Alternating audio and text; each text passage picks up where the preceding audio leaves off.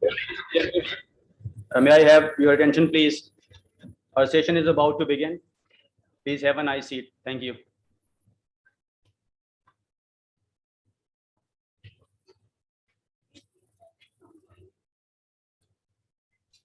Please have a nice seat. Thank you. Good morning, everyone, and Assalamu alaikum. Welcome to the international workshop on the role of AI in healthcare, agriculture, and energy sector. I am Babar Khan, Manager, Sinopark Center for Artificial Intelligence, Park Pastia Pahajole Institute of Applied Sciences and Technology. On behalf of the management of SPCI, PFIST, and comstech, I thank you for your participation in the event.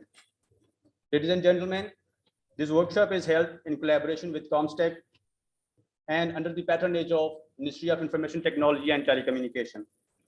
The event is a continuous effort of SPCI for the promotion of AI on national level and to bridge the gap between the industry and academia.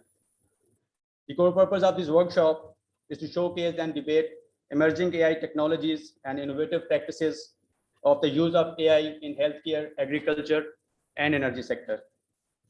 We have divided this session into 5 different sessions with certain breaks.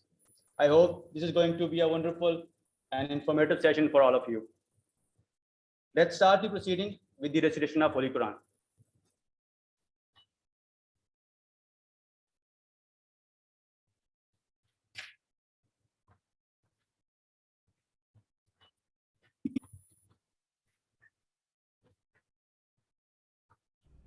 أعوذ بالله من الشيطان الرجيم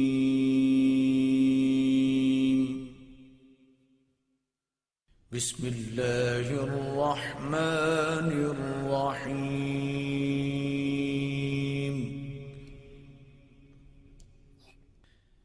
الرحمن علم القرآن خلق الإنسان علمه البيان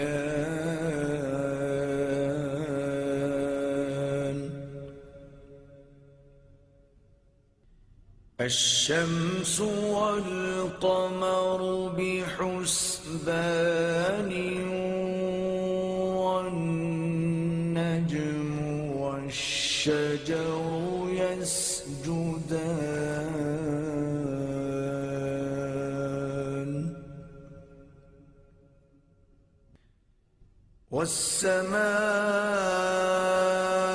والسماء رفعها ووضع الميزان ألا تطغوا في الميزان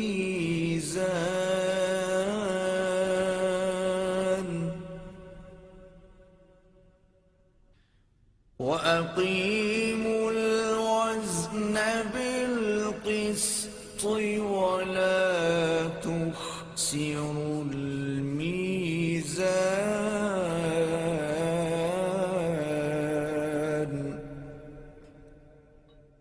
صدق الله العظيم.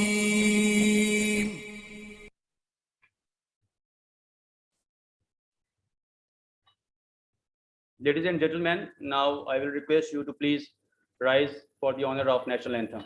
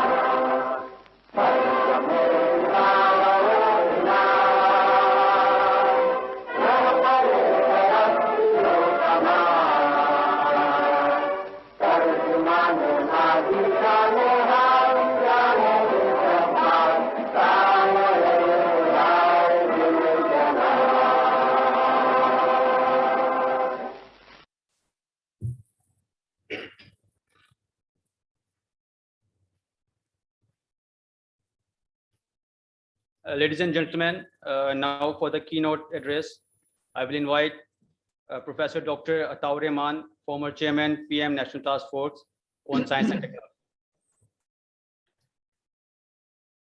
A'udhu billahi minash shaitanir rajeem. Bismillahir rahmanir rahim. Assalamu alaikum, everyone. It is a pleasure for me to be here with you. I'm sorry I couldn't come personally due to certain commitments, but here I am. I'm going to be giving a brief talk about artificial intelligence and its impact on various aspects of our lives. Can I see the slides here? But let me begin with two pieces of good developments that have taken place in Pakistan. Firstly, this graph is very interesting, which I'm showing you. The changes that we introduced back in about 20 years ago to promote higher education, to promote international level research, to promote publications, this is the resulting impact. And I'm grateful to Dr. Rahil Kamar of ComSats who provided this data to us. On the extreme left is the year 2000. Green is Pakistan, purple is India, and we were about 400% behind India back in the year 2000. And as you move towards the right, this has changed. This is based on Web of Science data. Scopus data is very similar.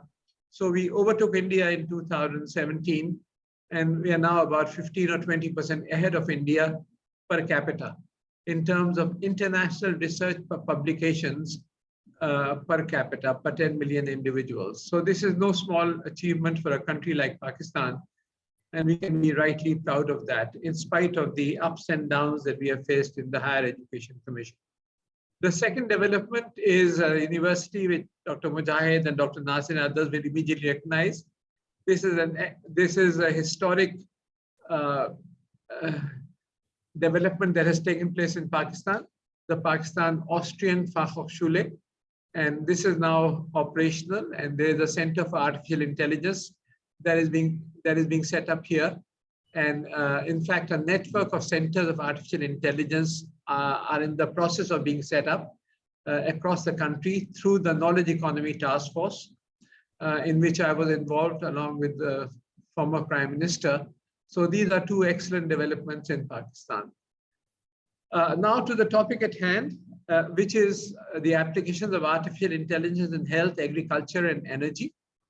The McKinsey Global Report, which came out a couple of years ago, predicted that there'll be a $15.6 trillion impact of artificial intelligence alone by the year 2025. So it's a rapidly evolving area.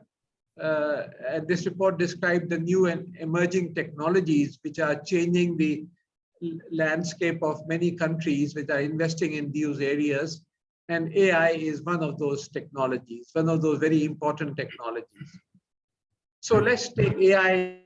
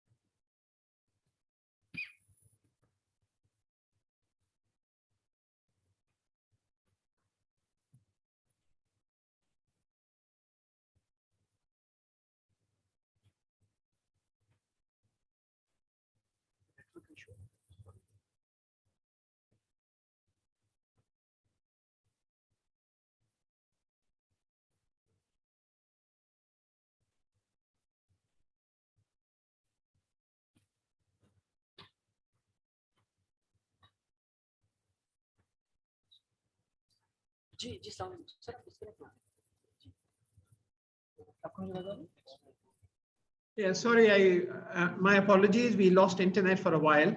Can you hear me now? Yes. Yeah, okay, good. Thank you. So many repetitive jobs are being done by AI. Digital consultation, there are apps available like Babylon, which is used in the UK to give medical consultation using such technologies. There's a startup called Sensely, which has developed a digital nurse called Molly, and that uses machine learning which can monitor people's conditions and report it to the doctors. For medication management, there are applications available. iCure app is one of them that monitors the use of medication by a patient.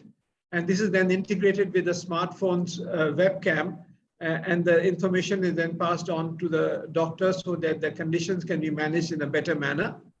AI is also being used for drug development. For instance, in the recent Ebola virus scare, there was a program powered by AI. We discovered 2 existing medications which could help reduce Ebola infectivity, and that was discovered in 1 day, normally using manual techniques that would take months or years to do. So precision medicine, body scans can spot cancer. Using body scans, you can spot cancer and other diseases and predict health issues using AI technologies. And one can wear health trackers, so the health monitoring can be done. And there are such as those which are available from Fitbit or Apple or Garmin and others. And then one can monitor the heart rate and activity levels of the patients and pass this information to the doctors. And in the Netherlands, 97% of healthcare invoices are now done digitally, and AI is used to sift through the data to check that everything is being done in a proper manner. So I've just taken 10 examples of how AI is being applied in health. And as I said, in Pakistan, we are already in the process of setting up a network of such centers of AI in the country. Turning to agriculture, AI is also finding wide applications in agriculture. Using drones, one can capture aerial images of the crops through which one can examine crop health. One can make predictions of the kind of yields that we might get from those crops, and also detect crop malnutrition. And this can be done much more efficiently than by humans. Similarly, crop maturity can be judged using artificial intelligence techniques. For instance, if the wheat head is mature, that can be judged by AI and used in precision agriculture. The soil quality monitoring can be done. Soil texture, soil organic matter, those can all be done on the basis of image analysis based on AI. Insect and plant disease detection, you can detect various types of bees, flies, mosquitoes, moth chafers, and fruit flies with a high degree of accuracy using image recognition technology based on deep learning. Also, drones can be used using AI techniques to count animals and detect diseases, identify unusual behavior, and monitor significant activities such as access to food and water. Intelligent spraying is being used to save a lot of chemicals. It reduces contamination of crops, humans, animals, and water resources. The exact adequate amounts being provided through intelligent automated spraying systems. These are already available. And intelligent weeding is being done using smart spray systems, which use computer vision to detect weeds. Similarly, one can grade and sort food products such as fruits and other items according to their size, shape, color, and volume using computer vision. And this can be done much faster and much more accurately than can be done by human beings. So this is all under current practice. Turning to energy, the third area which is of focus, Smart grids are already there, which these can be integrated with sensors and data analytics and the energy storage systems and energy management platforms. And this allows the energy companies to monitor the flow of energy and energy use in almost real time. And so this reduces energy consumption through automated demand response systems. Grid security is also being greatly helped by AI and machine learning by preventing cyber attacks. Grid management and efficiency can be done more efficiently using AI. So in an optimized manner, one can manage energy flows between homes, businesses, batteries, and renewable energy sources. Oil and gas companies are using such techniques, using machine learning algorithms to detect where wells should be placed, where wells should be dug, and to increase production. And so the data collected from seismic surveys are analyzed, and decision making is improved in this manner. Also in predictive analytics, we find that energy demand can be that you can predict the demand of energy and indeed predict the frequency of machine failure and prepare for it in advance. For energy storage, the global energy storage market is growing in a very fast pace, and it is expected to grow some 20-fold by the year 2030. And this is being done much more efficiently using AI techniques. Energy trading also is using AI and machine learning to provide traders with real-time information about energy prices. Power theft and energy fraud detection is now being controlled using AI technologies. This is almost $100 billion every year is the amount of global loss due to power theft. And so this saves a huge amount of money.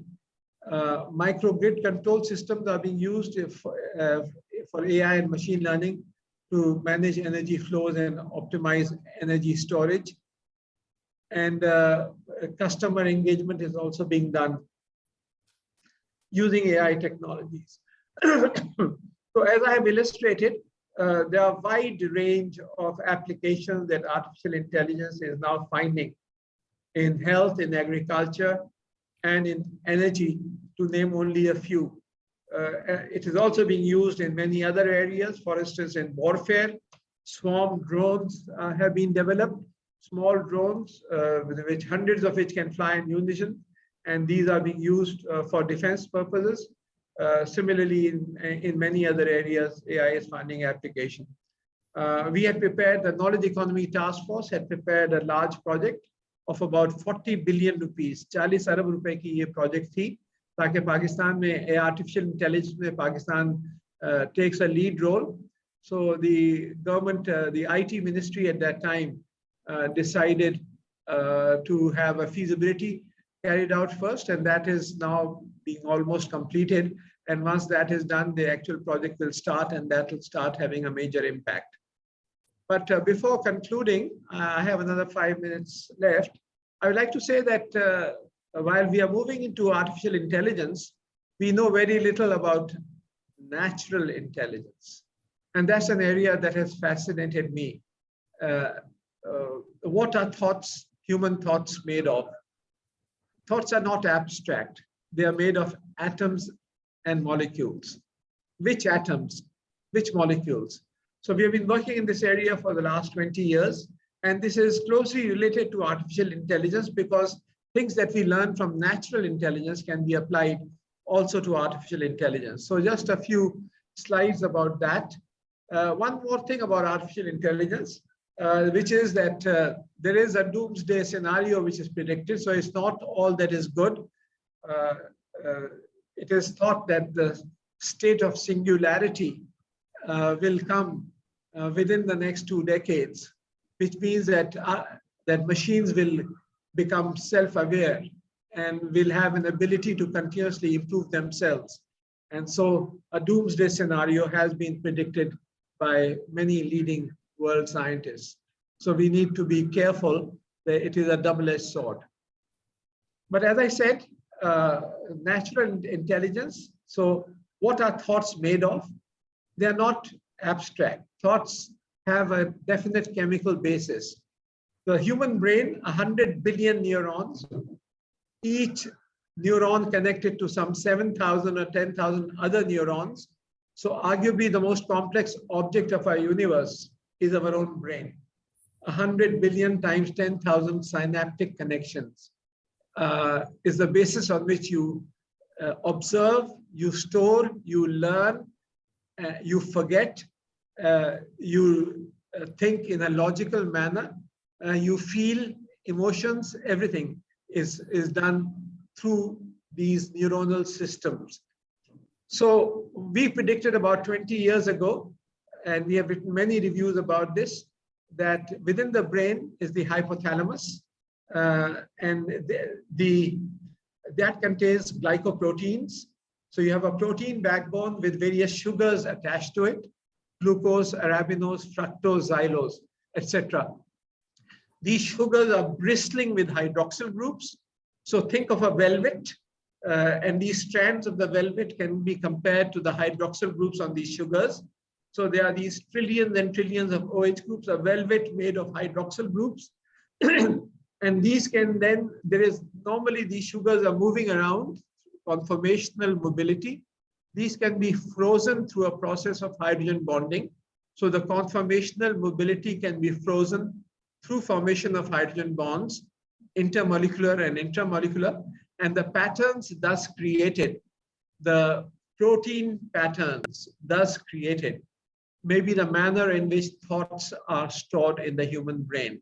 So this is what we had predicted, and there is growing evidence that what we had said may be right, that learning may be the formation of these patterns through intramolecular and intermolecular hydrogen bonding, which is a reversible process, and forgetting is the breakage of these patterns, and the logic is then an overlay of these patterns, a multidimensional overlay of these patterns.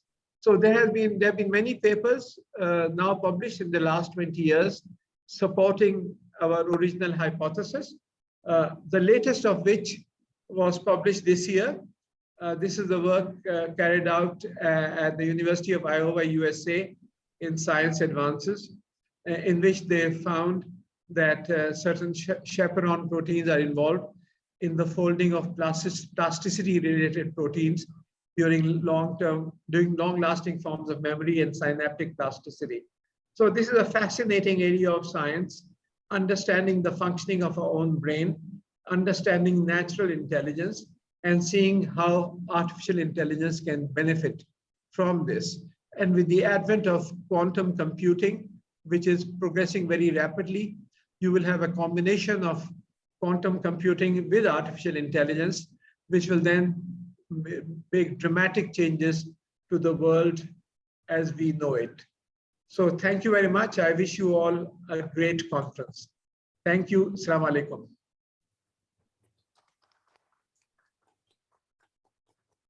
Thank you very much, sir, for this wonderful talk. Since, ladies and gentlemen, we have started this session a bit late, so therefore, without wasting of a single minute, I would now like to invite Dr. Atif Mashkoor, the Managing Director of SPCI PFIC, for a brief introduction of SPCI and IWRI. He will also be moderating the first session of today's international conference. Sir, please. Thank you very much, Babar.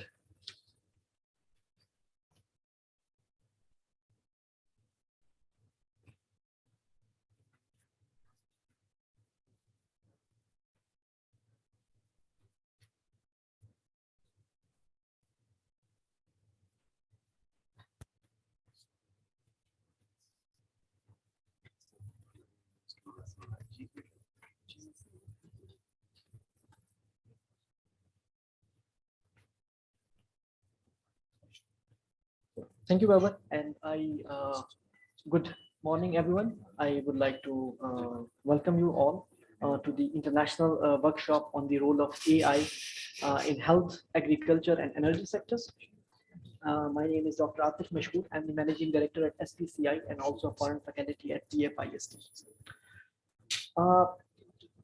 Maybe those who know me, I have been in Europe for such a long time, for 20 years. That is almost half my age. I have been engaged with industry and academia throughout in those 20 years. What we are doing over there in Europe is we're already dealing with fourth industrial revolution. And we're actually planning for the fifth one.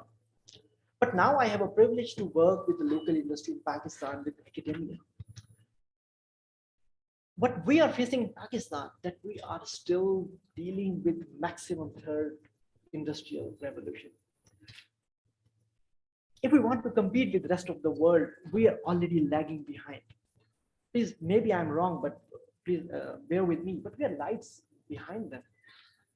So as a nation, we need to work towards our capacity building. With large scale manufacturing, I'm coming from Austria, which is like a neighboring country to Germany. We have the automotive industry, we have production industry, we have large scale manufacturing. They are leading the world. So how we can compete with them? Maybe we have already missed the train. Maybe this is my interpretation. I could be wrong, and I will. I really hope that I'm wrong, and we could really catch up with them.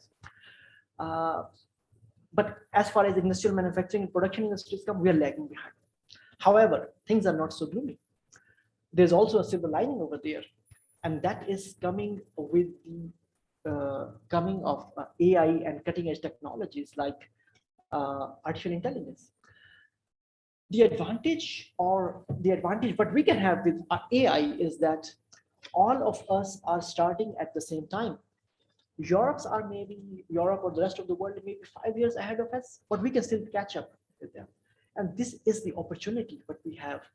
And we should definitely tap on this market because this is a market of, as Dr. Rahman was saying, $1 trillion industry. But we can, if we tap even 1% of that market, it's a huge potential in the market. And the good thing is that we can do that by the infrastructure we already have in place in our country. We have a very fertile minds. We have a very young generation. Half or more than half of our generation is young, below 30 age. In Europe, this is beyond imagination. We are already in decline over there. We have more than 50% population is old age population. So over here we have human population. We have this is a wealth. We are sitting on a multi-billion-dollar industry that is our human capital. And in order to tap this market, the government of Pakistan, thanks to the Ministry of IT and Telecommunication, they rightly initiated SPCAI, which is the Sinopark Center for Artificial Intelligence. Now, this is a very unique project because this is a trilateral project between Pakistan, Austria, and China. What is USP for SPCI is that we have our partners, industrial partners from Austria and China, and as well as the technical partners as well, from academic partners as well. All of our faculty is trained in Austria. All of our researchers have stayed either in Australia or coming from there or China. That gives us a very unique opportunity for our future generation to learn from those people who have actually worked in those developed countries. And based on our partnership with all these industrial states and developed countries, we are now covering in SPCI almost all the facets of AI. For example, intelligent biomedical applications, smart city and urban planning, smart agriculture, for which we are together here today, applied neural interface, computer vision, intelligent field robotics, deep learning, intelligent system design, Internet of Things, you name it, and SPCAI is already working over there. But part of our objective, the core objective of SPCAI is also national capacity building. And in order to build that national capacity within AI, we are offering multiple services and programs. For example, one of our programs is MS in AI. As I said, this is completely designed with our foreign partners from Austria and China. And now we have our board of studies, many industrial experts from Pakistan, for example, some of you are already over here, who are now assisting us how we can make these programs ready for the industry. The objective of Honorable Rector would definitely talk about it. The objective of SPCI and PFIST is not to just award degrees, but to skill the people so that when they leave the university, they already have industrial experience. They can go out before they graduate, they already have a job placement. This is what's happening in rest of the world. And now we have already started this in Pakistan as well. I'm pretty sure the other universities are doing excellent job, but this is just what we are offering as well over here, especially in KP region, which is a little behind the other regions. But apart from the academic programs we are offering, we are continuously investing in research and development. For example, we have often multiple research calls available where most of you maybe already know about it or already participated. We have pledged 65 million rupees only for research projects, which is a huge sum of money. And most of our projects are now in final stage, but maybe we will talk about in some of the later stages. Right now, it's not the time for that. But we're also offering some other programs as well. For example, we are always engaging with industry, for example, with farmers, with other industries, and we always bring them up to date. What is the new and revolutionized technology in the AI industry and how that can disrupt their current practices. Last year, we also organized National AI Forum. That was a huge success. That was a marquee event of our institute. Over there, a lot of industrial participants, academics, foreign participants participated. That was organized in Haripur last year, and that was a huge success. Part of that National AI Forum was a lab to market event. Now, this was something really interesting. We invited all students from different universities to participate with their final projects and what they are doing in their labs. And we offered them a platform where they can showcase their exciting research to the rest of the world. And we pledged that, okay, if your project has potential, we will fund it. Because in PFIST, we also have a technology park where we are always encouraging our students and faculty so that they can come to us and they can start their own startup. So as a part of the lab to market event, we received almost 238 entries from across Pakistan, from Khyber to Karachi. More than 50 to 60 universities participated from Pakistan in that call. Out of those 238 projects, we shortlisted 28 best projects. We showcased them, and out of them, 3 were awarded a huge sum of money. And as a part of our national capacity building, as I'm repeating it over and over again, what we believe, and this is actually our honorable rector always tell us, that if you want to build a nation, you have to start from the school. At the university, it's already late. Maybe not late, but if you start investing the seeds, if you start incepting those seeds in the young, fertile mind, then it does not require a lot of nurturing. It can automatically grow into a tree. That's what we are doing over here in SPCI as well. This year we organized AI summer camp where we invited school kids at the class of 5th, 6th, 7th. And now they are making robotics project. They are learning game development, and we are telling them in the 5th grader what AI is. Interestingly, they're also developing very exciting projects.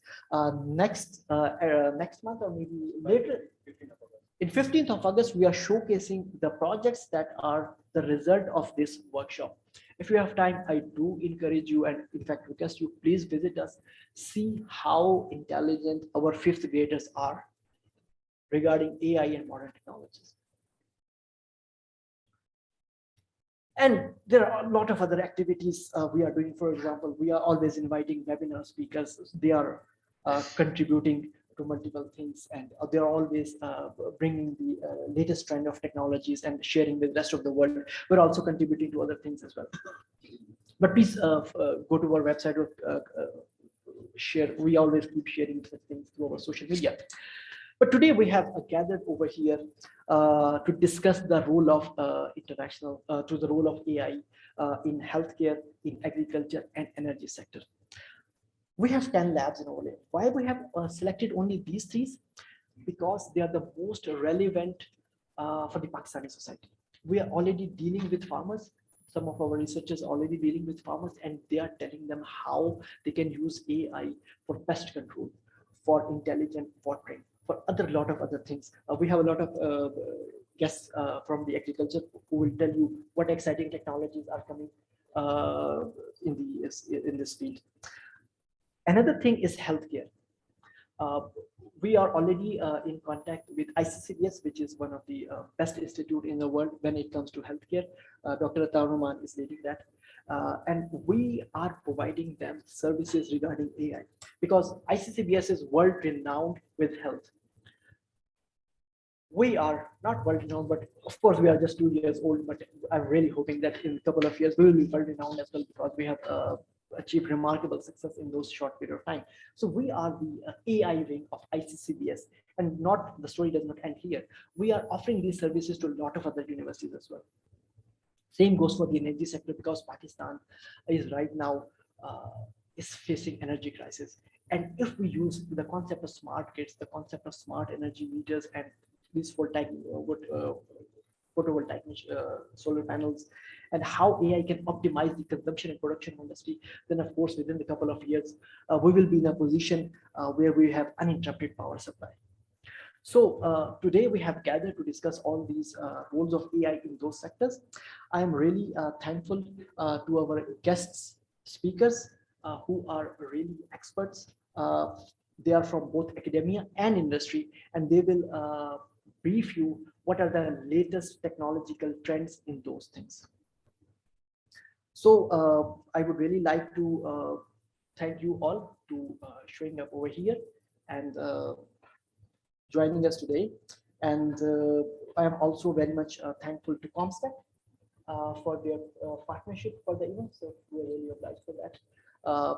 We're also thankful to Pasha, to AI Tech, to Pakistan Science Foundation, Pakistan Software Export Board, and also the Capital Smart City, last but not least, who are the sponsor of the event. And I'm really thankful to Dr. Atar Rahman for taking time today, sir. It's an honor to listen to you. Having said that, now I hope that you will have an exciting program, and we have 3 very exciting sessions. So I'm looking forward for a great day. So thank you very much. Now I would like to call upon our honorable chief guest, Additional Secretary of Ministry of IT and Telecom, Mr. Mohsen Mushtaq, sir. So please.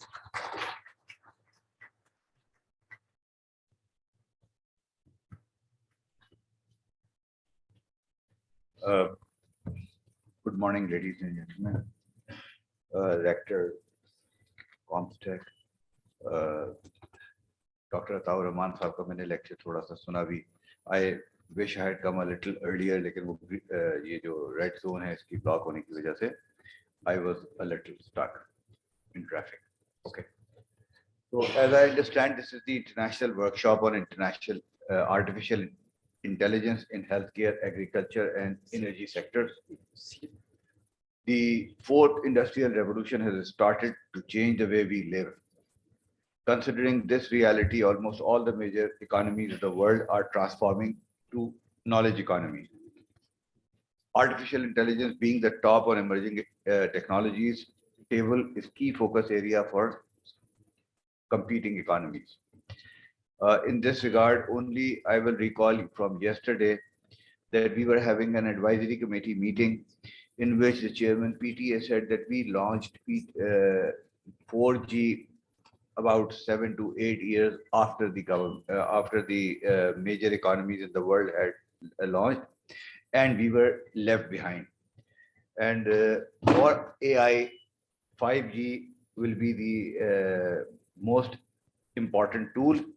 And so there is a strong consideration that at least 5G should be launched in the major cities so that AI and other such modern areas can be explored. AI has the potential to incrementally add 16% to the global GDP. This comes to around 13 trillion. This is in the next 6 to 7 years. Considering this, Pakistan must tap into opportunities to get its share, which may lead Pakistan to economic prosperity. Otherwise, as I said, we will be left behind.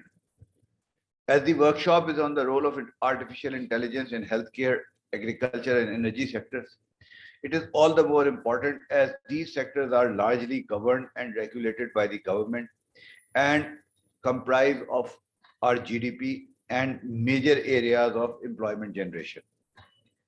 Governments in all regions of the world are experimenting with artificial intelligence policy. AI policy must focus on areas like research and innovation, industrialization of AI technologies, AI in the government, data and digital infrastructure, etc. Ministry of Information Technology and Telecom is in the process of formulating a policy on artificial intelligence. The purpose of devising a policy on AI is to facilitate investment in the development and adoption of AI across multiple sectors of the country for benefit of the economy and society.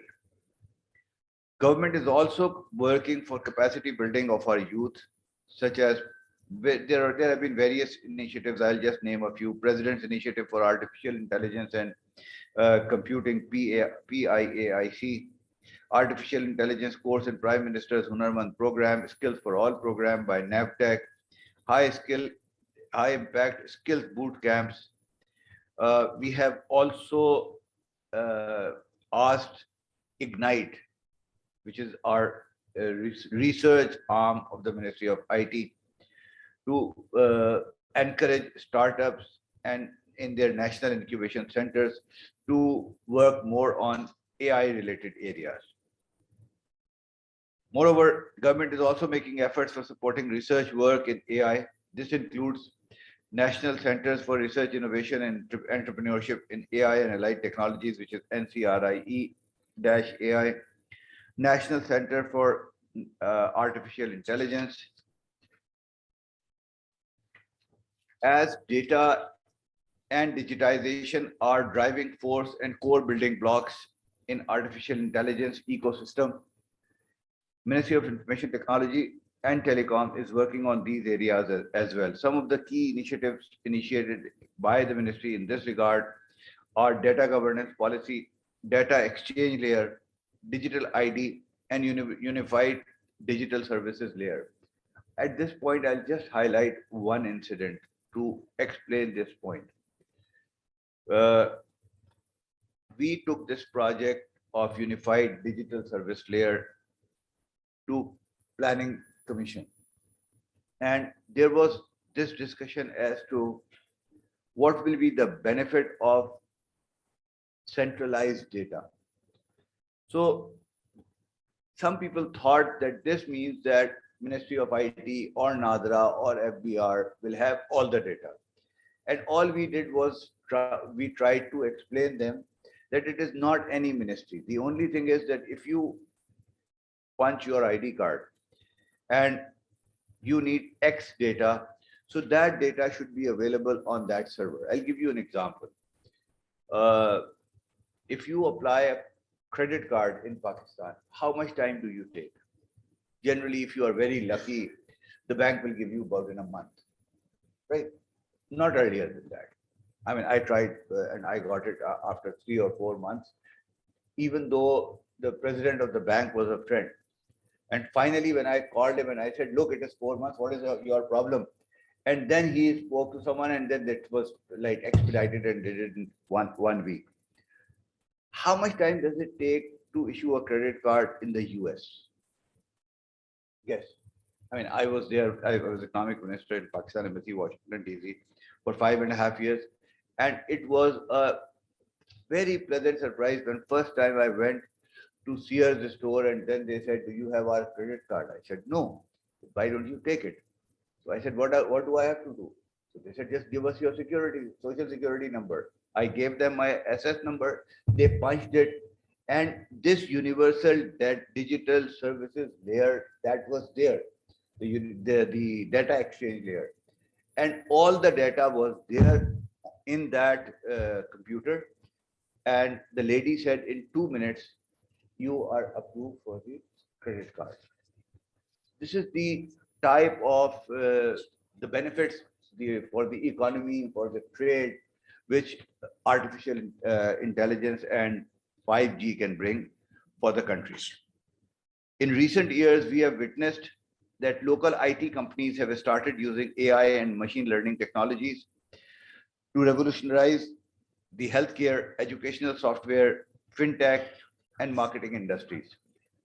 These companies are providing services to local and international clients and are generating large revenues.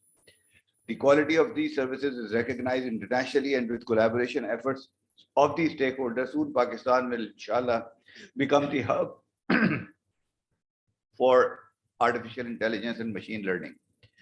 Before I end, I must tell you that the Ministry of IT is working on establishing first animation and gaming center in Pakistan. And we are in discussion with 2 institutes, and we hope to start it within this year.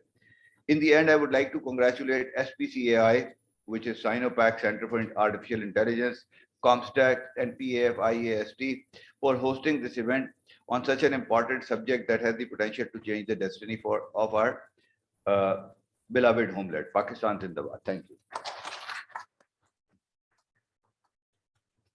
Thank you very much, sir.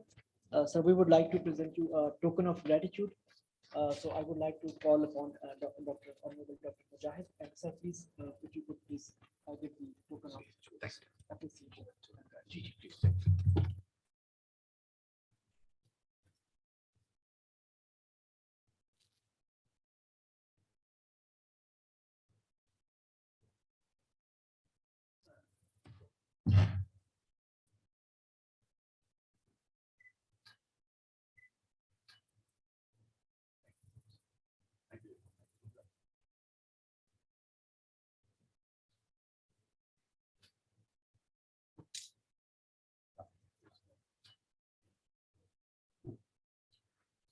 Meanwhile, the Honorable Ambassador of our brother country from Palestine has joined us.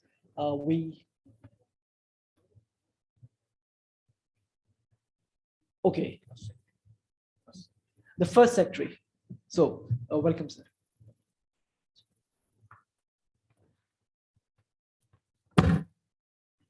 Okay, so let's proceed with the program. Now I would like to call upon Professor Dr. Syed Khurshid Hasnan, Advisor Comstech, to please come on the stage and give us the welcome remark. So, Professor Dr. Syed Khurshid Hasnan.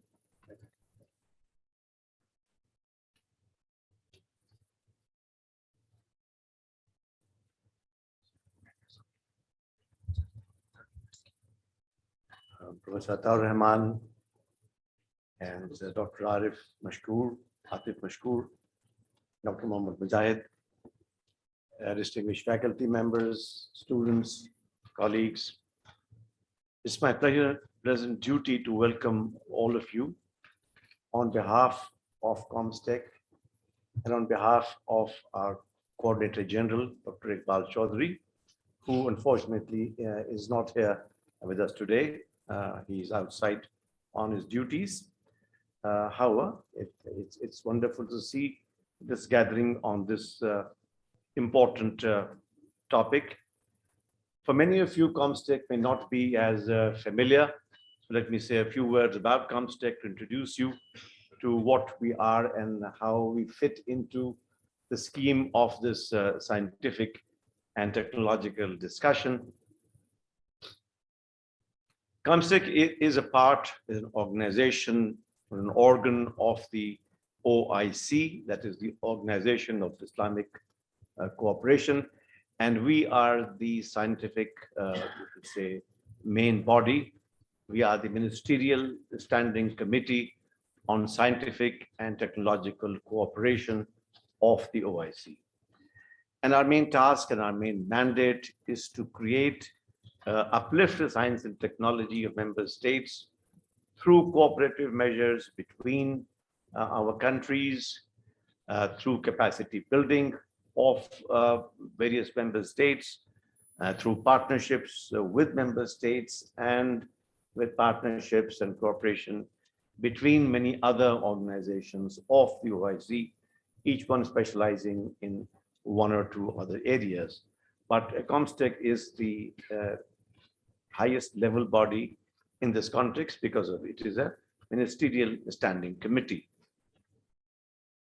It's also to be, of course, appreciated that comstech is, since its inception in 1981, I believe, it has been funded and supported, and still is.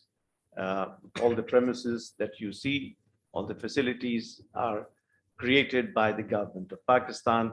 So we serve actually a dual purpose. We are not only the representative of the OIC in terms of science and technology, but we're also a showcase. We are also an element of the science diplomacy of the government of Pakistan, through which we hope also to project through our activities the science and technology and the potential in Pakistan, as well as enhance the possibilities of cooperation of Pakistan with other member states.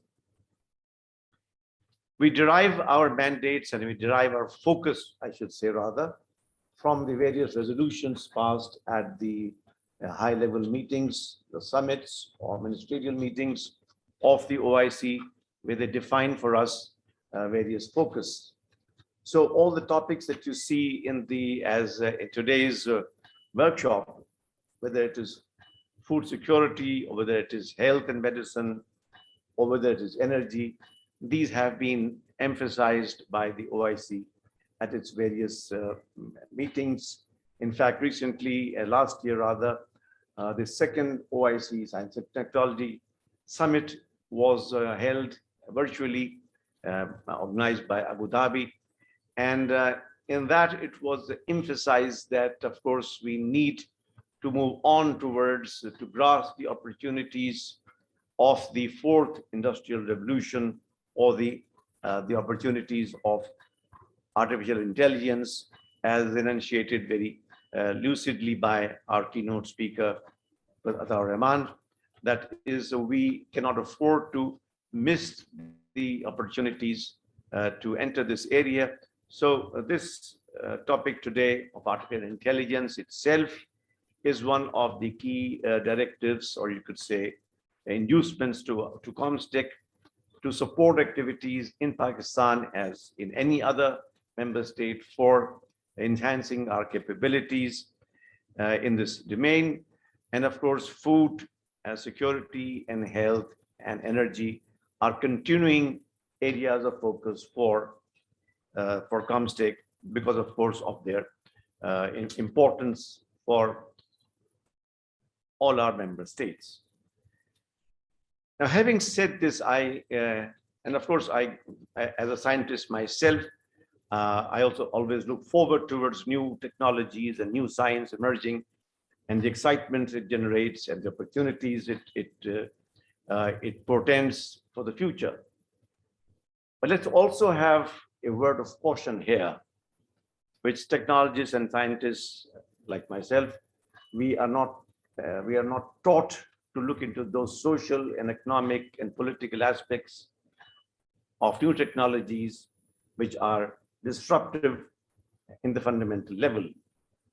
As you're well aware, each industrial revolution that occurred brought in its wake tremendous amounts of disruption initially, as old professions, as old skills become obsolete.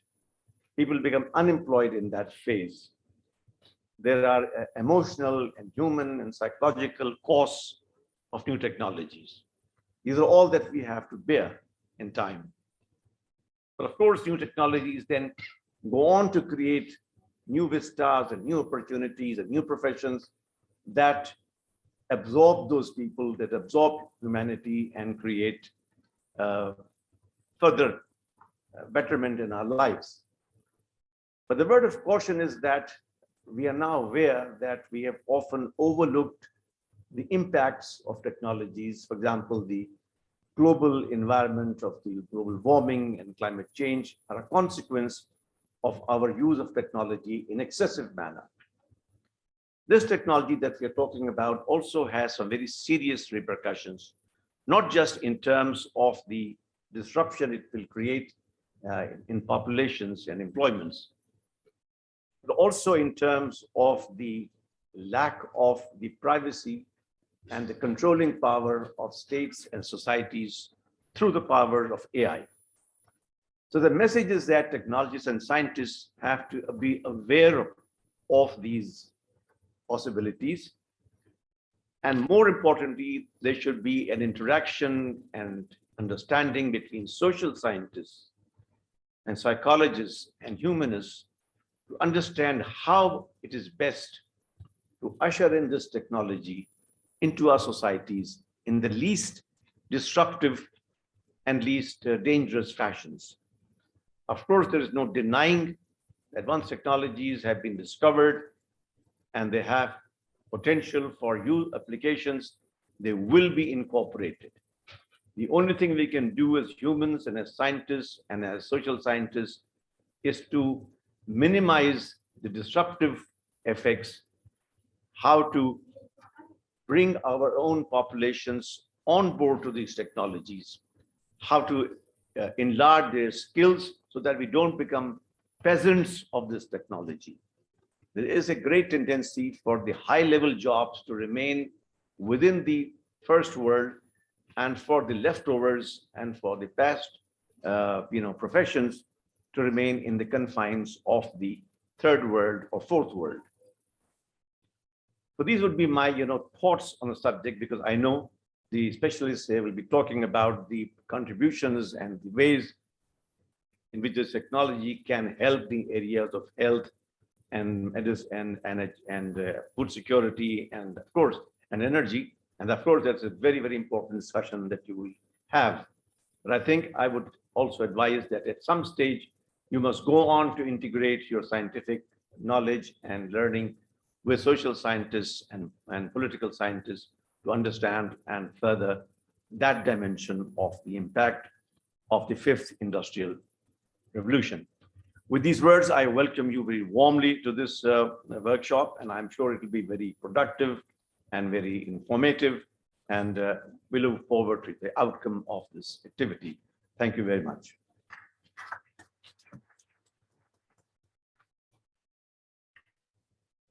Thank you very much, Professor Dr. Syed Bashir Hassan, for enlightening us with your thoughts. Now I would like to call upon Honorable Rector PFIST, Professor Dr. Mohammad Mujahid. So please, sir, please come on the stage.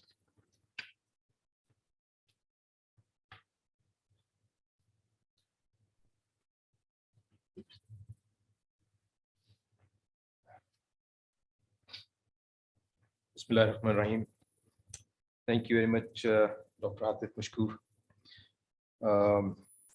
We had our Secretary to Government for Information Technology and Telecommunication, Honorable Professor Dr. Ataur Rahman, the visionary behind our institute, PFIST, Honorable Dr. Hamid, Project Director of SPCAI, Vice Chancellors.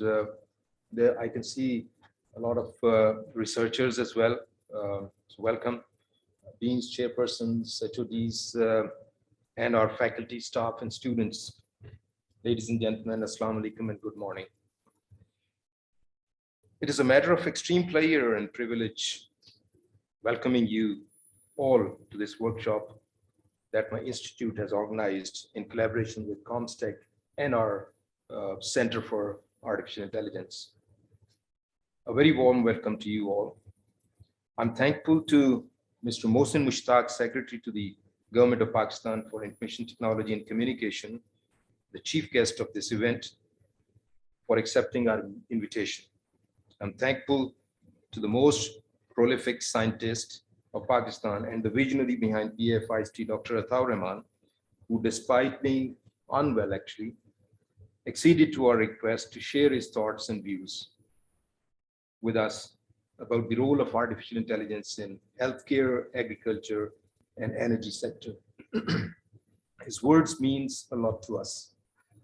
I'm grateful to the vice chancellors and dignitaries for gracing the occasion with their presence. I'm also overwhelmed by the response that we received in a short notice. The experts from the field who are going to share the findings and solutions to problems faced by the industry. I'm sure the panel discussions will lead to concrete suggestions for the local industry that will be widely disseminated by the organizers. I thank all the resource persons for making this event a success. Any event like this one cannot be even held without participants. And I'm glad to see a great turnout. Thank you for being with us today, and I hope you will get the maximum out of this. I'm grateful to Comstech for the partnership in hosting this event. I thank the management for its all-out support. I would like to applaud the financial help of our sponsor for this activity, especially the Capital Smart City, for its generosity. I'm thankful to General Najmul Hassan, Director Health and Education of Capital Smart City, for his commitment to be with us today. Is he available now? Okay. They will come later. I thank the media for helping us promote artificial intelligence in its role in the sectors that need it the most. A little bit about the institute. PFIST is a new concept in Pakistan. We are trying to create a new model of institutions where we have instituted 3 separate streams. One is the Fachhochschule stream. The second is which is basically skill-oriented professional degrees. The second is the research centers, SPCAI being one of them, that will have master's and PhD level research in applied areas actually. And they will do product-oriented development. And the third is the technology park. We have recently received the special technology zone developer status as well. So we already have some built up space. We have some developed land as well. So most of the companies, there are many companies who are actually interested to come to us. There are some companies who have already been in the technology park. They have set up their offices. So PFIST is also an international university. We have at least 8 foreign universities collaborating with us, 3 from Austria currently and 5 from China. They are all collaborating in our Fachhochschule and also in our research centers. Its skill-oriented professional degree programs rest on 4 pillars. Those are where we actually take measures to bring in the skill part or the industry connection and the more practical oriented delivery. And those are, the first thing we have done is that we have actually revised the curricula, which is more industry oriented. We deliver courses through faculty as well as bringing in experts from industry. We call them professors of practice. We have also made mandatory at least minimum 500 hours of industrial attachment for every professional degree at bachelor's level. So they will spend at least 6 to 8 weeks in every semester they are within the 4 years with us. We will only offer industrial projects. That means in the final year, they will only undertake projects which are coming from industry for their solutions and problems. And finally, we also promote entrepreneurship, which is being taught, and the students and faculty actually are also trained right from the year 1. And so we have the courses delivered by actual entrepreneurs who have been professors as well. And we have industry people coming in, delivering these things as well. So ladies and gentlemen, we have gathered here today actually to list and analyze issues that the 3 very important sectors, healthcare, agriculture, energy, face today. My knowledge about AI is very superficial and rudimentary, mostly based on scientific magazines rather than any serious textbooks. I consider myself as a layman, so I will not go into the details of AI. However, I have seen some of the things happening in the scientific area, so I can give you a few examples on that. Our focus is on data-centric AI, basically, a subject that has become practicable due to the availability of large amount of data, building predictive models with the help of the unprecedented computational power available today. Our aim is to help revolutionize the industrial setup with the applications of AI and contribute towards knowledge economy. We believe the scope is huge and the vistas are vast. Artificial intelligence is transforming all walks of life, and more so in the fields of scientific research. I'm a materials engineer, actually, and I know how costly and time-consuming it is to synthesize new materials of desired properties simply by trial and error methods. It is a decadal process to discover a new shape memory alloy, for example, through ad hoc experimentation. With the aid of AI tools, however, it has now become convenient to find hidden correlations between different features of different materials to predict the design of new materials.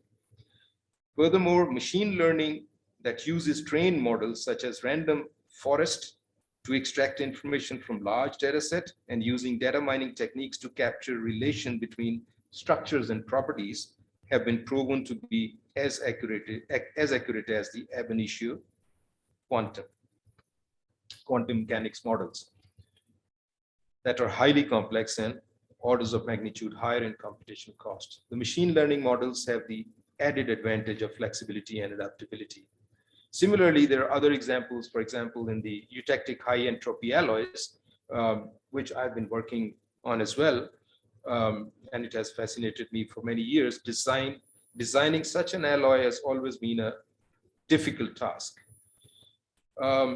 Today, the support of vector model employed through a convenient MATLAB toolbox is a less experienced undergraduate or a graduate student can also use that knowledge and bring in different compositions and properties to new materials. I can quote many other examples as well, which I will not go into at the moment. So I'm positive about the success of this event, and I would like to thank all the participants, the resource persons, our partners, sponsoring agencies, the organizers from PFIST, SPCAI, and Comstech. And we are also thankful to the Ministry of Information Technology and Telecommunication for making this event a success. Thank you very much.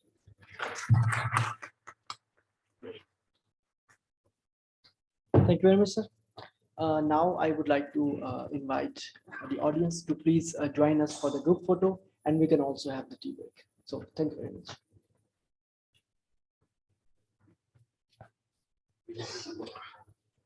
We will resume. Ladies and gentlemen, I would request you all to please put your phones on silent. I know that the signals don't work inside this hall, but even then, please just make sure that your phones are on silent. We're about to begin the technical session. The session that we are about to begin deals with a very emergent problem of Pakistan, which is solving the problem of overpopulation and the resources that are causing a problem for these masses that we have. Pakistan, when I remember when I was a little child, the population was about 40 million, and now it has reached up to about 220 million.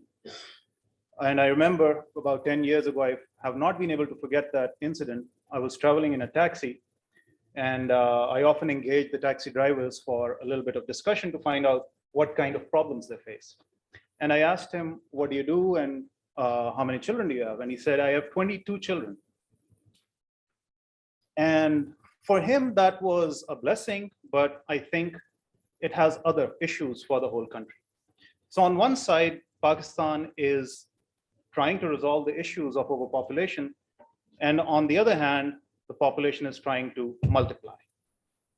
Therefore, at this juncture, artificial intelligence and biotechnology are the two major sciences which are acting as a tool to provide solutions for the problems that are coming out from overpopulation.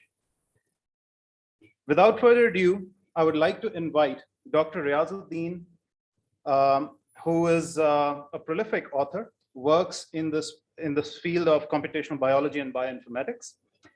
He is posted at ICCBS Karachi, and his focus is to analyze big data for solving complex biological problems. One of the biggest problems that we are facing in biotechnology and biomedical science right now is the resistant bacteria. And these are multi-drug resistant bacteria. So one drug doesn't act on getting rid of this germ. Now, this is an emergent problem for the whole world, and obviously a very important issue. I would like to invite Dr. Riazuddin to give his talk.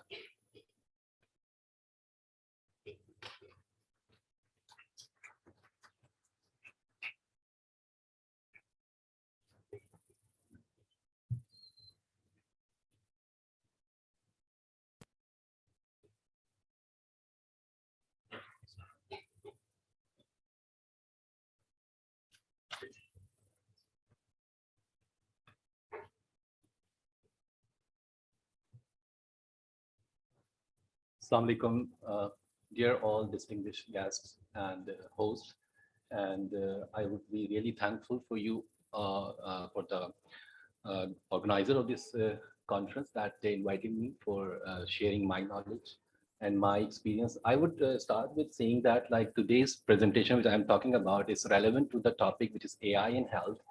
And I'm not expert in AI, by the way, so I'm going to share with what I have been doing as a project coordinator in the area of AI in health sciences at the center at ICCBS. We are trying to establish a center of AI application in health sciences at the ICCBS. It's a very new, starting like last year, it just started. And it requires lots of funding and other resources in terms of human resources also. So what we have done so far, I would like to share with you guys, and during the journey, what I have learned also. So I play my role as like a research, as like a project coordinator between the leadership of the ICCBS and the team which is working on the ground of AI in Health Center. So the center is being funded by the Knowledge Economy Task Force from the earlier government, if you remember. And Dr. Atar Rahman is the one driving force behind it, and this is about 321.45 million granted project for 3 years, and it is being built at the Dr. Panjwani Center, which is a part of ICCBS. So what are the objectives of the center? Is basically, there are lots of national centers of AI has been built in the last couple of years around the country, and they all are working excellent in the different areas of application of AI, like transportation and traffic control, smart cities, and others. But our focus, because we are famous, ICCBS is famous for health-related research projects, So our idea is to use that knowledge and to build a center which is related to healthcare. So the idea is to build up the national or provincial level center in AI for research and training purposes, specific to the field of healthcare. And to establish a hub of innovation for the application of AI, not only for the academic training, but also for the commercial applications. We also want to create an innovation hub for that. And to create entrepreneurship in AI area of research, again, is specific to healthcare. And to commercialize AI tools through an AI-based incubation center. We have a very big incubation center already established in ICCBS. So one of the section of this center is basically specific for AI application in health sector only. So this is the one of the other objective also.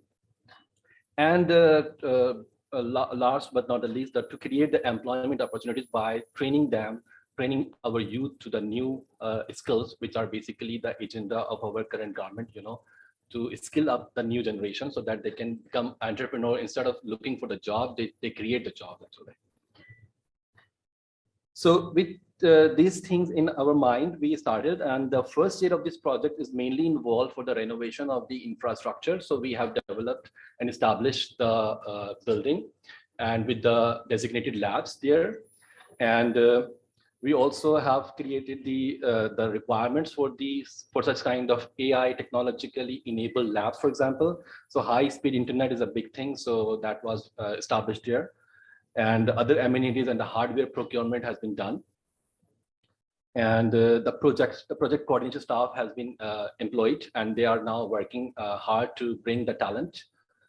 And we are always looking for new people and to get into this area of research and bring new innovations. So we are looking for people. So we always get applications. We use our linkages around the world to get them shortlisted and then put them into this center and then get their talent to be nurtured according to the demand.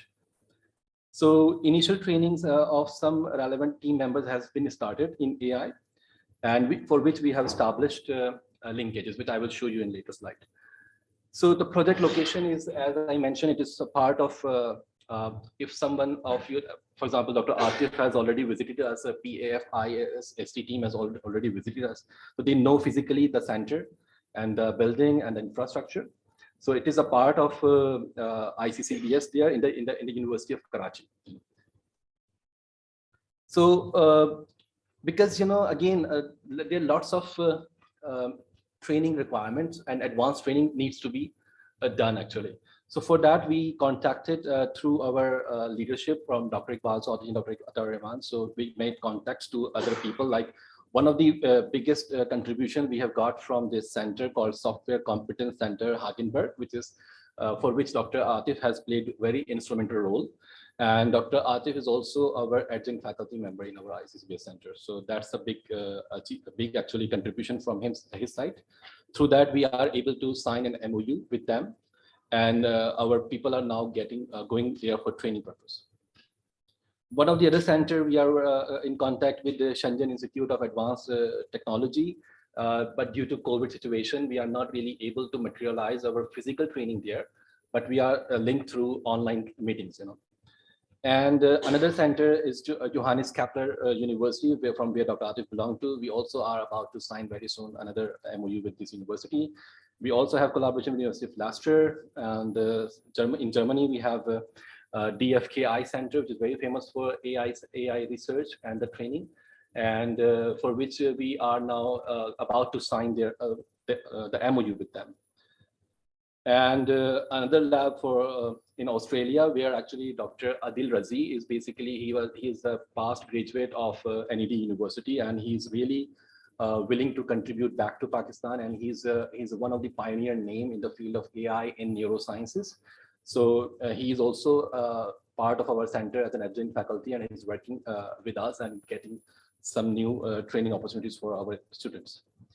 And some negotiation are going on with the Cambridge Computer Laboratory in Cambridge, and one more is going on with Chinese Academy of Sciences. And in national collaboration, we have recently signed an MOU with Sino-Park Center for AI, and their team also has visited us in 2021 February. And this is a picture of them. And through that, we have made some collaboration with people there. For example, Dr. Suhail is sitting here, and you know, the team visited us and they found the center very interesting, and they also are giving us some clues for heading ahead. And because, you know, again, as I mentioned, this center which we are building up is very much focused on discipline of healthcare. So for which we are actually very much like it's all about healthcare as well. So we need to find some more collaboration in this area. And people who are working with us, they are really playing instrumental role for getting more collaborations and the work done.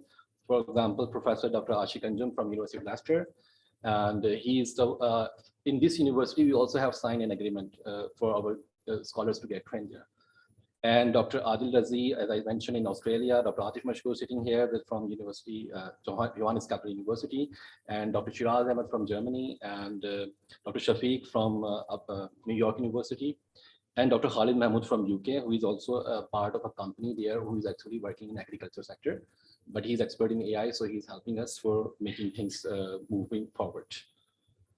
So for procurement point of view, I think it must be of interest for those people who are actually working in this area. So we have developed about 3 big labs here in our center, and in which we have computer infrastructure. For example, we have all pro desk systems from HP, and we also have developed a mini, I would say, small cluster of a GPU system.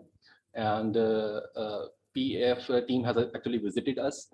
And this center, this hardware is running 24/7 because we do not rely on the public sector for providing the energy. We have our own generation system. So this hardware is really up and running for the projects, different projects. You know, from the GPU point of view, we have NVIDIA RTX 5000, good enough for doing AI and machine learning based calculations.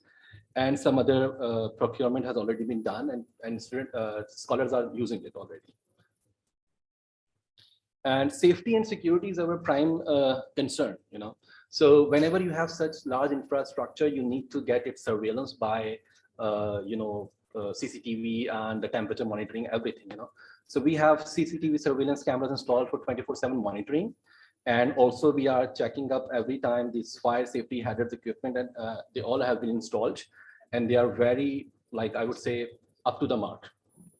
So temperature is being monitored every, remotely. We can even get on our cell phone the temperature fluctuation. So as I mentioned, we have our own power generation, so there is no problem with these.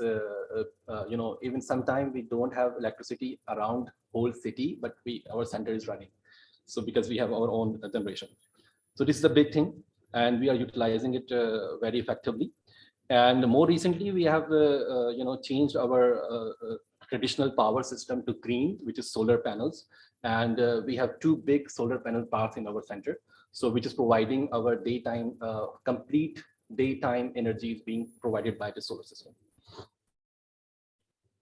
Okay, so major chunk of this project, like 80% of this funding is being utilized for the purpose of training, you know, for actually building up human resources. So team members are recruiting in different by actually nationwide advertisement to the newspaper. We are getting applications from around the country, and we are taking them up, and whoever actually opt for coming to Karachi and sitting with us, and then we select them, and then moving on further.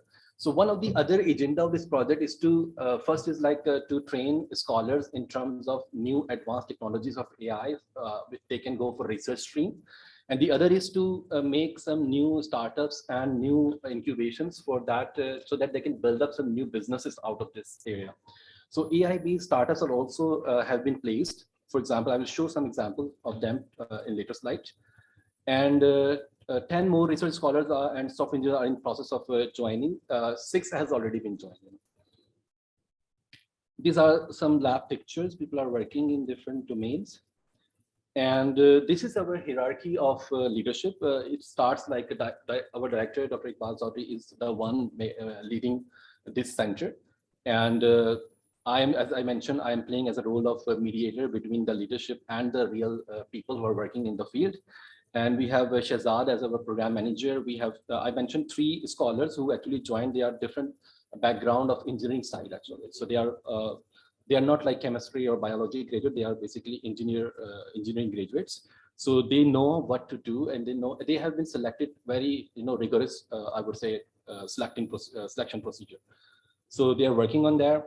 And as I mentioned, we have already signed MOU for the training in Austria with the center, Software Competence Center. So these 3 are about to. Among these 3, Shahzad Rasool has already gone to this center. He just last week, 2 weeks back actually, he joined this center in Austria, and 2 are in line to go, and few other are in process.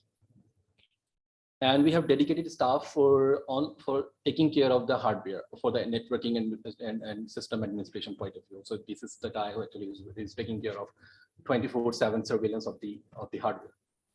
And some new applications are always, we are looking for always new applications. So about 42 applications have been processed, and now different shortlisting procedure have been started for the new candidates to join our center. We have 12 positions available for software engineer stream, and we have 7 positions available for faculty positions. So we, if someone is actually having PhD in the field of computer science or engineering and relevant background, so we can take them up, and then we have funding available for them to go abroad and then get trained for about a year as a postdoctoral trainee, and then come back and serve this center as a faculty member. So these things are going on. So these are those startups who actually join in this stream for making some business out of this AI-based incubation for the health sector. So one is this Parvaz, which is leading by Aliza, Miss Aliza, and they are actually working on a drone delivery service mechanism through which they will provide first aid in real time using a kind of machine learned analytics tools. And what they are trying to do is basically, for example, in Karachi, most of the problem is that, like, if someone is traveling from Karachi to Hyderabad, in between the city, they don't find health first aid quickly. So the idea is that, like, if drone can quickly travel and go and at least provide and turn on the camera, and so that remotely it can be providing the first aid, so that the life being saved, and then moving on further from there, and then the ambulance can go into that procedure. This is one of the company being incubated in this stream. And one other is Pakistan Smart Ambulance, which is being led by this team member is Wasif Abdul Wahid. And what they are trying to do is basically a kind of Uber ambulance, I would say. Like you can get a taxi and car within minutes, actually, at your home, at your doorstep. But the ambulance coming up, getting ambulance is taking time, you know. So why not ambulance are roaming around? This is the idea of this guy, actually. Like ambulance are roaming around the same way as Uber taxis and cars are roaming around. And whenever you need, you can quickly get it in no time. You know, that's the idea of his, actually, and he's working on that. And one other company who recently launched their product called Chatbot, and they have used their platform. The company, they are already actually established company, and they decided to incubate for the purpose of improving their healthcare based products. So what they have done, actually, they have launched AI based digital healthcare customer journey platform, where actually it's a kind of like as many you know about this Davago and other things. It's similar to that. Only thing is that it's also, the new thing is that, like, it's a symptom checker also. So you can use this platform for identifying the disease in terms of using chatbot. So they are also working with us.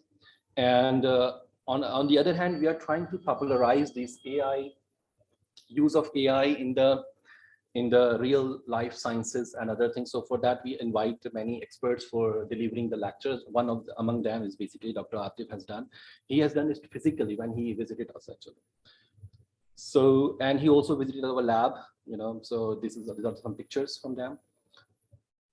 And we also are trying to collaborate with leading hospitals in Karachi, for example, Aga Khan University Hospital.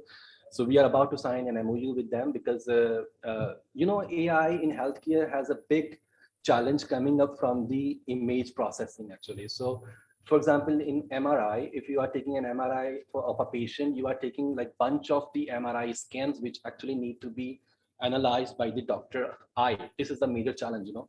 So doctors normally remain exhaustive.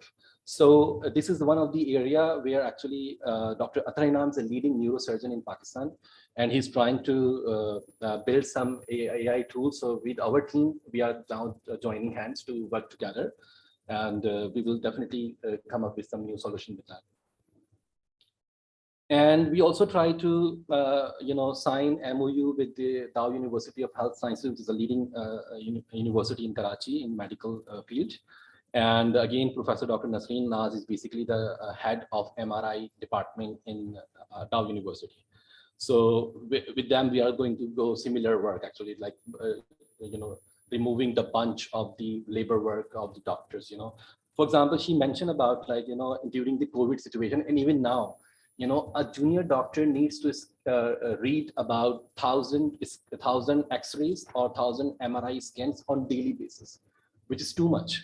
So instead of like doing this through human eye, why not it can be done through AI, machine learning tools, for example. So this is one of the area we are working on. And some of our colleagues from the UK also visited us. For example, Dr. Khalid Mahmood, he is actually working in agriculture sector, and he is the one he's working in a company actually there in UK, and they are trying to build new tools for helping agriculture sector. And he also established a new company in Pakistan also regarding agriculture improvement. So we also wanted to like take his opinion regarding that. So he joined us as like an adjunct faculty. And this when he visited us with our team. And one of the largest hospital, I would say, in the region is LRBT. It's an eye disease related hospital. So this is, it's now I heard of like it's across the Pakistan. They have remotely centered their hospitals, but they are based in Karachi. And they have a daily, you can like, once you go there, you will find like they have a patient load of amazingly high number, So one of the area where AI can contribute is basically eye-related disorders, where you have so much of eye images, which you can use, which a machine learning tool can create, and then help in the diagnosis. There are lots of kind of like one of the area where people are working in our team also is a diabetic retinopathy. So we are trying to collaborate with our LRBT partners here. So they will provide us the fundus images coming up from the camera scans of the eyes of the patients. And the load of the patient again in LRBT is about, I would say they mention about like, they need to scan about 5,000 patients daily. This is so much huge load they have, So we are hoping like if we get that much of data, because AI requires always data. So that's a big achievement if we could get data from them. And we also arranged a workshop last year in December, which is actually the main resource person for this workshop was Dr. Ashik Anjum from UK. And this is the introduction to speaker by our director. And that was the workshop, was a one-day workshop in Karachi regarding, again, I would say one of the agenda of this project is to popularize the AI use in different domain of life sciences. And these are the workshop pictures. And again, we are trying our linkages with other partners also. So one of the partner from UK is Dr. Sarim Athar. He's working in Oxford University Hospital. And he's really, he is the one actually, I would say, a bridge between the hospital or doctor and the computer scientist, because he is trained not only with the medicine profession, but also with the digital pathology. So he's the one actually, he's collaborating with us. He also has established a company in Pakistan, by the way. So our idea is to team up with him and then try to build new ventures for our journey in AI in health sciences. And some other popular lectures from Dr. Hassan Nawaz Tahir from Aga Khan University. And one of the recent thing which we have done with a software-based company called Engitech, they are again they are trying their hands into healthcare sector. So they are a software-based company. They are software house actually, and the idea is like they have made an application called Health Solutions. And that health solution is basically, again, a kind of, as they mentioned in their website, like this is a hospital without any building. It's a kind of hospital. So during the COVID, they were doing amazing job. Like in COVID situation where people were so scared about if someone is getting a positive test from diagnostic test of COVID, they just get so much in trouble of being isolated from the from different, they have to get isolation, So, and if they go to the hospital catch them, and then they, I don't know what they happen, what actually they do with the patient. Now, normally people actually have so much speculation about it. So they have played around with this area, and they said like, whenever you need some isolation, we will bring isolation ward in your house. So this is the big catchy thing during this COVID time, and they have been popularized in the Karachi sector actually. And also they said like, they claim that whenever you need ICU based healthcare need, so they will create ICU in your home. So that's a big, again, marketing stunt, but they have done it actually, they have proved it. So one of the idea with us actually to join with them, because they are established in this area. So we want to being partner with them as an academic partner, and then bring their application into this diagnostics purpose for the using AI or machine learning tools implemented into their apps. You know? So that's the main thing which we are working on, and we have signed already the agreement, and we are working together. So this is the signing ceremony of MOU. Okay, so as I mentioned, we have our team members working they have joined and working in this area. So one of the team members project, I'm just presenting their ideas here. This work has been done by, this work is being done by them to these days in our center. So one of the student, Shazad, is actually trying to make a medic AR application, which is a digital twin of a human body. And they try to, like, you know, instead of using real human body to understand and study the biological mechanism, why not use digital twin? So this is one of the area, and he has made actually an Android app already for that matter, and trying to improve it further. And he's right now, as I mentioned, in Austria, so he will be working in improvement of this sector as well. And one of the other tool which we have worked on, our team has worked on, is AI-powered diagnostic support tool for chest X-rays, which is one of the biggest area of application. Whenever you have some AI-based projects, normally you found like people are working on image processing. So here actually our idea is to find this work has been done by Hassan actually, and he wanted to know different type of you know, I would say respiratory disorders through chest X-rays. For example, if you can you use this chest X-ray to distinguish between a COVID patient and a pneumonia patient, and see you know, other kind of respiratory disorders actually.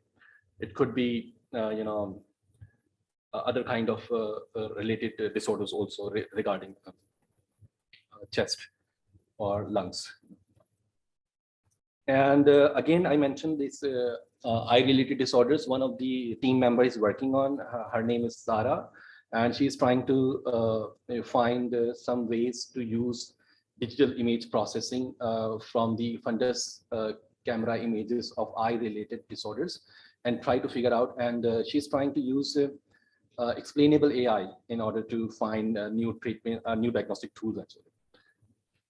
And one other area where Habib is working on is AI-based software for diagnosis of heart-related disorders, for which you know, some heart diseases are very rare. They are rare in Pakistan also. So can we use ECG signals for that diagnosis of that rare diseases? Actually, this is the idea of using that. So, but again, ECG has never been proposed as a diagnostic tool. It's just an indication of your heart rhythm. But there are reports available using machine learning tools and other data processing methods. People have been diagnosing some disease patterns even before real onset, after some time, you know. So this is the area people are working on these days. So Habib is also working on. And the last is one of the team member is working on skin disease, skin cancer lesion through image processing again, to find like what kind of cancer you have through the image. You can predict, you know, using with appreciable accuracy. So these are some works are going on. So having said that, what kind of challenges are normally being faced during this kind of work and building up the center like this? So one of the major bottleneck is the data access and the availability. If you are working on healthcare data, the data access is disaster. So no, you know, doctors are never really willing to share because of their obvious reasons, and there are ethical concerns are also involved in that. Many times we have been asked by the doctors, like, why you are indulging into such kind of medical health field, because and you are trying to actually capture the jobs of the doctors, and machine learning tools can replace the doctor, or AI can replace the doctor. But this is really not the case actually. But there is a need of adaptation of new technologies in so this is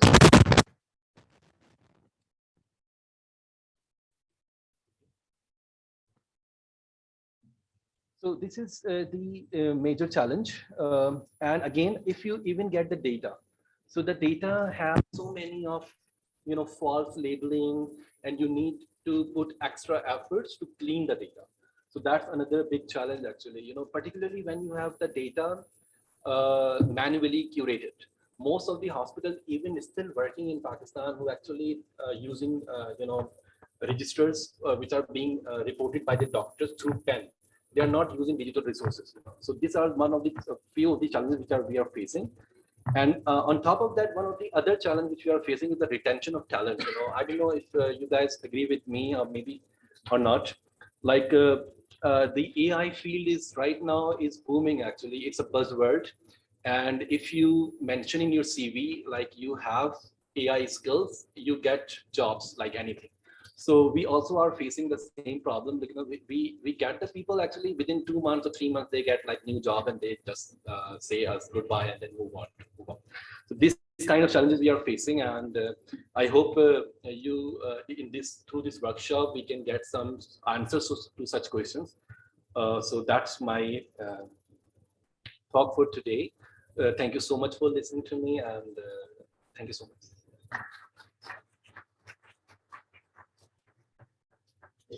Thank you very much, Dr. Yazuddin. Especially grateful for you being here, traveling all the way from Karachi and joining us today despite all the very much pleasure traffic congestion. So thank you very much. I would now like to open the floor for questions.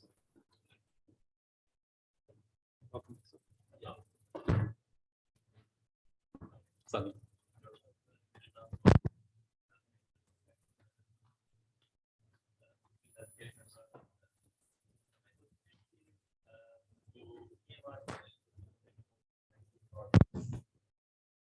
So I was studying somewhere कि जो EMR होते हैं normally उनके अंदर memory constraint है और जो वहाँ पे स्टोर किया जाता है it is not the actual images बल्कि उसके बाद जो radiology report होती है वो मेडिकल रिकॉर्ड के फॉर्म में स्टोर की जाती है।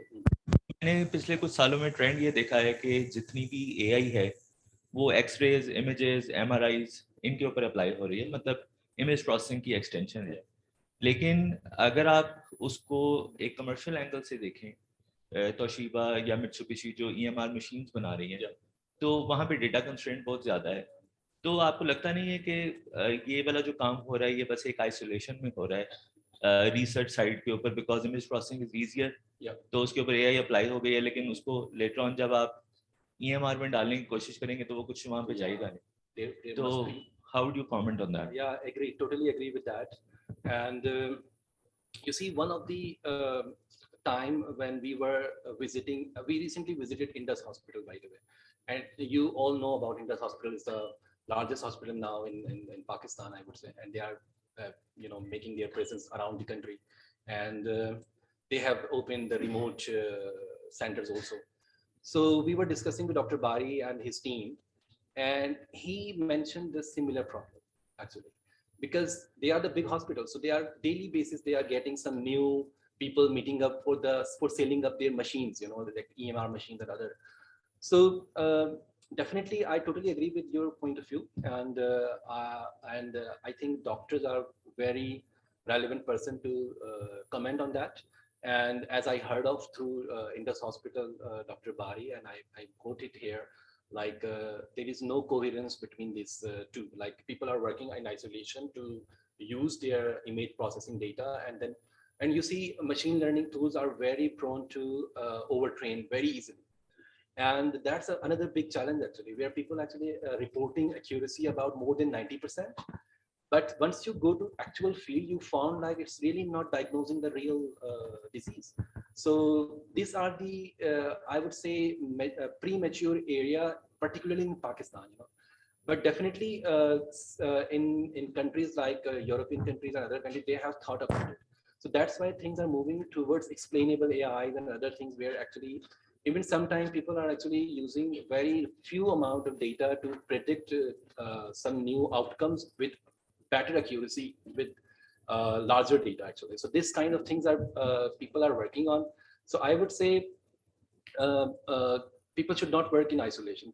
The silos, whenever you have silos, you are actually getting yourself having fake confidence, like whatever we have done is really accurate, but it's really not actually.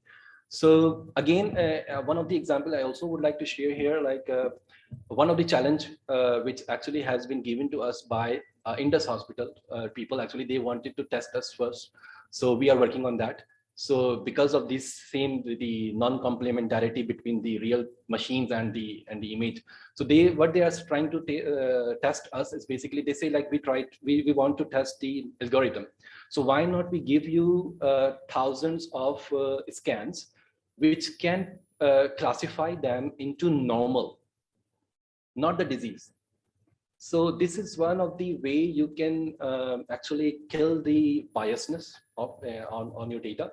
So instead of predicting instead of using the machine learning tools for predicting the disease state, why not you use this machine learning tool to predict the normal state? So once you have a normal state through this image processing, still you are helping the doctor for having for at least workload, a lesser workload for the doctor to analyze other data. So that's one thing which can be done through such kind of silos existing there. So again, I would say like I totally agree with this point of view, and that's my comment on that. Any other questions? Ma'am in front. Yeah.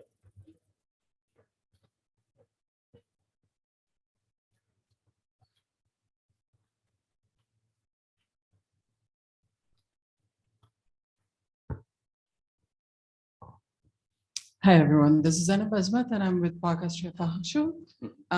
My question is three-layered, so I'll be very straightforward to the main point.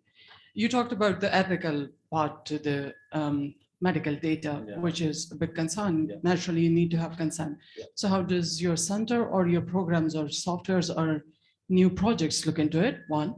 What's most important is not only working in silo, but the fact that the data that you people are churning and actually coming up with analysis of it, how do you share it with the medical boards in Pakistan? Does it contribute to the knowledge economy over here that we have in Pakistan? Because a center working in AI and health not contributing or sharing the knowledge base with the medical teams is going to actually affect the quality of work that's going to be considered. Third part to it is, do you plan to consider or do you have any strategic move towards consider using the same data for predictive analysis of medical epidemics and pandemics happening in urban, bigger cities, which could be probably linked with the smart city concept too? So any ideas on those three? Okay, so your first question regarding this ethical concern, definitely it's a big challenge. Whenever you go to a doctor, and consent is a must.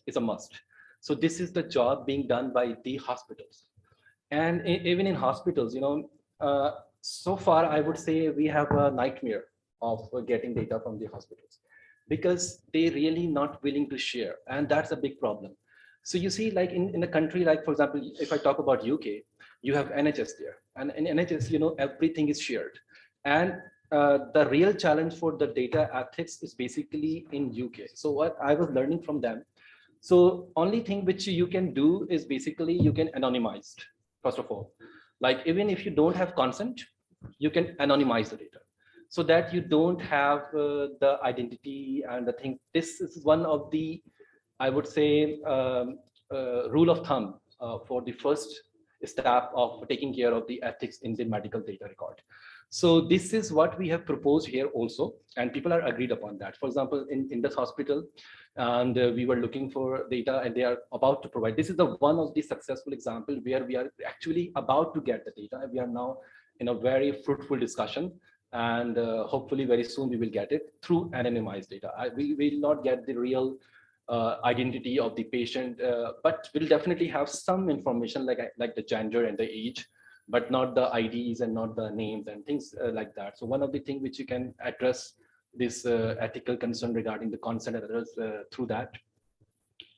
And in the second of your question, where I would say we are not at this stage where we are just started, so we are very small team.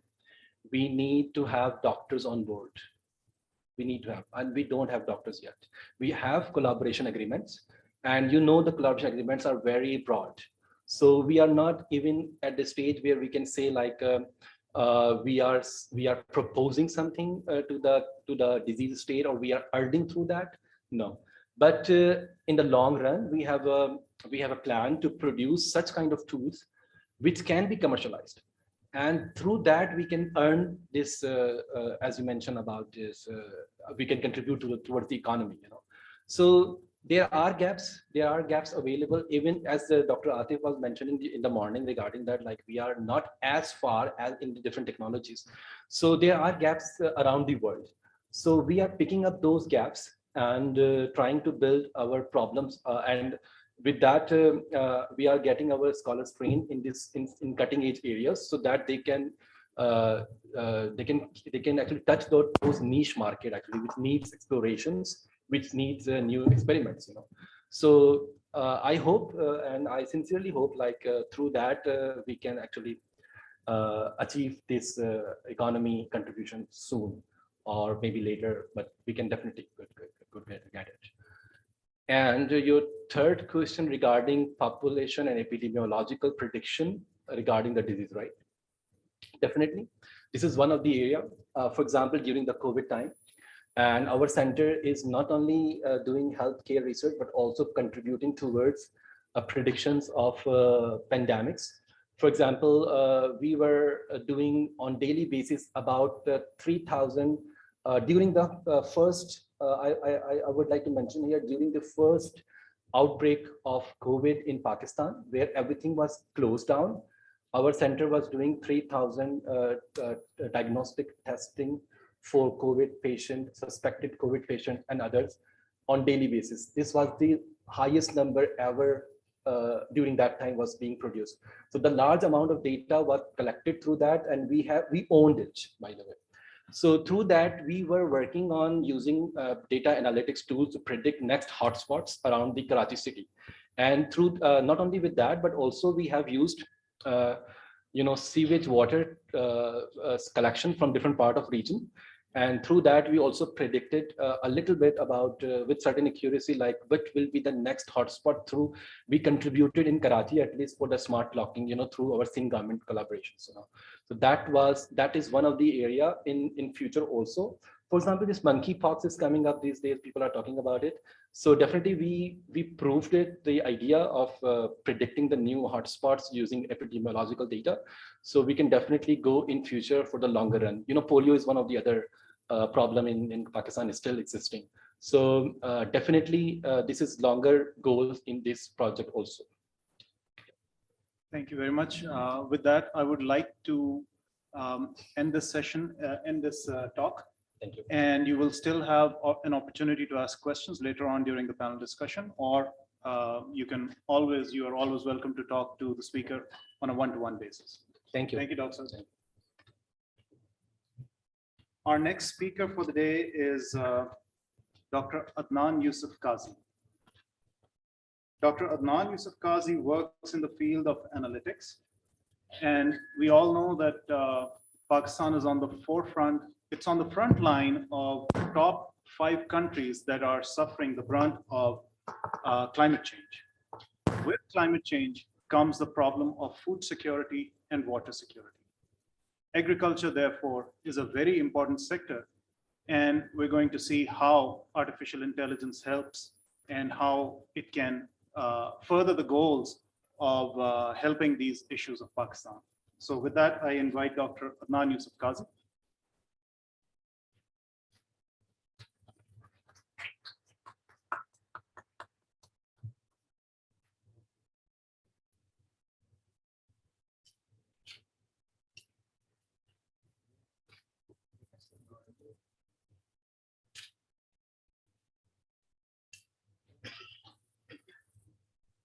Am I audible, Ji? Great, thank you very much. So, thank you very much. So basically, I'm Chief Operating Officer for a global AI company by the name 10x AI. We are branded as 10x in North America, and in Pakistan and Middle East, we are branded as Analytics. I don't want to talk about the company itself, but the topic that I've been given for this health session is that what are the applications, real life applications of artificial intelligence in the field of health? There are a lot of studies going on, a lot of papers being published. Yeah, thank you. A lot of studies being going on, a lot of papers being published, and it's very important to understand that whatever we are publishing, whatever we are reading, whatever we are writing, when we are taking these publications to the actual real life problems, are we getting the results or not? It's very important. It's important because otherwise it will all be lying in the cupboards, in the shelves, in the form of thousands of pages of papers and everything and files and whatnot. But the benefits will not be there in the market. So one thing that we really took upon ourselves as the company, we are ex-Deloitte, ex-IBM, ex-Teradata people. And one thing that the founders, we actually took upon ourselves was that we want real life problems to be solved through AI. AI is no more a hype, it is justified. We all know that. We've seen in the West, especially, a lot of value being seen. But there are issues as well. There are challenges. So there are a couple of use cases I would like to talk about, especially in the health sector. By the way, I'll be speaking on the agri sector as well in a while, but specifically from the health sector as well.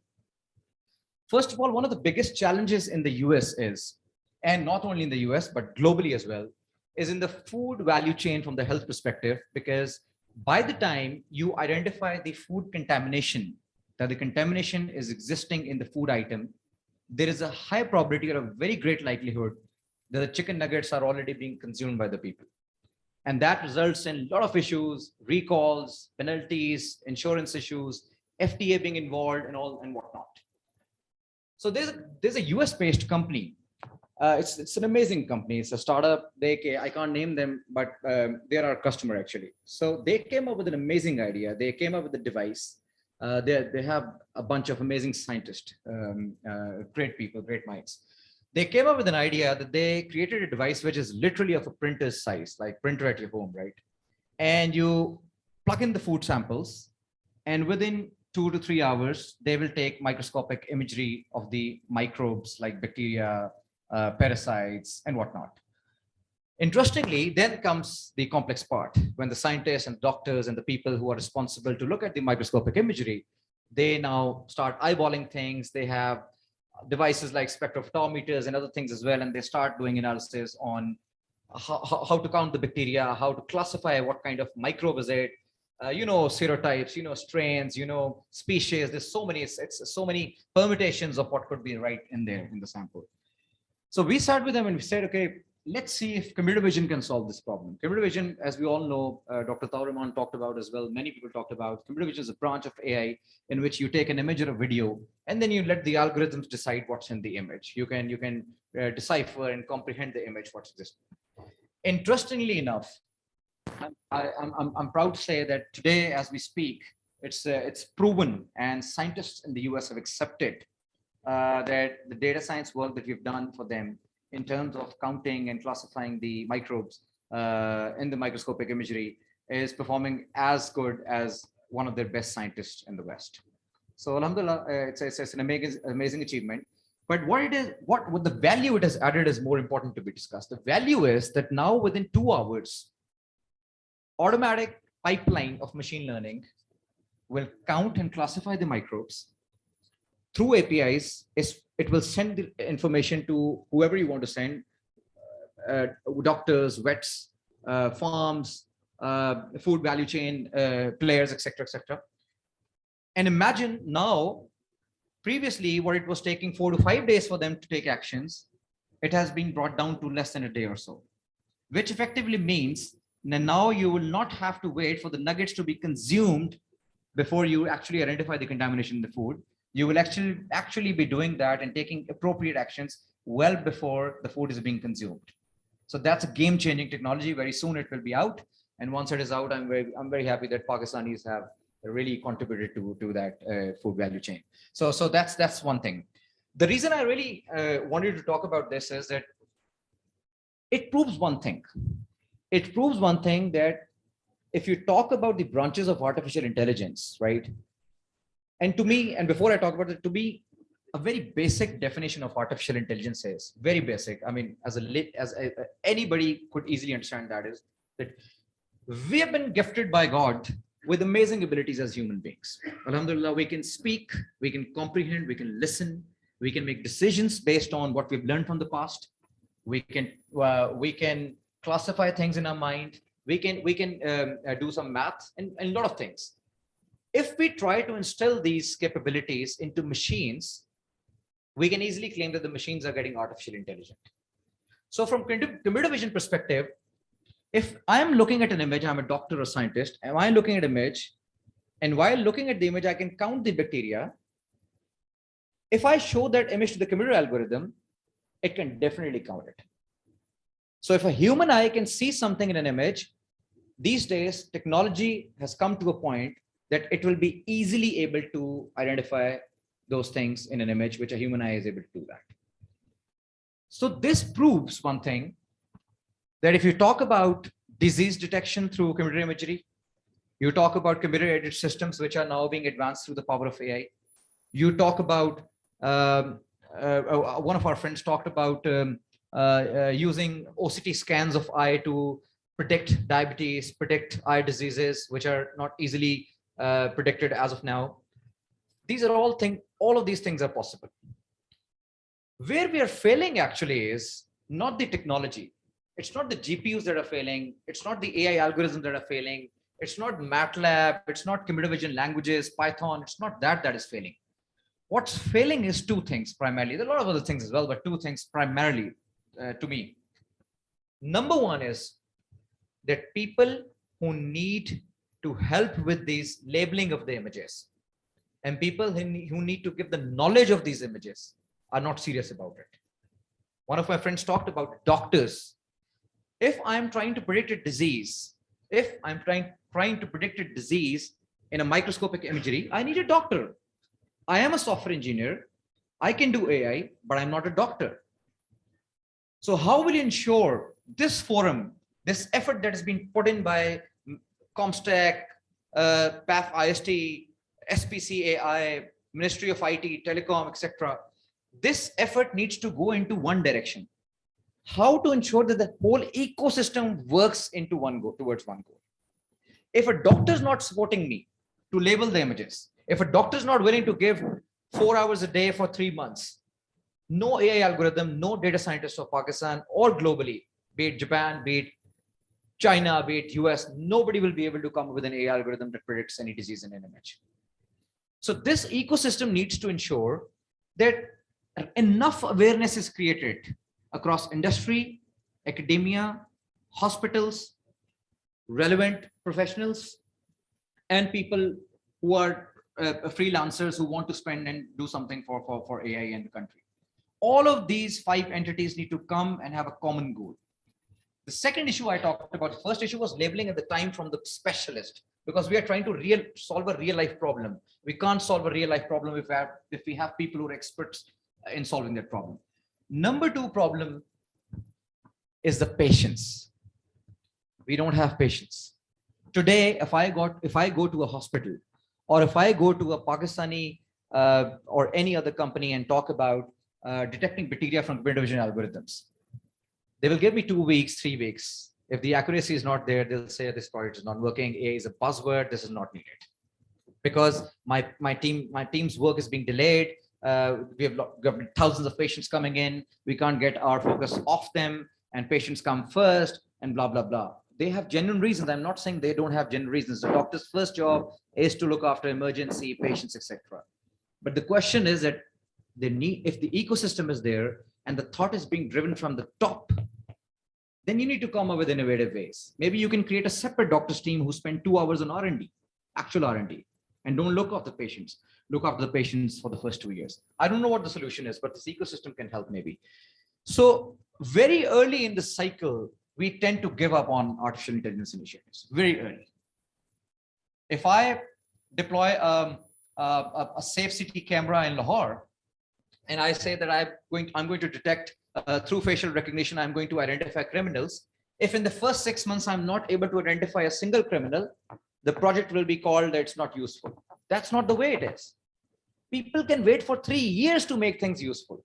All you need is patience. I'm not saying that you show slackness.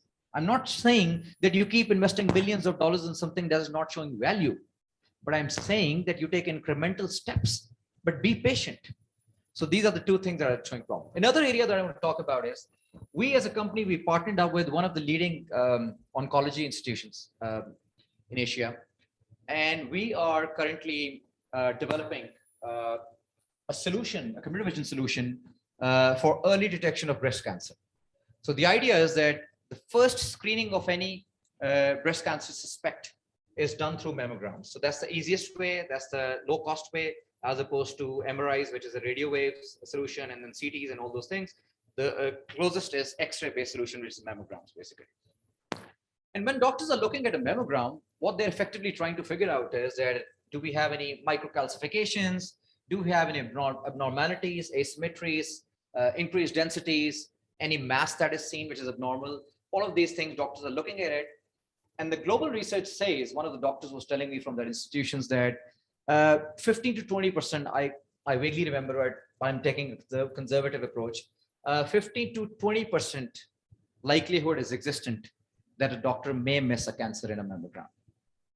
So you can imagine the impact. If a doctor misses a cancer in a mammogram today, the possibility is that the cancer will grow, Allah Ta'ala mahfoos farmaye, Ameen, and the patient can be in trouble.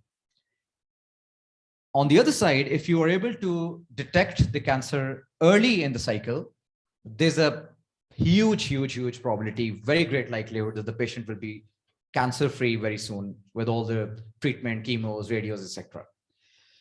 So with a 15% problem to that, 15 to 20% missing problem, we as a company wanted to address that. So we partnered up with them. At this point in time, what we're doing is we are getting labeled mammograms, annotated mammograms through the doctors. We are classifying the potential disease, like potential artifacts that we're finding in the mammograms, like calcifications, densities, etc., asymmetries. And then we are using algorithms and developing algorithms, deep learning algorithms, to actually identify those things with high accuracy. At this point in time, I'm not sure how the results will be, but what I can assure is that inshallah, maybe 6 months down the road, there will be a solution that will be first time in Pakistan that will be available for early screening of the breast cancer through the power of AI. कहने का मकसद ये है, हमारा जो trust है ना, वो उठ चुका हुआ है AI के साथ काफी लोगों से. I'll be very honest with you. This is my subject. I am doing pre-sales, sales, post-sales, project calls almost on daily basis globally with the customers, with prospects, with people in conferences and meetings as well. There is still a huge concern on AI. Well, let's assume that this solution that I have just talked about, this gets developed. On the training side, it gives 95% accuracy. You deploy it, gives 70% accuracy, let's assume. Although it will be much more than that, inshallah, but I'm taking a very conservative figure, but let's assume 70% accuracy. Do you think a doctor will risk it on a 70% accuracy? Do you think a doctor will use it as a second opinion or a first opinion, or doctor may not even look at it? These are the tough questions. Question is not about using deep learning to detect cancer. Question is not about 95% on accuracy on the training set. Question is not about Pakistan, Japan, China, Australia, England. Question is not about this. Question is, okay, when you put it into production, use kaise hoga? So uske upar, I think my humble request to all these great minds sitting in this room, especially PAF IST and SPC AI, please try to come up with something, some ecosystem collaboration, जिसमें हमसे ज़्यादा IT software engineers academia से ज़्यादा hospitals इस बात को समझे. I wish के inshallah next conference में we have a chief radiologist of one of the largest cancer hospitals sitting here, understanding what the industry is saying, understanding what the AI engineers are saying. Patience, tawajjo. How will it be integrated?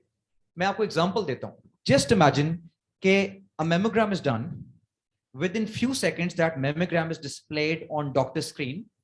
And while the doctor is eyeballing the mammogram, as they have been doing it for decades, there's a cancer score that pops up through API within 1 second.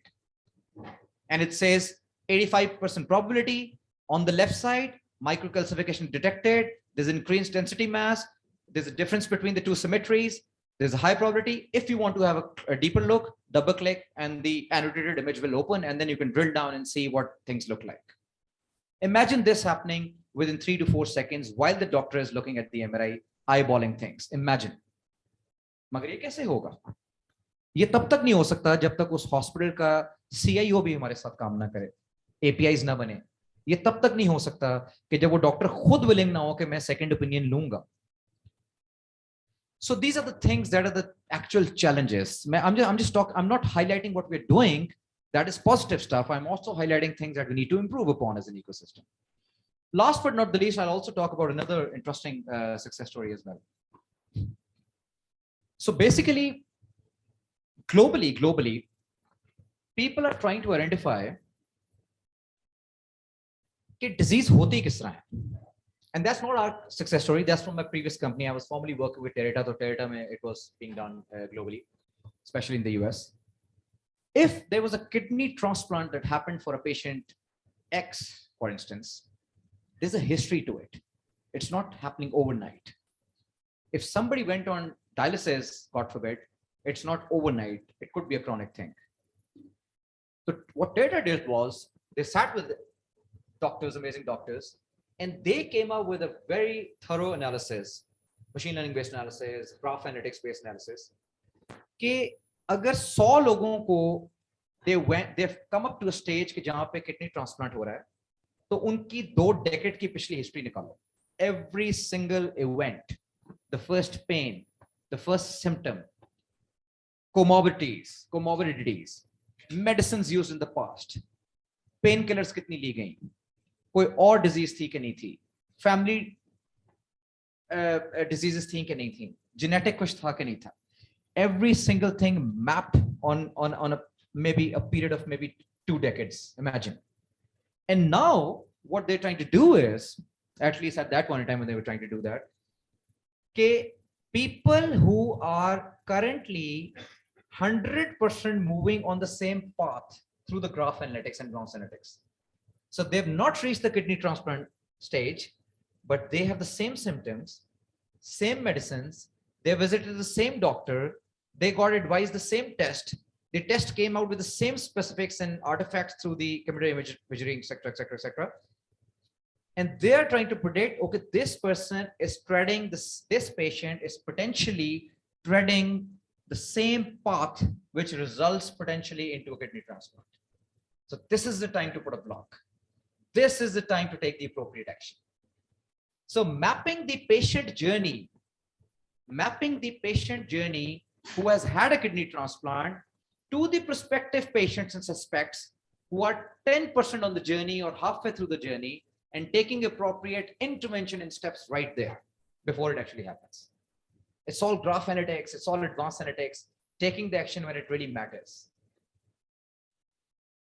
So these are the things that I just wanted to explain. Okay, there's a lot of work been done. There's a lot of work that is being done. There is a lot of results that we've been seeing. But there are lessons learned as well. There are lessons learned. There are things that we need to improve upon as in a very collaborative way, I must say. All I can assure you, as somebody who is actively involved in all these things, I can assure you that AI is not a buzzword anymore. AI is not a hype anymore. It is a hype that is justified. It is a hype that has now been proven. It is reality. आपको मैंने जो 2-3 चीजें बताई हैं, which are the challenges. If you overcome that, inshallah, Pakistan will be standing right at par with what the global people are doing. मैंने वो challenges बता दिए हैं. Patience आपको चाहिए है. You need right people. You need talent. You need to involve the experts in that. अगर pandemic है तो doctors को involve करें. Agriculture है तो farmers को involve करें. अगर आप एनर्जी सेक्टर में हैं तो आप पीपल लाइक जो कि बॉर्डर में बैठे हुए हैं या एनर्जी सेक्टर में बैठे हैं उनको इन्वॉल्व करें. जब तक वो नहीं आएंगे you won't be able to do that. This is suggestion number 2. And last but not the least, I would strongly and firmly encourage everyone, all of you, कि जब भी कोई इंडस्ट्री एकेडेमिया के लिंकेज की बात होती है, मैं एक बात बार-बार अर्ज करता हूँ कि let's try to, and I'm taking an opportunity, I'm going a bit off topic, and I'm taking an opportunity to take this as a forum to discuss this. We have Honorable Richter sitting as well from BAF IST as well, and that's my humble request, sir. हम किसी तरीके से जब academia industry की linkage की बात करते हैं ना, तो इंडस्ट्री भी आ जाती है, एकेडेमिया भी आ जाता है. क्या कोई मैकेनिज्म हो सकता है कि ये जो जिन एक्सपर्ट्स की मैंने बात की है कि अगर एनर्जी है तो वापडा, अगर डॉक्टर हैं तो शौकत खानम, इंडस हॉस्पिटल, अगर एग्रीकल्चर है तो यूनिवर्सिटी ऑफ एग्रीकल्चर, किस तरीके से इन लोगों को इन फोरम्स के ऊपर लाया जा सकता है? Just food for thought. I am absolutely sure that with the stature that you have and with the experience that you have and with the name that the institution has, मेरे ख्याल में हम लोग शायद इंडस्ट्री वाले ये नहीं कर सकेंगे, आप लोग कर सकेंगे. हम आने के लिए तैयार हैं. We will invest our time इंशाल्लाह. बट उन लोगों को लेके कैसे आना है वो मैं नहीं लग सकता. I'm much more hopeful that you guys are the right people that can do that. With that, thank you very much. If you have any questions, I'll be more than happy to respond to them. Thank you very much. Thank you very much for a very reflective talk, I would say. With that, I would like to open question and answer session. Ma'am, you first.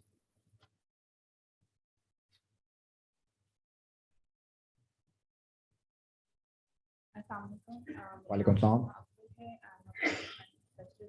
Sorry, आपकी आवाज is not audible for some reason. You want this? ये ले. ठीक है, सही.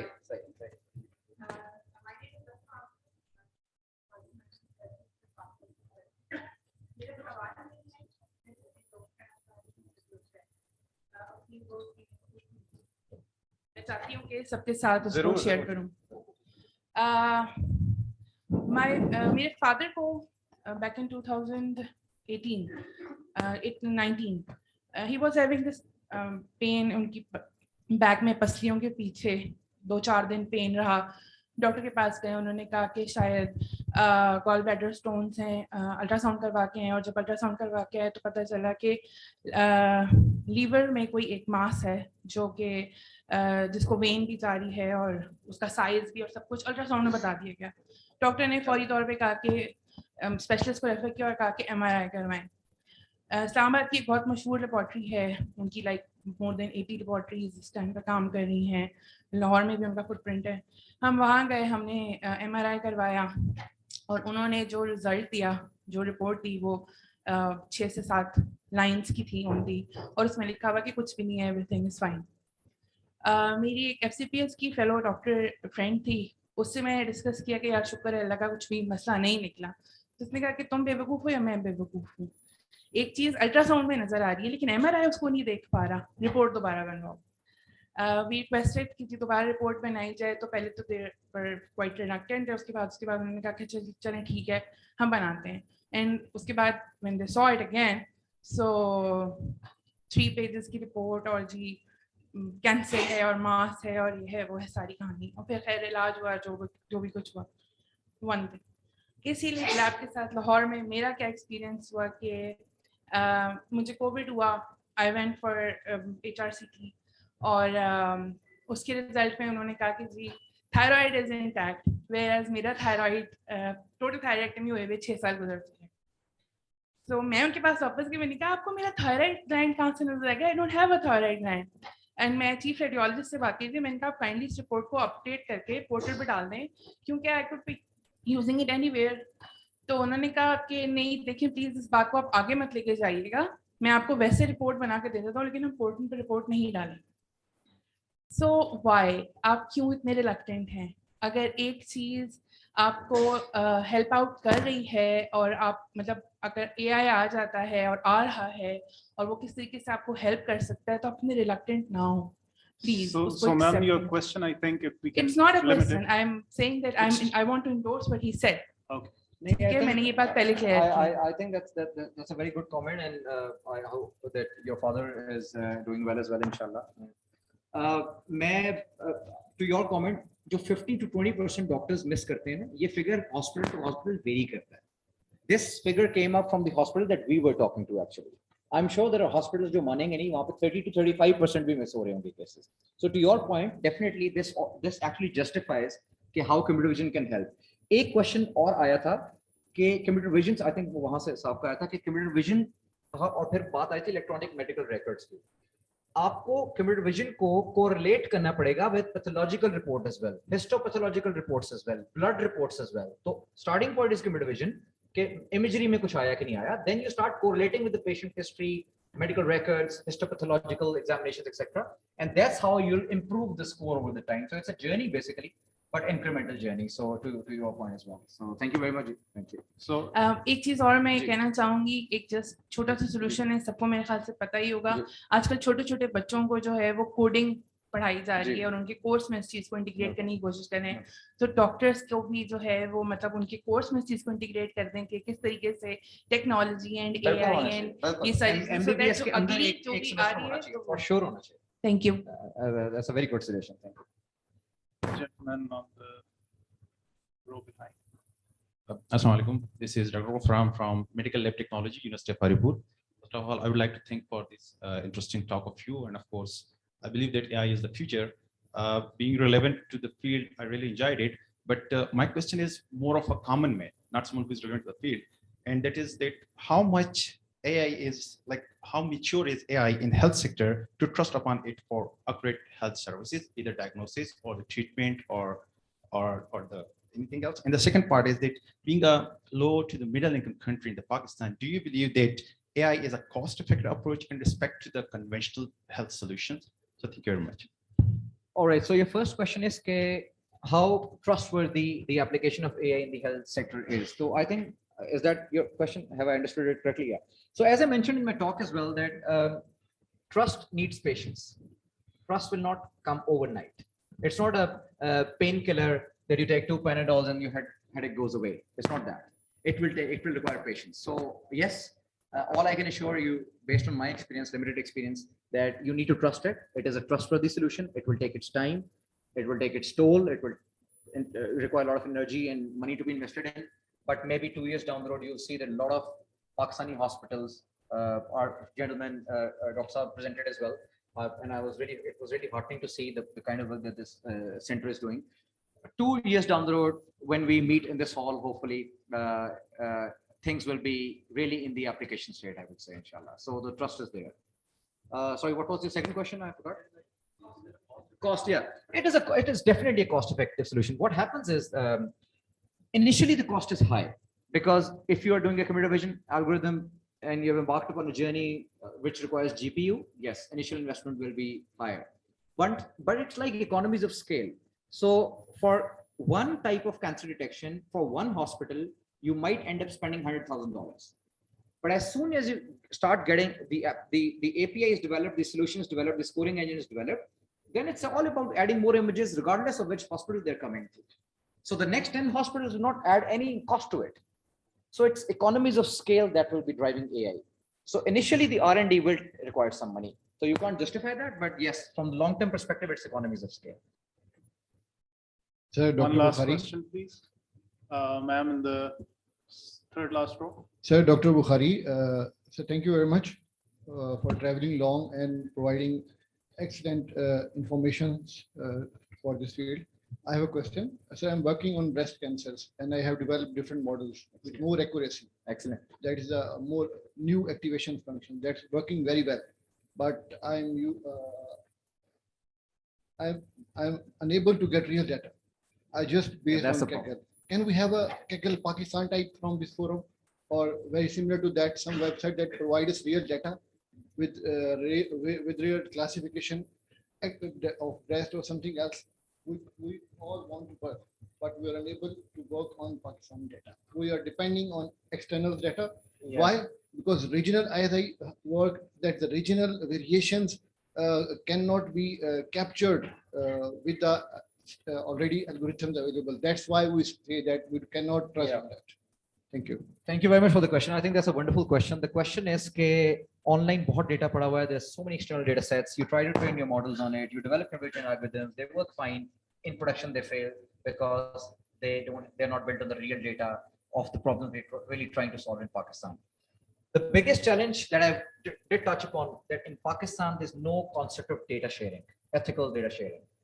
Everybody sits on their data and they think that's their IP, and sharing that makes them insecure for some reason. Across the world, that is not taken as an IP. That is taken as something that will be shared with each other, and the outcome will be an IP for everyone. So once you share the data, once all hospitals, government entities, they come up with a data sharing platform, and the developed outcomes from those data sets, that outcome will be an IP. So cancer algorithm, which is working 95% accurately, is an IP, not the data. Unfortunately, that mindset is not existing in Pakistan, right? To your question, there are many companies working on, startup companies trying to develop solutions on early detection of cancer, be it brain cancer, tumors, breast cancer, etc. Most of them have failed. And the biggest reason of their failure is that they have not been able to collaborate to get access to doctors, access to the local custom level problems, customized problems, and the data. So my request to you would be that if you are developing something, Dr. Saab, you need to go for a partnership with any hospital. Otherwise, I know you Google it and you'll find a breast cancer mammograms data set of 6,500 images easily on the Google, easily. 6,000 images annotated, but trust me, that will not work in Pakistan. So these are the real life challenges, I think. So my request would be collaborate. There's no other option. We've tried it. Ma'am, in the third last row on this side.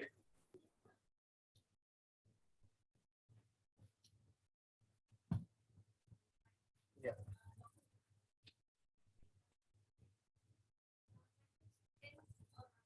It is that why are we, obviously disease detection and prevention is a very important part of health services where AI can contribute to.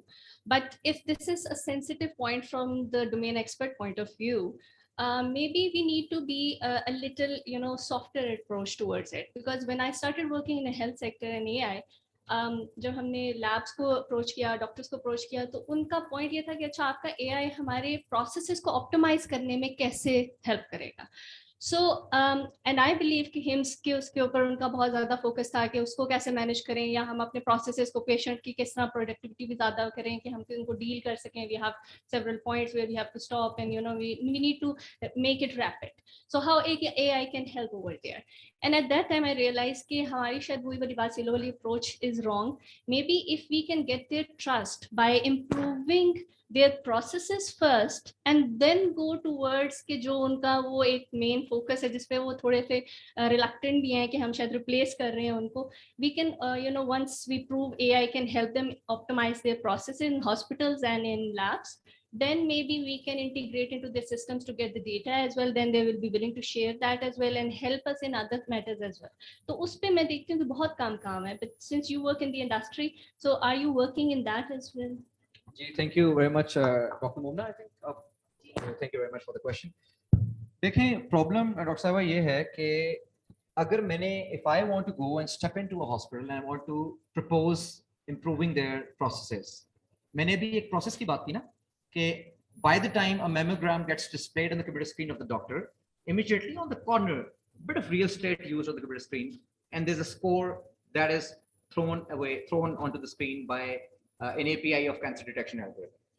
Process optimize हो रहा है ना, because एक second के अंदर एक second opinion आ रहा है, किसी और डॉक्टर को दिखाना नहीं पड़ रहा, और बड़े processes optimize हो सकते हैं. The problem is कि before you convince them that you can support with the process optimization, trust me, you need to get through a 6 months to 1 year approval process ethical compliance committee, blah committee, blah, blah, blah committee, CEO committee.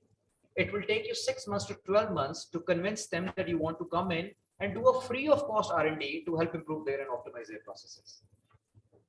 So, if somehow we can expedite this process, पहले तो ये process optimize हो रहा है, पहले ये process to help us get our foot in the door actually. If this process somehow gets optimized, trust me, there are a lot of people want to do free of cost R&D for the hospitals, because we know that saving one human life is like saving mankind. Who wouldn't want to do that? The R&D that we talked about, we're doing it free of cost. We're charging $0. Yes, we might come up with a product of our own. That is the intent too, obviously. And we have told them very clearly that that is an intent too. But that is a gamble. We don't know if the product will come out or not. What about the thousands of man hours being invested? So for them, it's free of cost. But it took us 6 months to 2 years almost. So we need to somehow optimize this process. We can do a lot of process optimization, lot of process optimization. वो जो आपको छोटी सी example देता हूँ, ultrasound करने के बाद वो जो रिपोर्ट बन रही होती है, एक मैनुअली बंदा रिपोर्ट लिख रहा होता है, एआई क्यों नहीं लिख सकती रिपोर्ट? कंप्यूटर एल्गोरिथम ने जो को डिटेक्ट कर लिया उसको इंग्लिश में ट्रांसलेट करना है ना, तो it's a combination of computer vision algorithm and natural language processing. And NLP has reached a point, trust me, NLP has reached a point where I was just getting a demonstration of a US based company done. वो Pepsi, Coca-Cola, Fortune 500 companies के साथ काम करते हैं. उनका 100 बंदा बैठा होता था, मैन्युअली सोशल मीडिया के टेक्स्ट पढ़ता था लोगों के और इनसाइट्स निकाल के देता था. They have laid off everyone. अब कंप्यूटर AI algorithms हैं, NLP algorithms हैं जो कि सारा काम Pepsi को Coke को करके दे रहे हैं. So why not an ultrasound report, CT scan report is automatically written just on a click of a button through NLP. So all of these things can be done. It's all about intent and getting rid of the bureaucracy, to be honest.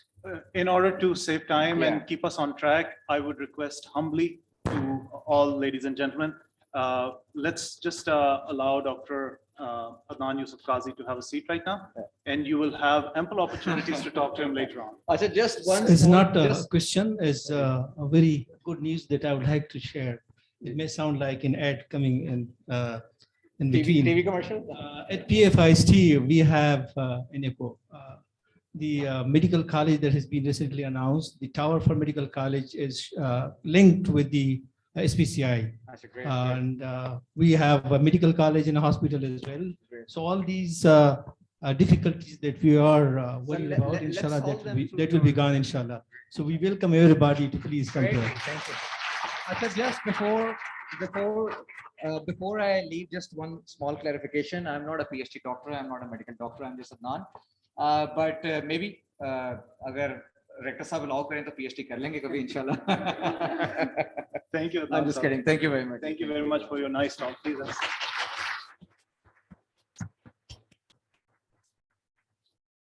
I'm sure we can keep the interest alive throughout our session. And with that, I would like to invite Dr. Zanera Jalil, who was unable to join us in person because of the traffic situation today. So she's joining us online. Thank you very much, Dr. Zanera Jalil. Just giving a brief introduction of Dr. Jalil. She's an associate professor at the Department of Cybersecurity and Faculty of Computing and Artificial Intelligence, Air University, Islamabad. She is EC Council certified computer hacking forensic investigator, and as a researcher, she has contributed actively in the development of indigenous AI-based digital forensic solutions at National Cybercrimes and Forensics Lab, National Center for Cybersecurity, Air University, Islamabad. She is also the chief trainer at National Cybercrimes and Forensics Lab, and also involved in R&D of cybersecurity solutions using AI. I would very warmly welcome Dr. Zanera to this platform. Thank you very much for joining us. Over to you, ma'am. Thank you. Okay. Assalamu alaikum, everyone. I hope I am audible. Yes, you're audible. Okay. Okay. Thank you very much. First of all, thanks for inviting me in a very informative session. And I was just listening to the question answer session, and the very informative session for me as well. I am going to take a different aspect of using artificial intelligence in healthcare solutions. And I'm going to talk about some of the risks which are associated with using AI, and what are the adversarial AI challenges which we have to face or we usually face in terms of cybersecurity. So my introduction, you have already introduced me. I'll just skip it for now. I'm going to talk about AI-based healthcare industry, how the job market has changed, what applications, algorithm, and the last 2 points are very important ones. What is AI? When a machine is able to mimic human intelligence or even surpass it to perform a given task like prediction or reasoning. So we call it artificial intelligence. Now, there is a very wrong conception about it, or you can say it's an understanding about it, that AI can replace human intelligence. It's not like that. Even if AI is helping you out in predictions or reasoning or classification tasks, the clinical expert's opinion will always be superseding, because no AI algorithm gives you 100% accuracy in any of the solution. In some cases, AI is better than human assessment, but in some cases, or you can say in many cases, it's not like that. AI is changing the job market, and you can see that if you are going to use AI in health sector, there is a tremendous increase. You can say that more than 20% increase in job market can be done if you use artificial intelligence in health sector in a number of domains, which I'm going to talk about now. So you can see the topmost one is health sector. AI is helping in a number of ways, as we were just discussing, that it can help in early detection of any kind of disease. It can help improve decision-making for clinical experts and doctors. It can help in treatment if you can perform a diagnosis and if you are able to decide that which medication is best suited for a patient and how many doctors and experts have given the same medicine under the same condition, and what is the probability of having that medicine useful. It can give you expanded access to medical services by linking and by collaborative decision making, and there are a number of benefits as well. Now, if you there are many much debate going on about artificial intelligence, machine learning, deep learning, big data. These things are correlated, but there are certain differences. AI is basically is a larger domain which provides you ability to analyze big data sets, pulling together patient insight and leading to predictive analysis. Machine learning actually makes data-driven decisions and provides a decision support system for physicians and hospital staff, and it can help pay way of increased revenue potential. Deep learning is a sub part of, you can say, the more refined part of machine learning. It's also a subset of AI. The purpose is to identify patterns using some algorithms which are not possible using machine learning techniques. So the problems which are not solvable by machine learning because of a huge amount of data or huge computational requirement can be solved through deep learning algorithms. With this, I would say that embedding artificial intelligence with healthcare can create a revolution. How it can create a revolution? You can see that 30% of the healthcare costs are associated with administrative tasks. So the administrative tasks can be easily done by using artificial intelligence. And also, it can help you provide healthcare at a faster, at a lesser cost as well. AI can help you analyze big data sets and give you a lot of help when you are going for predictive analysis. Now, this slide shows, according to CB Insight, a business analytics company, which provides analysis, and they say that around 106 startups are transforming healthcare with artificial intelligence. And you can see here that domains are patient data and risk analysis, lifestyle management and monitoring, emergency room and surgery, wearables, virtual assistants, mental health, drug discovery, and a number of many domains as well. One example to say that how artificial intelligence is changing healthcare is the two big companies, IBM and Google, have released a separate application for healthcare data. And it can help to improve healthcare by giving preventative medicines and through new drug discovery. You can say that Google Cloud Health API is for healthcare mobile application development. So anybody, as you know, that Google encourages, it's open source initiative, and it encourages application development. So the API is available, so you can extract any kind of health data, and then you can present it in an application or designed for your requirement. Similarly, IBM has released a separate Watson Health application for healthcare data. So this is in place. AI and healthcare is revolutionized. You can see that there are smartwatches, there are a number of wearable technologies available, which can help you monitor patient data, even if the patient is at a remote location.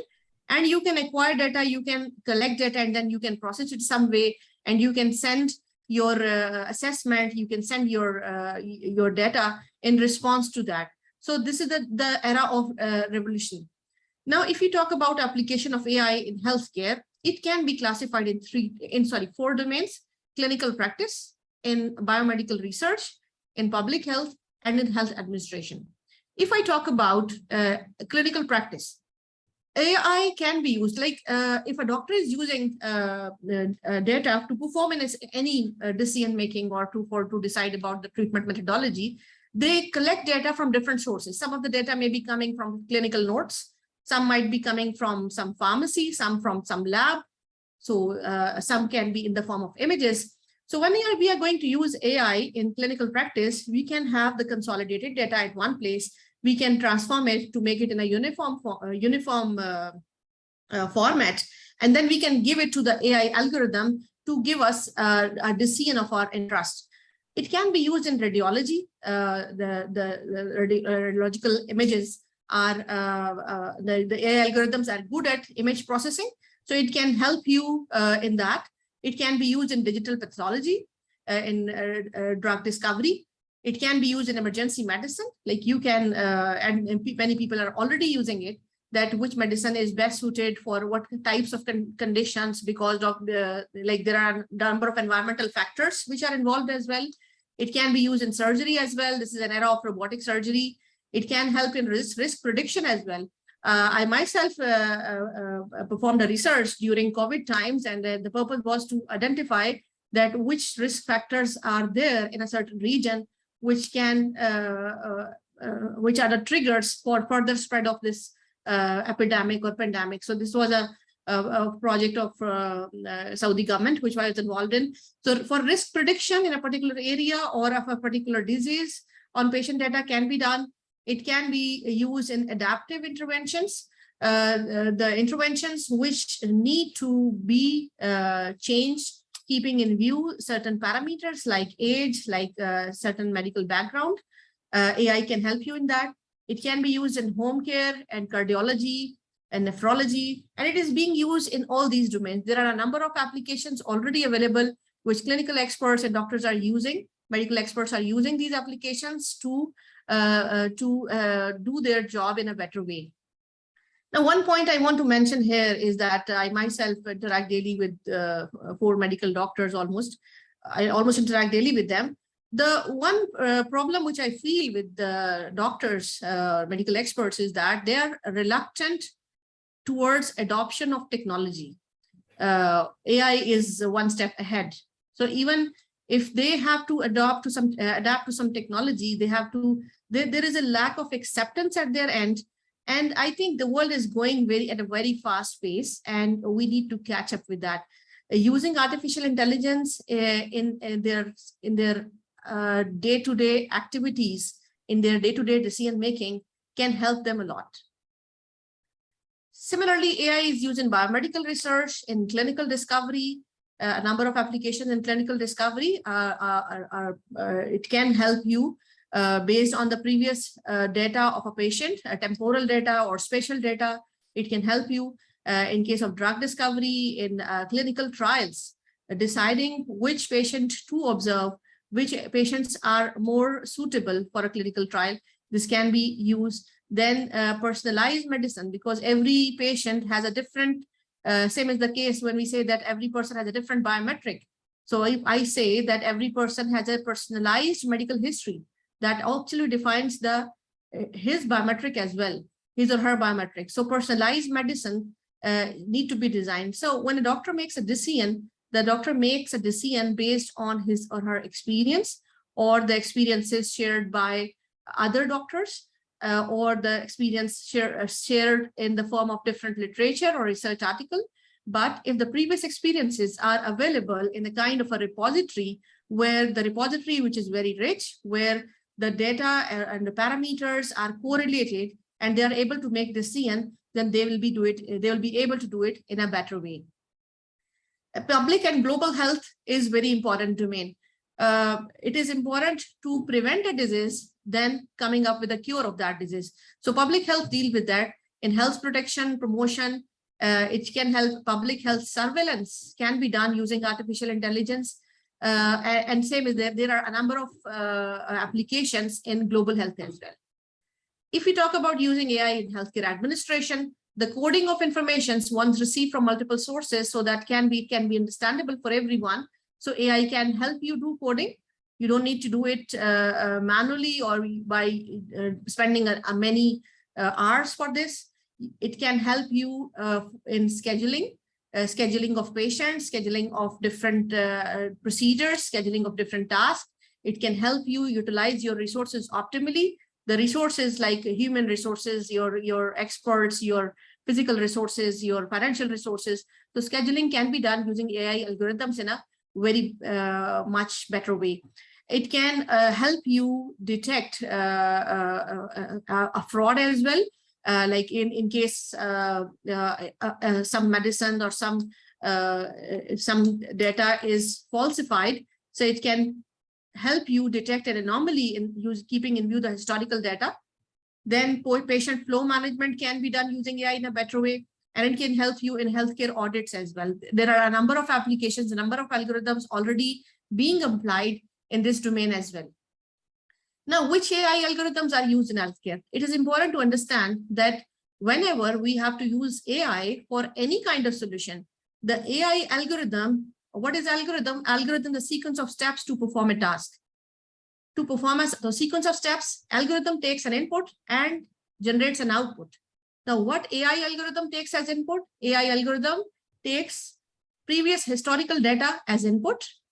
The algorithm learns using that data and generates output as you desire. Like if the problem is a classification problem and you want to know that if the image is a contains a cancer or it's a benign, so you can give output as 2 classes and give all the images as input data.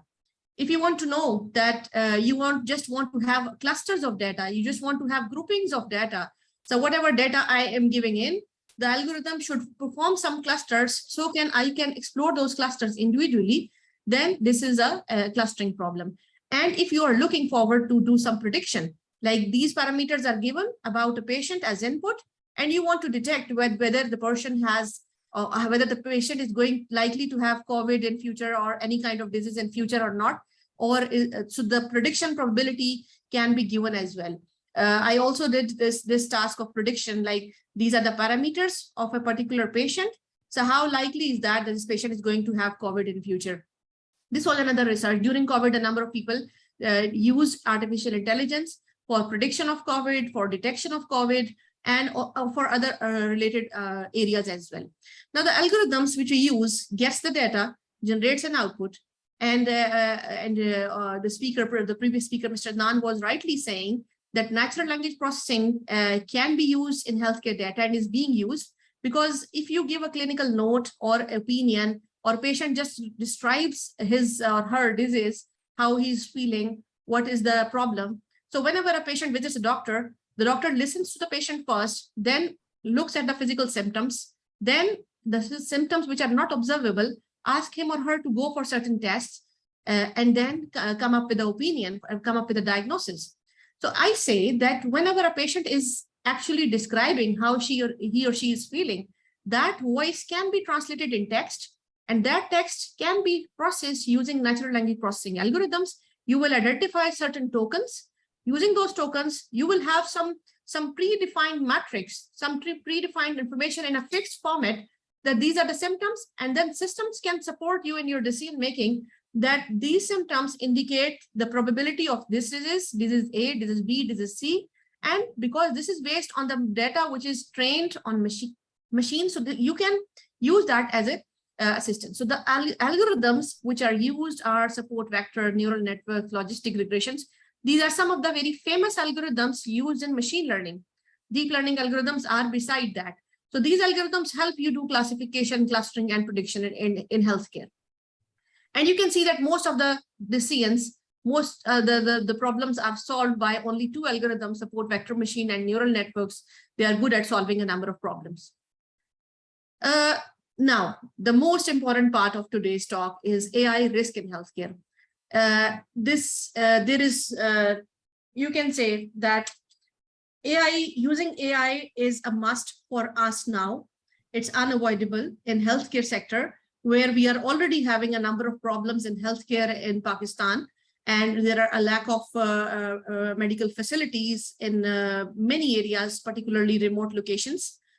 So we need to use AI for solving these problems. But when we are going to use artificial intelligence in healthcare, there are certain risks involved. What are those risks? First of all, a patient can be harmed because of AI errors. So if your artificial intelligence-based system recommends you to use certain medicine or use certain treatment method, so you should use it as an aid in making your decision, not the only, because no AI algorithm is 100% correct. Although we can say that no human being is 100% correct as well, but remember, noise and artifacts in AI clinical inputs and measurements can make a decision totally wrong, because the AI algorithms has to do classification. For example, if you are giving the wrong data as input, it will not give you correct results. The correct, cleaned data, pre-processed data is a requirement for an AI algorithm to get good result. If you are giving erroneous data or noisy data or poisonous data, then your algorithm is not going to function, not going to give you desired result. It doesn't mean the algorithm is wrong. It means the data which you are ingesting need to be purified. Then data shift between AI training data and real world data is important, because once you train your AI algorithm and use it for the decision making, it doesn't mean that the data is always going to be useful for you. With the passage of time, you need to give new data as input, retrain your model, and then it will help you make better decisions. With every new retraining phase, the accuracy of your algorithm will improve. Then your unexpected variations in clinical context and environments can be there.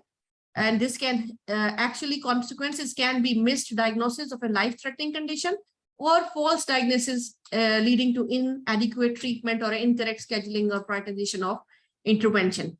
I remember that whenever you receive patients or when you receive complaints from patients, you need to prioritize that as well, that which complaints are more serious and which are less serious. So whenever a doctor sitting in, for example, an OPD, because in OPD, every patient can visit. So whenever a patient comes to the OPD, some of the patients might be having more severe symptoms than others, but you are treating every patient equally. So how AI can help in this, that you ask every patient to record a message on, for example, an app. The patient records a message, the app analyzes that the severity level of that complaint. If the severity level is high, the patient can be prioritized at an earlier slot. This is patient flow management method. So this is one solution. And similarly, there are many other solutions which can be made available by using artificial intelligence. Another is misusing AI tools. AI tools are dependent on how human beings use them. Incorrect usage can result in incorrect medical assessment and decision making. If a tool is made for classification, you should use it only for that classification. So every tool, every algorithm designed for a problem will solve only that problem. You cannot use it to solve some other problem. What can be the possible causes? Limited involvement of clinicians and citizens in AI development. This is the problem. When I was doing a research project on COVID, I had difficulty in understanding the terminologies. I was only familiar about PCR and was only the basic medical tests which are done, but I was not available about the difficult terminologies and what is the purpose of each test, what actually is the indicator of COVID. So I had difficulty in understanding, and the clinical experts also had difficulty in understanding the terminology which I was using. I was asking them that I have to collect data and then I will pre-process it. I will normalize it on the same scale. So now I told them I will normalize this data. So they were like, you are going to change this data. You are going to change the scale. So this is not the actual data. For normalization purposes, I had to keep all the data items in the same scale. So I did that. But obviously, normalization actually results in some data loss as well. But at the end, if your algorithm is giving you good result on test data, that means it's a good one. So this problem one faced, and the lack of awareness and a number of other problems actually results in. Then bias in medical AI. Systemic human biases often make their way into AI models as well. The reason can be imbalanced data sets.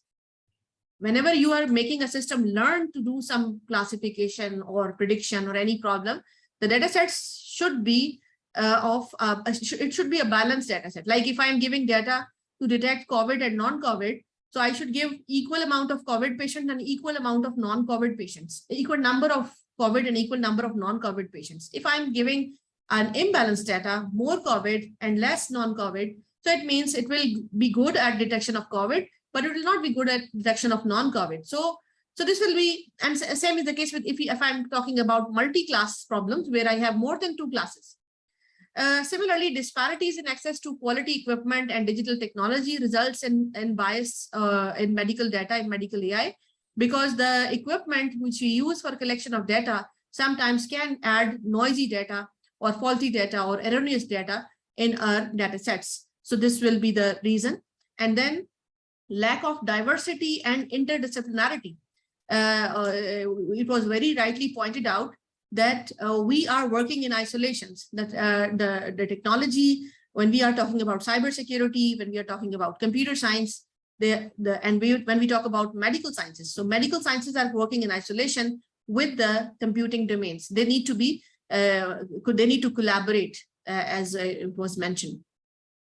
Then lack of transparency, design, development, evaluation, and deployment of AI tools. AI often suffer from traceability and explainability, transparency of AI development and usage, and decisions themselves. Like if a model has made a certain decision, we know the decision is correct, but why it is correct? If I talk about neural networks, one of the famous AI algorithm, you give data as input, you get data as output. The output is correct, but you don't know why it is correct. What happened actually? It's like a black box. You gave your inputs and the classes are correct, but how actually it is doing it, this is a black box. So now the research is going on in artificial intelligence towards explainability, understanding AI models, what each layer is doing, what each process is doing. Lack of understanding and trust and prediction is one reason. Sometimes, and this is natural as well. If your machine is making a correct decision 90% of the time, then even then you will be, or even 99% of the time, the machine is doing correct, but you will always try to test it again and see where it fails. And similarly, and this doesn't happen in case of a decision made by someone else, because in case of machine learning, you have historical data available, you divide data in 2 parts, training data and test data. So for test data, you have labels available, you will do that. But in case decision is made by human being, you won't have 10 class label available until the patient gets the disease after 3 months or 4 months, or maybe sometimes later. Similarly, difficulties in independently reproducing and evaluating AI algorithms, identifying the source of AI errors. If some errors happen, identifying why this error has happened actually, because the system is a black box, it becomes difficult. Limited uptake of AI tools in clinical practice and real world settings. So this is another reason. Okay. Privacy and security. If I may interject, sorry for the interference. Yes, we sure. are running short of time. Would it be possible for you to kindly reduce the... Okay, I will speed up. So privacy and security is another factor, which actually, because the data of about patients and citizens, although there is an act, Health Information I think, Portability and Accountability Act, Protection, sorry, and Accountability Act, HIPAA, that's called. So, data breaches on healthcare systems, handling patient data, can expose sensitive and personal information, and risks of cyber attacks on AI solutions at both individual and are there. Similarly, algorithmic accountability, who should be held accountable or liable for errors in or failure of AI systems? Whether the writer of the AI algorithm, where is the solution provider? So that's a question. Now let's talk about the cyber attacks possible on healthcare systems. This is important. The first one is data breaches. The data, if it gets exposed and if it gets leaked, it can be sensitive data, it can be personal data. This can be dangerous for you. Then if your healthcare systems is attacked by distributed denial of service, the distributed denial of service makes your services unavailable. And when we call it distributed, denial of service makes services unavailable. When we call it distributed denial of services, it means multiple attackers are combined, are at different locations working together to make some service unavailable. It can be any solution. And during COVID as well, we face this attack. Another is malware and ransomware attack. Your systems gets hijacked, you can say, or your data gets encrypted, and you cannot get your data back until you pay some ransom or you use certain solution to identify or to come out of that malware state. Another is phishing attack. If someone pretends to be someone else, like you are the legitimate user signed in some healthcare solution, and instead of you, someone steals your credentials, username and password, and do some impersonation and log into the system as yourself, then it is a phishing attack. And phishing attack has many forms, like it's a spear phishing, it's a SMS phishing, and many other forms of attacks. So this is another attack which is possible. And then attack on cloud technologies, or the cloud technologies you use should be secure. When you talk about large scale data, the data is hosted on the cloud. It's at some remote storage location. So if the remote storage location is inaccessible or compromised, then you won't be able to get your data. At the same time, when we are talking about artificial intelligence, it's important to know about adversarial AI. When you are using artificial intelligence in healthcare systems, your attackers are also using artificial intelligence to sense your systems and to attack your algorithms. So this is called adversarial AI. Now, these attacks use artificial intelligence in your healthcare solutions. If you are using artificial intelligence and artificial algorithms are limited in nature, your attackers are also using artificial intelligence to sense that what kind of results your system gives, learns from that, and then devise an attack methodology for your systems. Or it can be autonomous attacks by AI. The AI solution is continuously observing your data and then finds the vulnerability that can be exploited to perform an attack. And the attack can be against AI as well. The model which we have used to making that model runs or give wrong results is done using, it can also be done using AI. And also AI is used to devise security measures for your healthcare systems. You can secure your systems by having malware detection systems, which is secure using AI. You can devise a system for ransomware attack detection. You can design a system using artificial intelligence for any anomaly detection or any breach detection. So this can be done. And also there are solutions available to detect distributed denial of service attack as well. So AI is being used by us as well as by attackers at the same time. I'll skip it. Now, what happens when your adversaries use artificial intelligence? The object, if added with some noise, some adversarial noise, can be classified as a totally different object. Like this was classified as panda, and then it's classified as gibbon, so something totally different. In healthcare systems, adversarial AI can be used and is being used to inject malware.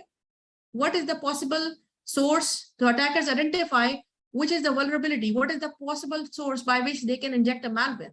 It can be injected by some Wi-Fi device, by some USB slot, by some erroneous data, by some script, embedded in some hardware or software. It can do automated attack. It can poison the data. The data which you are using to make your model learn can be made poisonous. So if the data is poisonous, obviously results are going to be wrong. Then it can be used in fake detection. What happens in adversarial AI? Basically, it's a game of bad actors. What bad actors are actually trying? The attackers are actually trying to they have certain objectives. They don't want to get detected easily, and they want to keep performing the malicious functions. They attempt to change the observed instances to accomplish their goal.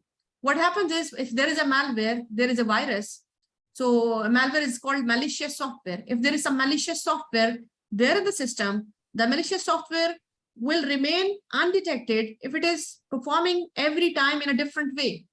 If it will perform in the same way every time, so your antivirus will detect that and will mark it as a malware, and the malware will not be able to execute and perform its task.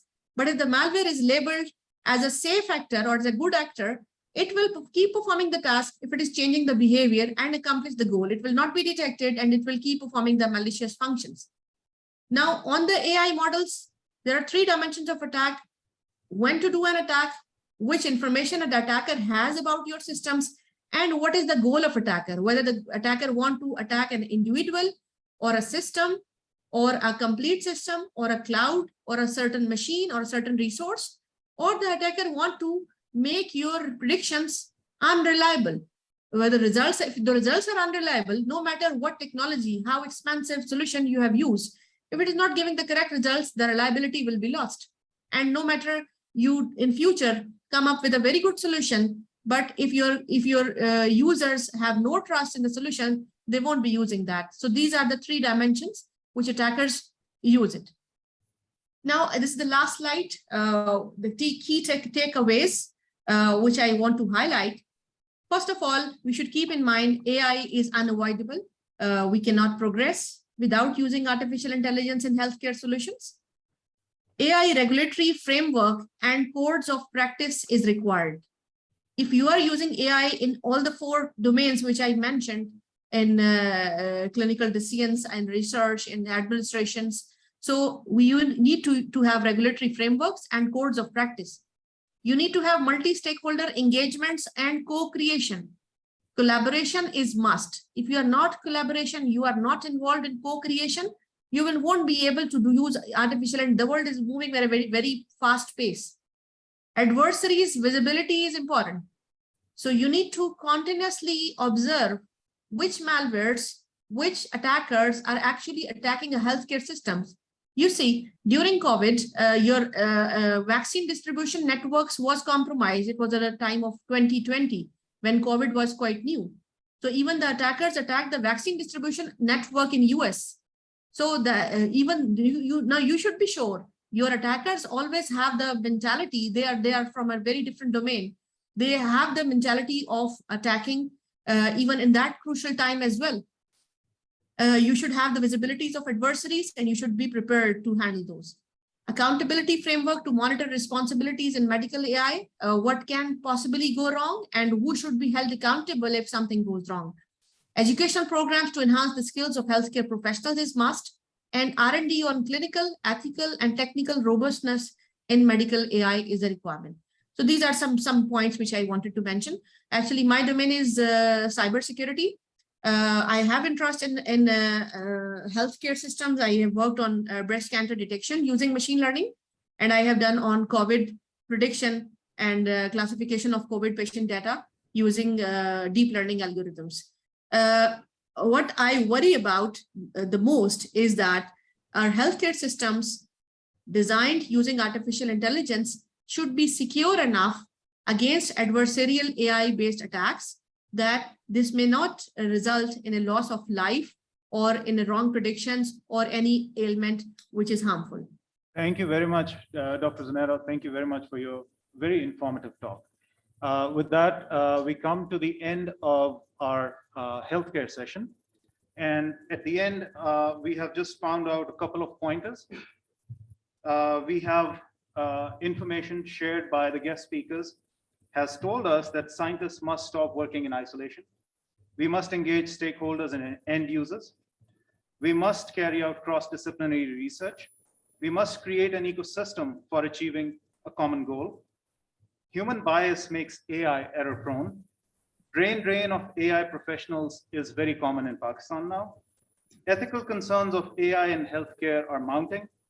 Predictive direction of epidemics using AI is important, and preparedness to handle adversarial AI is of tantamount importance. With that, I request the permission of the chairperson and the honorable rector to close this session. Thank you. And handing it over to Dr. Fiza Murtaza, who will conduct the next session on agriculture.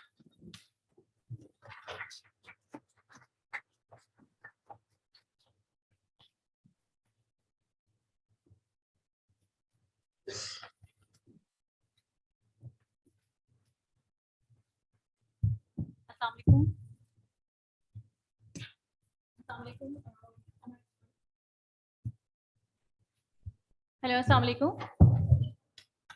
I'm Dr. Fiza Murtaza. I'm assistant professor at A University, Islamabad. I'm glad to have the opportunity of moderating this session, that is agriculture session. As we know that agriculture may form the backbone of Pakistan's economy, but the outdated practices have long kept the sector from tapping into its full potential. In Pakistan, AI could help improve the agriculture sector by providing the facilities such as weather forecasting, changing pattern in temperature, moisture, soil condition, harvesting technology, detection of the diseases in crops, poor plant nutrition, and it will present the precise solution of all problems of crops. For more details about how AI can help the agriculture sector in Pakistan, I would like to invite our first guest speaker, Dr. Murtaza Khan. He has done his PhD in satellite imaging from the INP Grenoble, France in 2009. He has around 25 years of professional experience working in academia and industry. Since 2020, he's working with Cybrid first as a consultant and later as a chief analytical officer to develop AI-based solutions for improving the decision-making and solving problems related to agriculture. Please welcome Dr. Murtaza Khan for his talk. Assalamu alaikum. Thank you. Let me just try to share my screen if possible.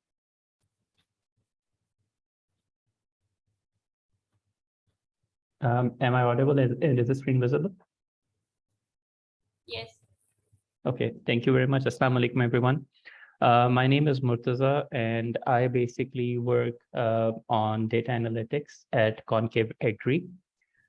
Today, I'll be talking about the role of artificial intelligence in agriculture. My presentation will generally consist of 3 parts. The first part, I'll be introducing Concave Agri. What do we do over here? The role of AI in agriculture as we see as a company. And the third thing is one of the examples that we have taken and we are working on and the kind of challenges that we face. And you'll see that most of the challenges that I'll mention will be similar to some of the challenges which have been mentioned by the esteemed speakers earlier. So let me start with an introduction to Concave Agri. I'm sorry. The products and services offered by, sorry, just give me a second, please. Sorry. So the products and services offered by us are Kisan Madadgar, which is an advisory platform for the farmers. In Kisan Madadgar, we basically offer helpline services to the farmers where they can call in and they can ask questions. Our agri expert answer their questions.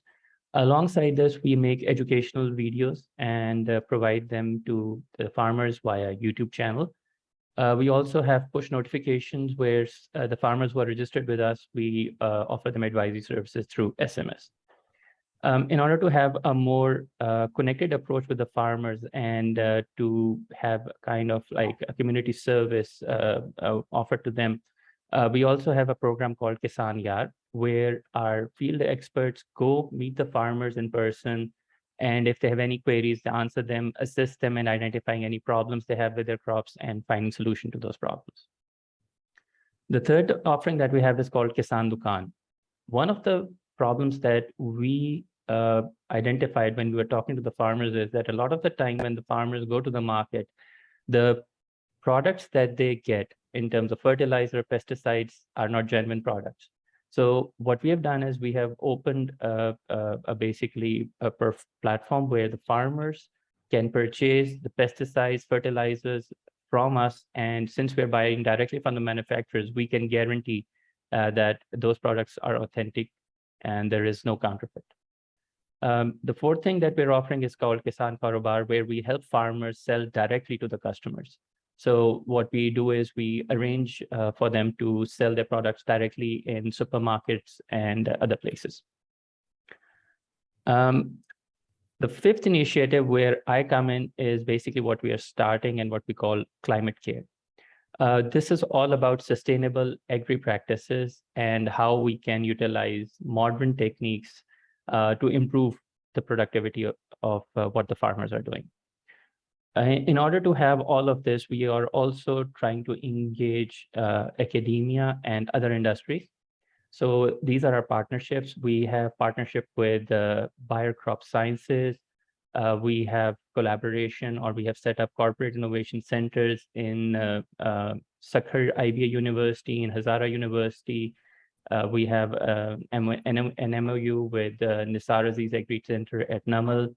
We are working with KPK Livestock Farmers Association, Kashkar Cooperative Society in Gilgit-Baltistan, and so on. So what the idea is to have both the industry and academia work together in order to solve problems related to agriculture.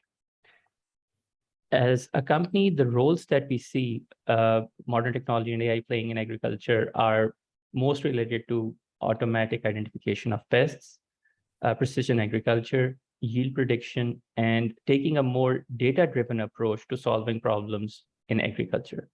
I'll just briefly present what kind of issues we have identified when we have talked to the farmers and the kind of things that we foresee can be done in order to solve those problems. As per a very conservative estimate, when there is loss of crop, around 40% of that is associated to pests. If these pests are detected at an early stage, these losses can be reduced significantly. Another thing, when talking to the farmers, we realize that not all farmers are familiar with the types of diseases that are attacking their crops. What happens is that the farmers, when they see that their crop is having some kind of pest attack, they contact agri-experts. These agri-experts visit their fields and basically help them identify. Now, one of the issues is that it's not, these agri-experts are not readily available. So sometimes it takes days for them to visit the fields. And those few days are very, very critical in saving the disease and reducing the loss.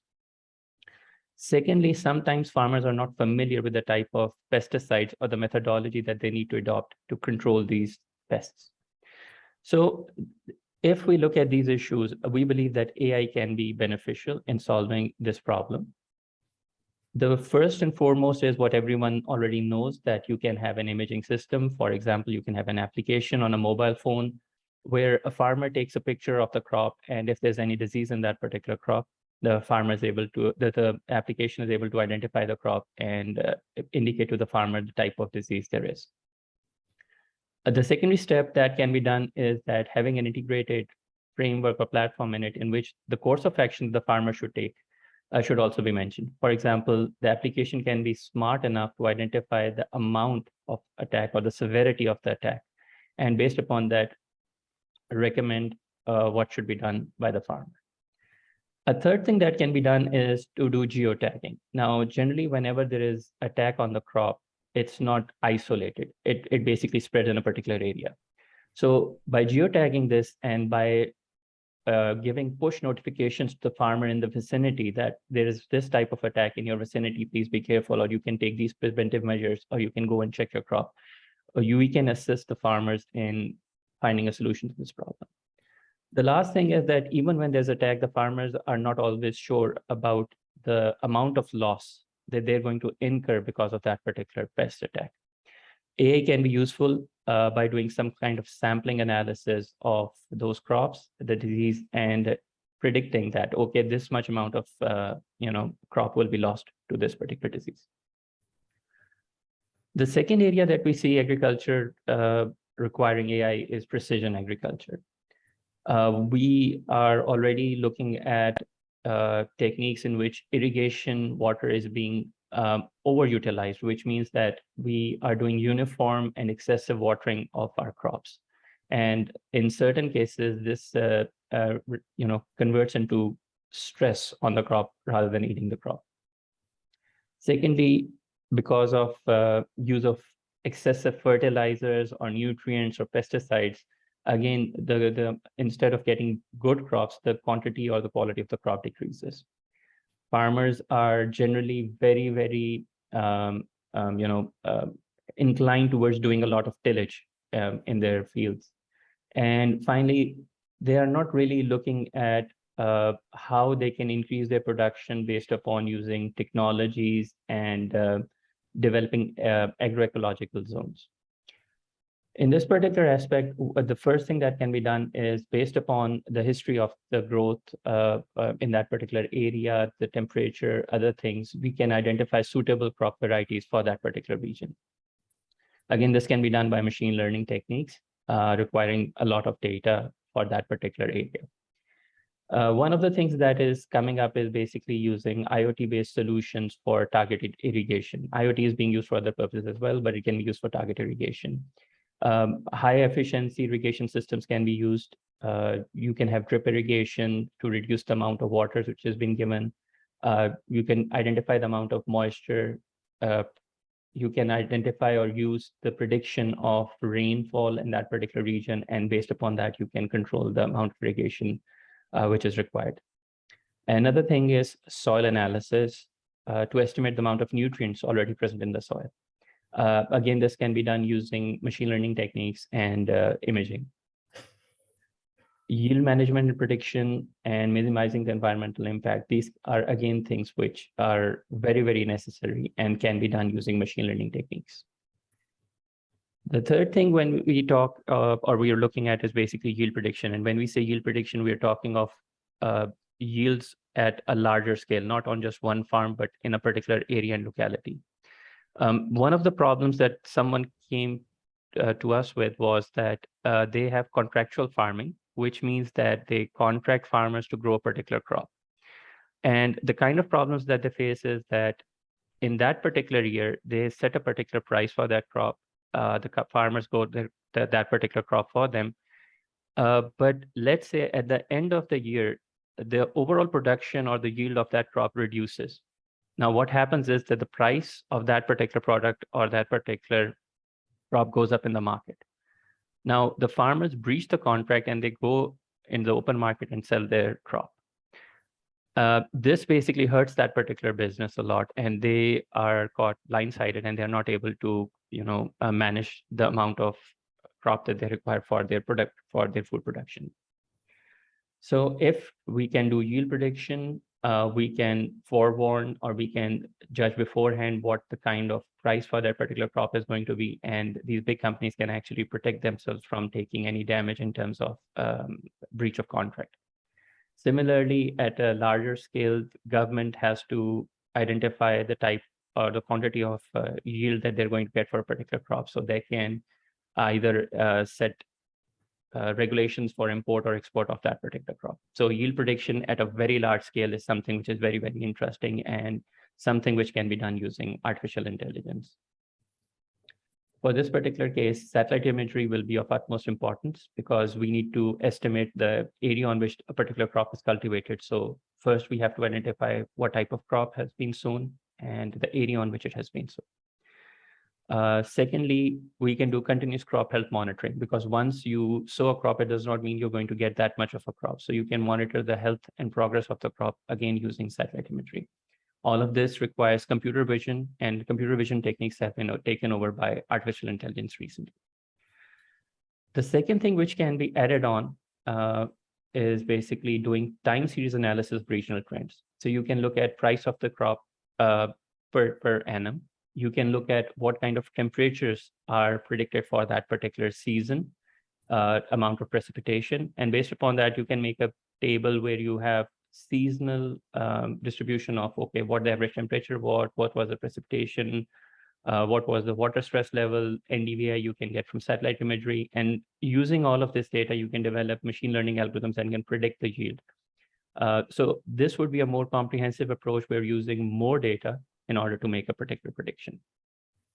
Carrying this forward, traditional methods by which farmers have been doing their, have been producing crops rely mostly on word from one person to the other, that okay, last year I basically sowed this crop and this is the amount of yield I got and this was the rate and so on and so forth. They also listen to, okay, if you do this, this is beneficial for the crop. If you do this, this is beneficial for the crop, without actually doing any kind of analysis on that. So what is actually needed is that we need to have some sort of data available, historical data about the area on which something is cultivated. If we have information about yield from those farms, quantity and type of fertilizer or the pesticide that those farmers have used, water usage by those farmers, temperature and rainfall and that. And basically we can keep on collecting data like this for different farms and in different regions. Once we have this data, we will be able to make better predictions for the future. With this, I come to the third part where we have taken the first case study where we started looking at pest detection using AI. The idea was simple. Make an application where a farmer takes a photograph from a phone and we're able to identify the pest in that particular picture. So what we did was we looked for the data set and we were not able to find a data set locally. So we went to Kaggle and we found this new plant disease data set, which has 14 different crops, which contain apple, corn, cherry, grapes, potato, etc. For each of these crops, there are different categories, which means that different crops have different diseases, or the number of diseases is different. For example, for corn, they have gray leaf spot images, common rust, northern leaf blight, and a healthy leaf of corn crop. There are approximately 87,000 images, and they have a data split of training and validation, which is 80 and 20%.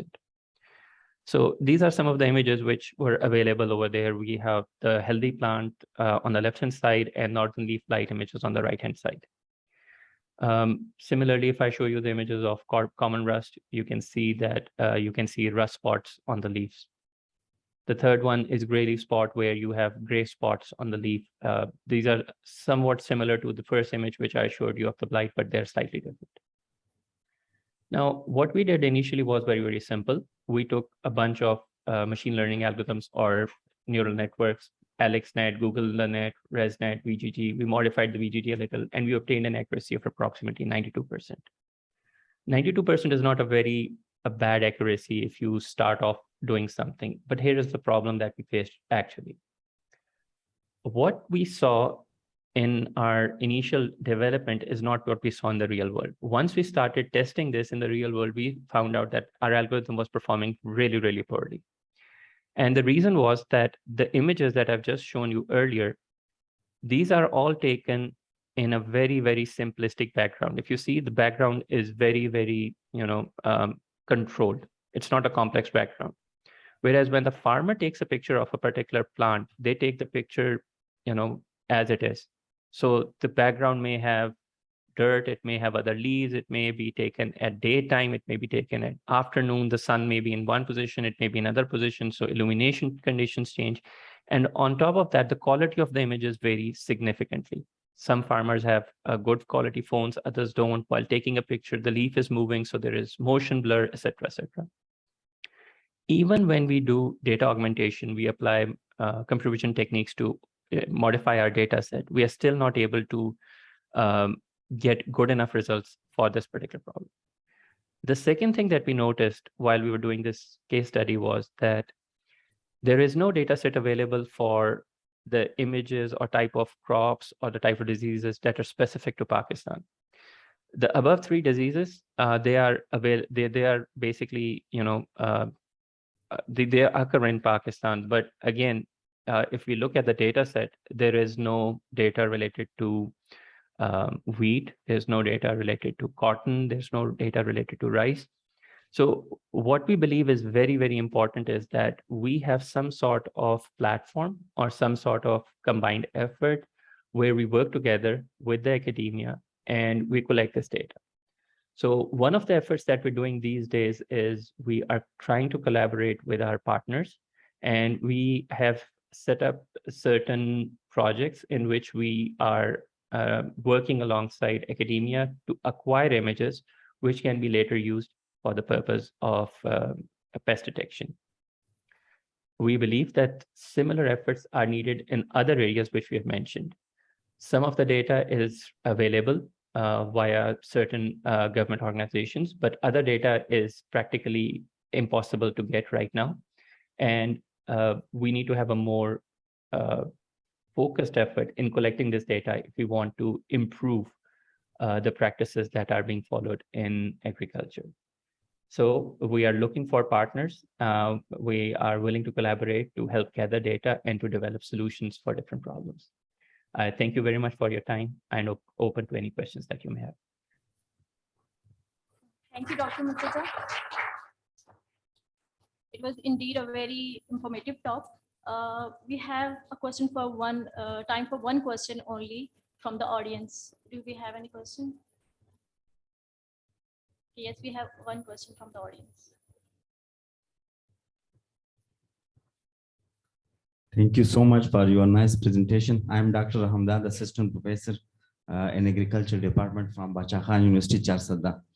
Actually, I am a weed scientist. तो मैं यहाँ audience को भी जरा बताना चाहता हूँ कि वीड्स क्या है, जो वो पौधे जो कि क्रॉप में खुद ही उगाते हैं, जिसको जड़ी बूटियां भी कहते हैं। सबसे ज्यादा जो काम हो रहा है दुनिया में आजकल एग्रीकल्चर के थ्रू आर्टिफिशियल इंटेलिजेंस को लिंक करते हुए वो वीड्स कंट्रोल पे हो रहा है, ऑटोमेटिक वीड कंट्रोल। तो इस सिलसिले में हम पाकिस्तान में कहाँ से स्टार्ट ले सकते हैं और कौन से ऐसे ऑर्गेनाइजेशन है जिसके थ्रू हम मिल बैठ के एक automatic weed control system develop कर सके, चूँकि ये इंतहाई ज़रूरी है और ये क्रॉप में तकरीबन 100% तक लॉस कर सकता है। तो इस सिलसिले में आप रहनुमाई पसंद करेंगे कि हम कहाँ से स्टार्ट लें? Thank you so much. बहुत बहुत शुक्रिया सवाल का। एंड बेसिकली जो आपने सवाल पूछा उसी के बारे में मैं भी ये कह रहा था कि मेरे ख्याल में हमें खुद से शुरू करना पड़ेगा। हम बहुत से ऐसे इदारे हैं पाकिस्तान में जो इन चीज़ों पे काम कर रहे हैं। पार्क वाले मेरे ख्याल में काफ़ी ज़्यादा काम कर रहे हैं, उनके पास काफ़ी ज़्यादा डेटा होगा। कुछ यूनिवर्सिटीज़ ने काम किया होगा, आई एम श्योर कि आपकी यूनिवर्सिटी भी काम कर रही होगी और आपने भी ये डेटा एक्वायर किया होगा। लेकिन जिस चीज़ की ज़रूरत है वो ये है कि हम अगर कोई ऐसा प्लेटफॉर्म बना सकें जहाँ पे हम ये डेटा शेयर भी कर सकें एक दूसरे के साथ। हम ये कह सकें कि अच्छा ये डेटा जो है ये मैंने शेयर किया, बिकॉज मैं एकेडमिया से भी ताल्लुक़ रखता हूँ।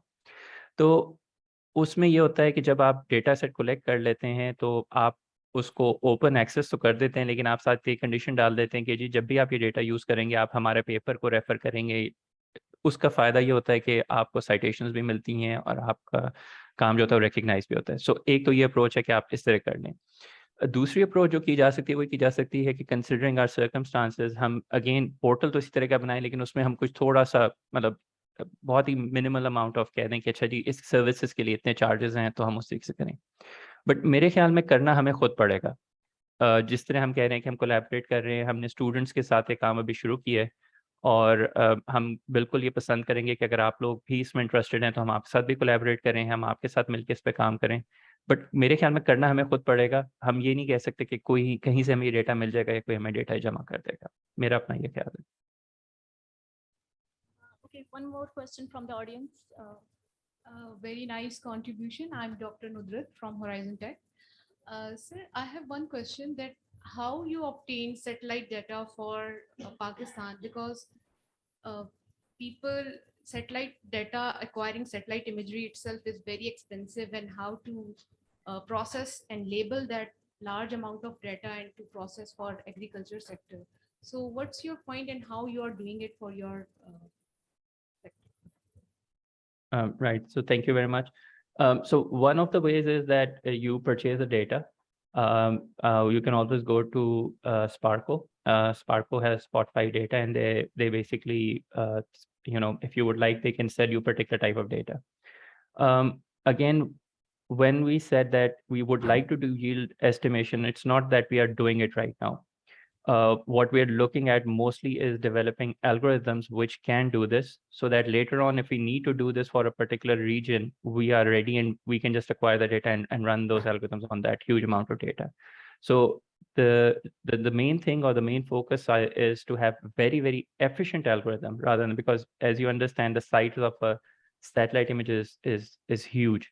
So once you try to process the data, one challenge is that it would take such a large amount of time to actually process it that it becomes, it does not remain viable for you to do it. So our focus right now is to develop algorithms. And once we have done that, we will focus more on acquiring the data and finding out how that can be done more efficiently. But we are right now looking at Spot 5 data for this. Thank you, Dr. Murtaza. Now I call upon our next speaker, Dr. Muhammad Adnan. He got his PhD degree in AI from National Cheng Kung University, Taiwan. His area of expertise lies in AI, smart agriculture, and 3D printing. National Institute of Standards and Technology, USA, invited him as a guest speaker due to his pioneer work in 3D printing. He is currently working as an assistant professor at a university, Islamabad. Please welcome Dr. Muhammad Adnan.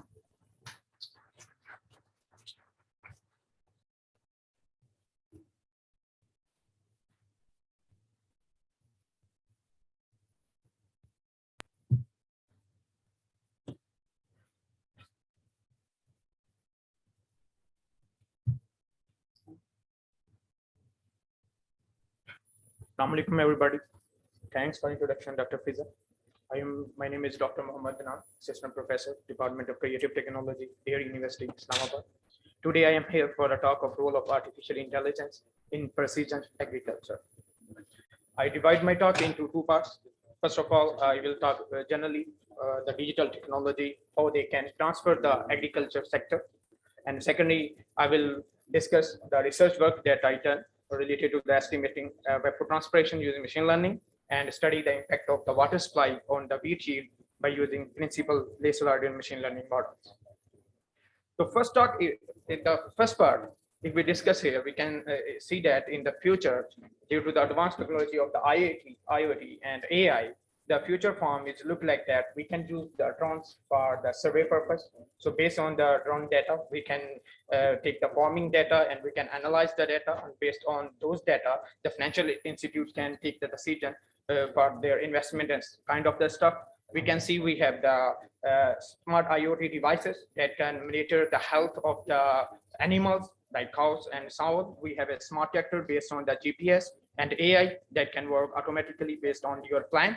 So we have a fleet of the agri robots.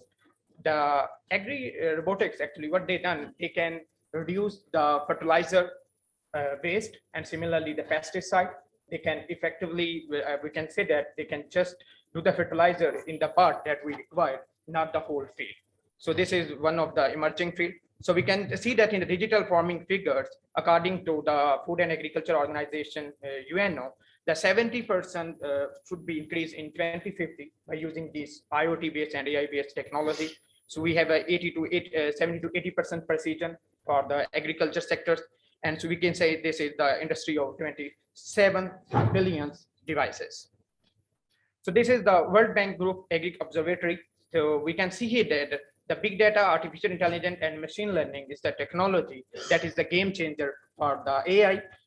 Why we said the big data? Because in the future, we see that we have 1 million virtual meat station every 9 kilometers across the terrestrial surface of the Earth, 7 million data points updated every 6 hours. So that's why this is the big data problem. So by using the machine learning and AI, we can learn the complex pattern from those data. And we really need the machine learning algorithm that can automatically update and realize the patterns. And based on those patterns, we take the decisions. So we see there is a disruptive technology in the agriculture sector, like the weed killing AI robot. So this robot is actually sustainability. So they can just take the weed from the crop, as I mentioned, one of the audience about the weed problems. So they can use the computer vision algorithm and automatically detect the weeds and then just put down from the crop, specifically the weeds. And similarly, we have the ICO. So that is kind of the sensor based on the IoT that can automatically monitor the health of the animals. And similarly, we have a farm types that can connect the small farm holders and we can use those data to analyze for the financial purposes and to help those farmers on those specific problems. So here is one of the example of the strawberry harvesting report. So you can see here, similarly, the weeding. For the weeding, we have another report for the weeding purpose specifically that can save a lot of the pesticide control. Roughly, is estimates that is a 70% reduce the business of the pesticides specifically. So we can see here the demand value chain linking is another problem. So we can see here the big data and advanced analytic for the insurance, blockchain technology, precision agriculture for input and water use optimization is the digital technology that can transfer this agriculture sector. So we can see that the priority area of the digital solution is the agriculture extension and agriculture transform, risk management, and we have a real-time crop monitoring and crop production and forecasting and environmental land use monitoring. So what kind of the challenging actually the farmer is facing these days due to the traditional method? The first one is the climate change factor. As we know that due to global warming, the climate change is certainly changed and it's really affect the final production of the crop. So climate factor is one of the major challenge that faced by the farmer, especially I will talk later about my research about the especially evapotranspiration rate. So that directly affect the final production and directly related to the climate factors. So such as the rainfall, temperature and humidity, these are the climate factors that directly affect the farming. Second one is the crop requires specific nutrition. So it means we need to monitor the soil surface. So we can know the nutrition of that specific crop and the field. And based on those monitoring data, we can apply the machine learning algorithm to estimate the required fertilizer for that specific crops. And similarly, we have like agriculture life cycle, the weed protection. So it means from the weed protection, we have to identify the weeds from the crop and we take some defective corrective actions, such as like we use the robot to remove the weeds, or we need to some kind of the pesticide to remove the removes. So here is the goal for the precision farming is the first one is the profitability, second one is the efficiency, and third one is the sustainability. So here I will talk first about my research work is the estimating evapotranspiration using machine learning. We know the evapotranspiration is one of the most important factor or the parameter that directly affect the final production or the yield of the crop. So it means if we measure the accurate evapotranspiration, we can enhance the quality of nutrition of the crop as well as the final yield. So estimating the evapotranspiration is a really challenge. And due to the global warming and the climate factor, if we use the traditional method to measure the evapotranspiration, like the farmer traditionally use for specific crop, they use like a 1 week for the watering, twice a week in the watering and so on. But due to the high temperature and suddenly the global warming situations, the water need is changed suddenly. So it means we have to estimate the water requirement of that specific crop real time online. So it means we require some kind of the IoT devices. We can estimate, we can use those sensors, and based on the sensor data, we can build some AI-based algorithm, and then we can estimate the evapotranspiration. And by accurate estimating the evapotranspiration, we can actually measure the irrigation scheduling for that specific crop. So we can see that the major problem here in the estimating evapotranspiration is that is really real-time effective on our climate factor, such as the temperature, rainfall. So it means we have to develop some pre-developed AI system is not useful. We cannot develop a single global system that can use for estimating the evapotranspiration, because we need to data for specific area. Like in my case, we utilize the data for the meteorology station from the University of Agriculture, Faisalabad, and this data is collected by the Precision Agriculture Chair. So we use the 10-year data to estimate the evapotranspiration. So we have like 4,200 samples for training our model. So this is the parameter that actually we measure to estimate the evapotranspiration. One is the temperature, second one is the relative humidity, and similarly the rainfall and wind speed and the radiation. So these are the variables that we can get based on the domain expert. As mentioned one of the previous speaker, we have to closely work with the domain expert. So this is the parameter that is identified by the domain expert from the agronomy department of University of Agriculture. So we use this 10-year data to train our model.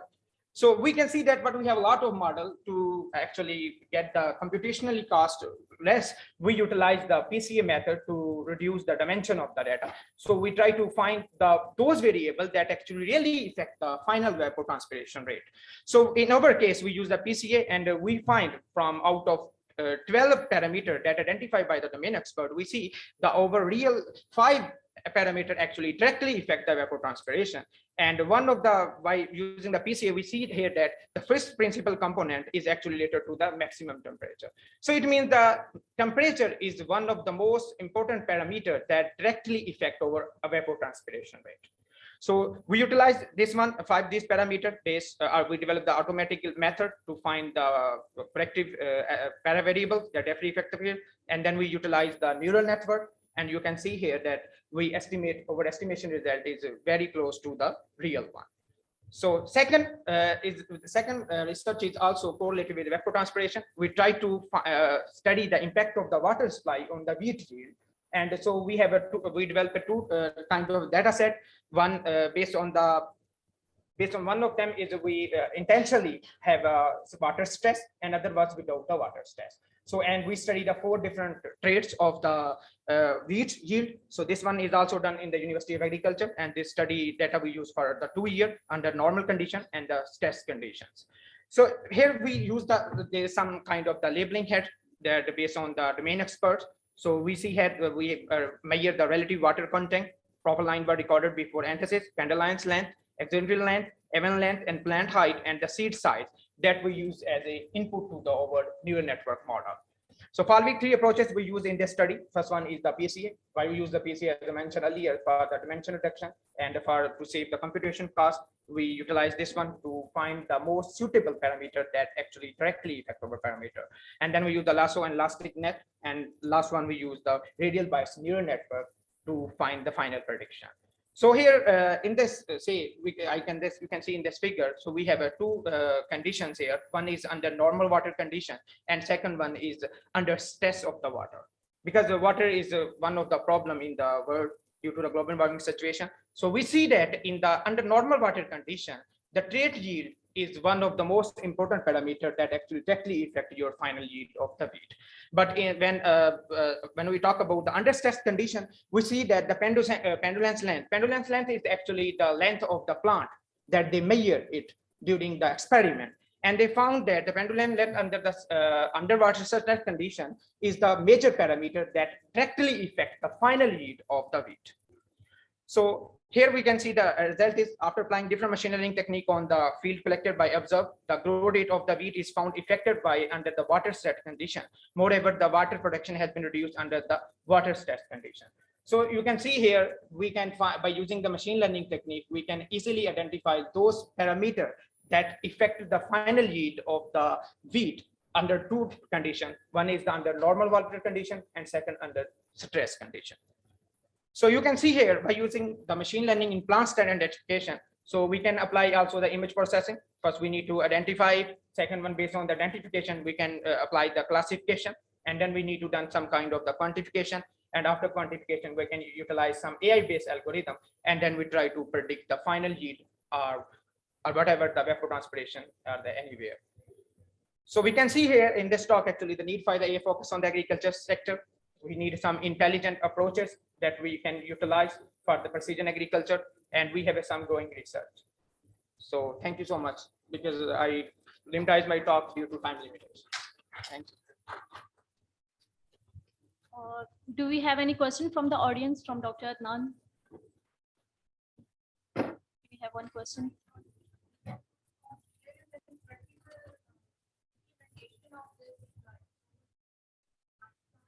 Yes, in evapotranspiration, we already implemented this algorithm in the University of Agriculture, Faisalabad. Yeah, sure.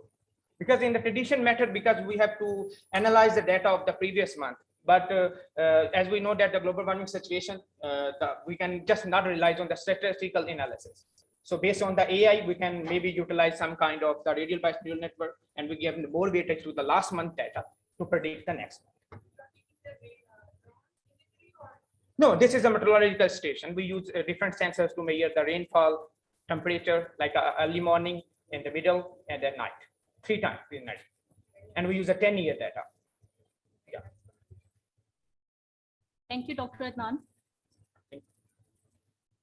Still, there is a need of AI policy to implement smart agriculture in Pakistan and also to train the farmers to use the latest technologies for smart agriculture. With this, I want to conclude this session with the permission of the chair, and I would like to invite you all on the for the lunch session, which is being organized in the adjacent room. We will be back at about 2:30 for the last session on the energy sector. Thank you so much.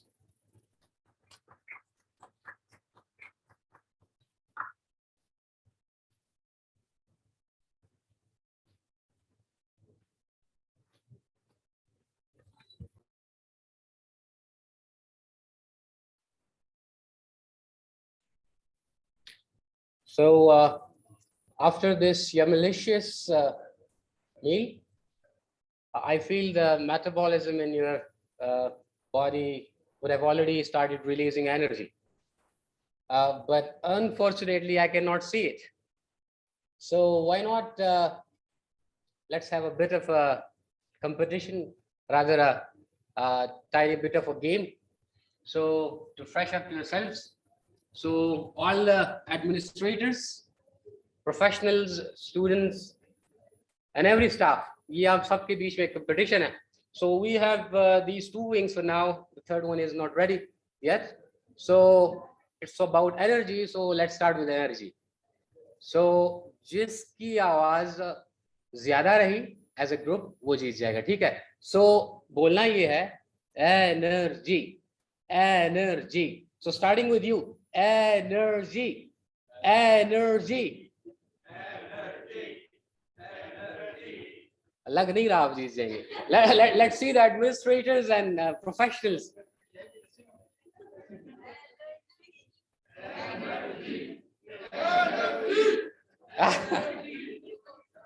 I have to say that they have won it, but let's win it in a team. Energy, energy. Very good, very good. Thank you. Okay, with this, I'd like to initiate this section. I am Dr. Arif. Energy, energy. Okay, thank you, thank you, thank you. Claps for them as well. Okay, so I'm Dr. Arif, an Austrian Fachhochschule certified academician.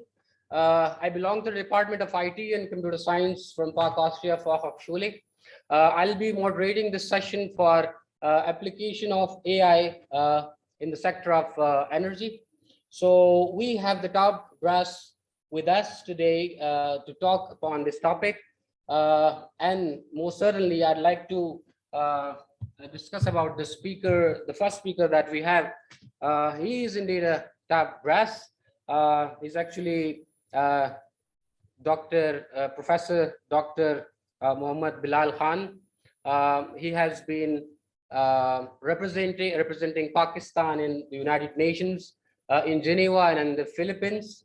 And there are so many things about him that I cannot complete in this one session. So there are a few things that I would tell that he is specifically in this energy area. He's done his PhD in interface engineering, and currently he's the Vice Chancellor of the University of Chakwal. So, sir, I'd like you to please come up on the stage and give your talk, please.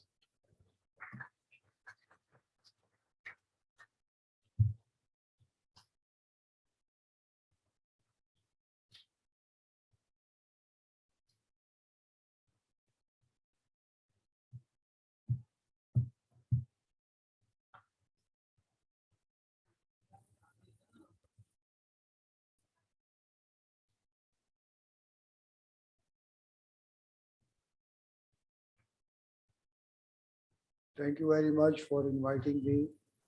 I'm very grateful to PAK Austria Fachhochschule and comstech for inviting me to deliver this talk and arranging this wonderful mood on a very needy area of artificial intelligence and its applications in health, agriculture, and energy sectors.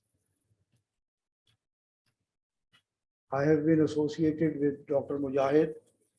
I would like to mention the rector of Fachschule at NUST, and we spent several years building many new schools, including the US-Pakistan Center for Excellence in Energy. Bismillah ar-Rahman ar-Rahim. So the topic of my today's talk is application of AI in the renewable energy sector, a brief overview.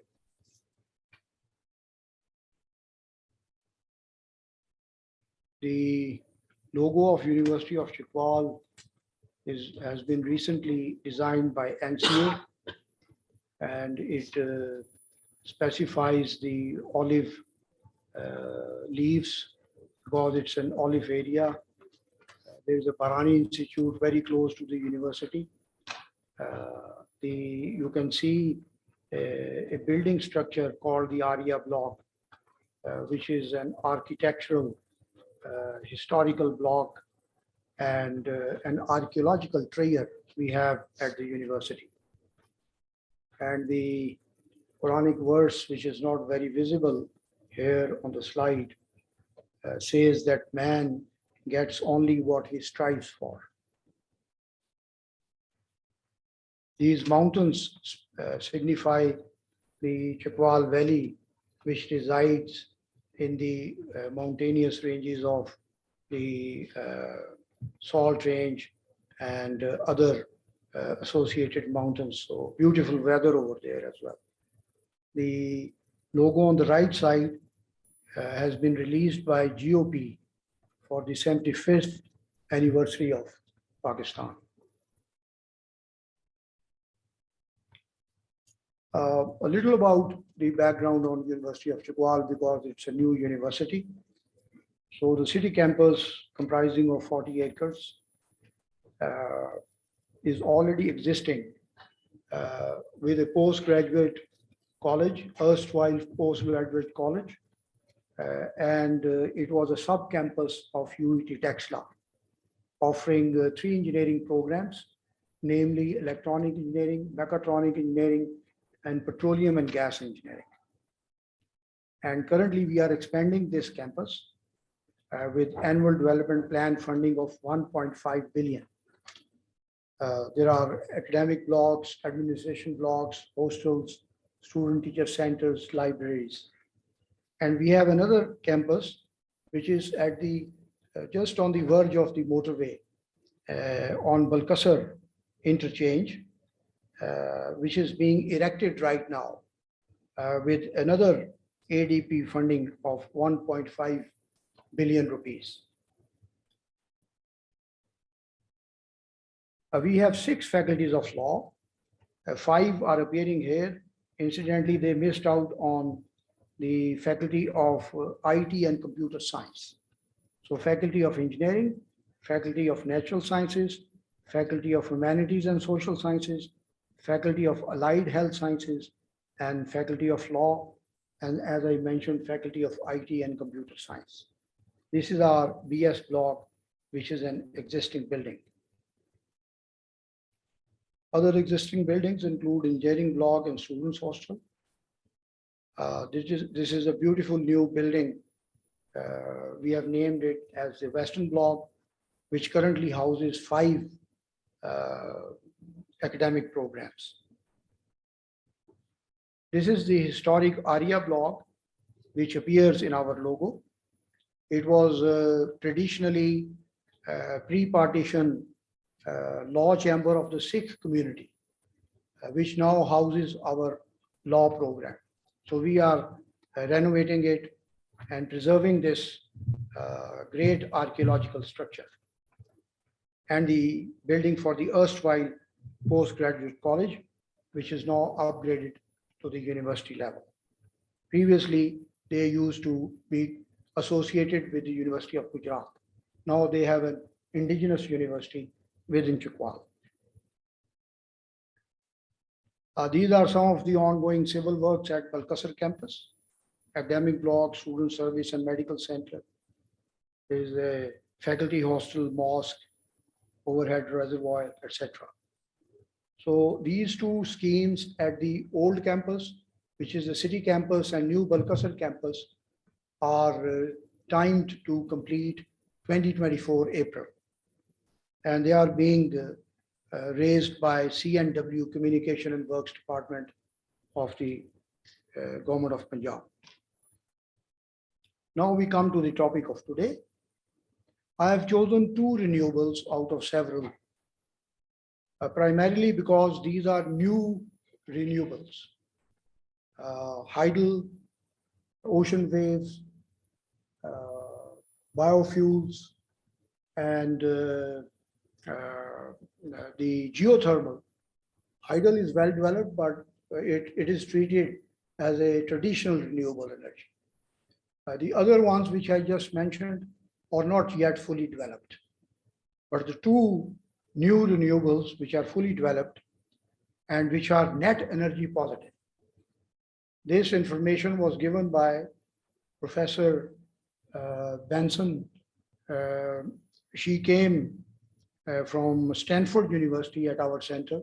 She is a Nobel laureate, and she presented a very good talk in which she proved that these two new renewables are net energy positive, which means that the energy consumed in their production, transportation, and installation is less than the energy derived over the lifeline of these renewables.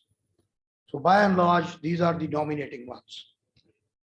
One particular aspect of renewable energy, and it's a challenge as well, is that renewable energy is intermittent and unpredictable. So demanding very challenging solutions as well. And AI is one of them.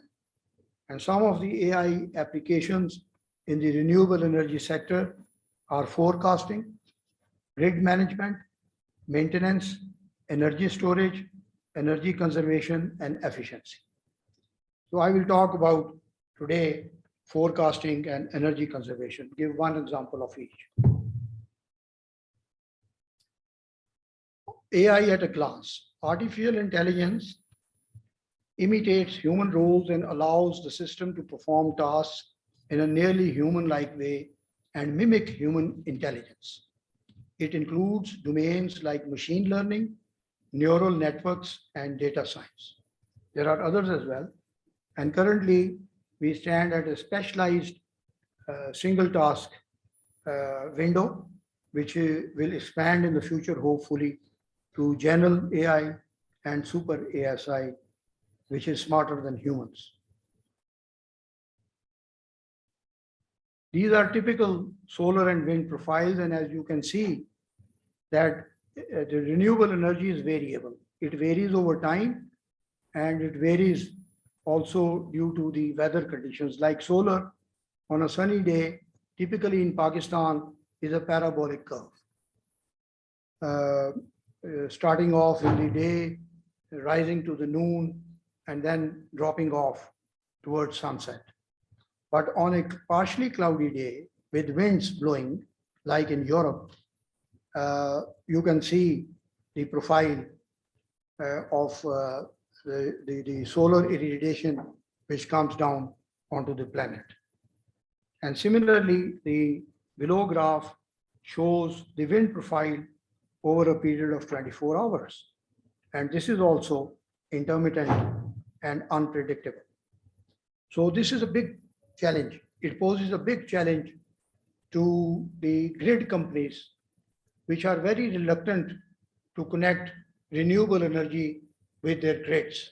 The NTDC, which is the transmission and distribution company in Pakistan, causes big delays in connecting renewables which are already approved and they have equipment on ground, only because the grid becomes unstable due to their intermittent nature.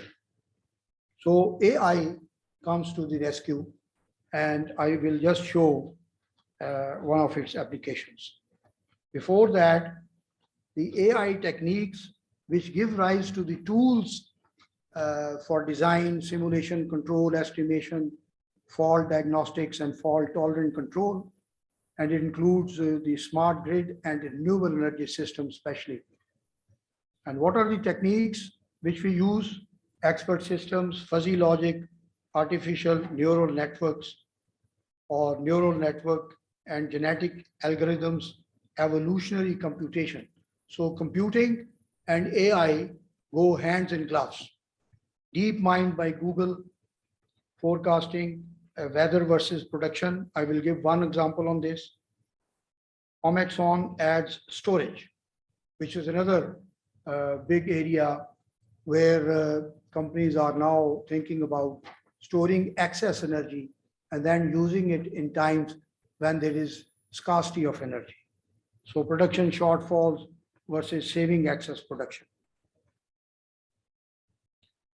Now, these are the smart grid applications. I'm not showing the smart grid architecture itself. I'm just showing the applications of smart grids. And one of the applications is renewables integration, as I just mentioned. Others are maintenance, vehicle to grid, grid monitoring, smart metering, demand side management. These are all the smart grid applications. These particular components, they need a smart grid to operate with good tolerance and predictable fashion. And for a stable grid, it's very important that we tune the grid to a smart grid. Now, this is one example where the data gathered over years on both solar and wind are fed to the ARX models, artificial neural networks, and power curves obtained from these data. And then there is a forecast aggregator, which finally gives the production forecast from 0 to 10 days ahead, which is very important so that the power companies can manage their energy production and the consumption profiles, and a better prediction is available to them in the future ahead. So this is grid management plus forecast.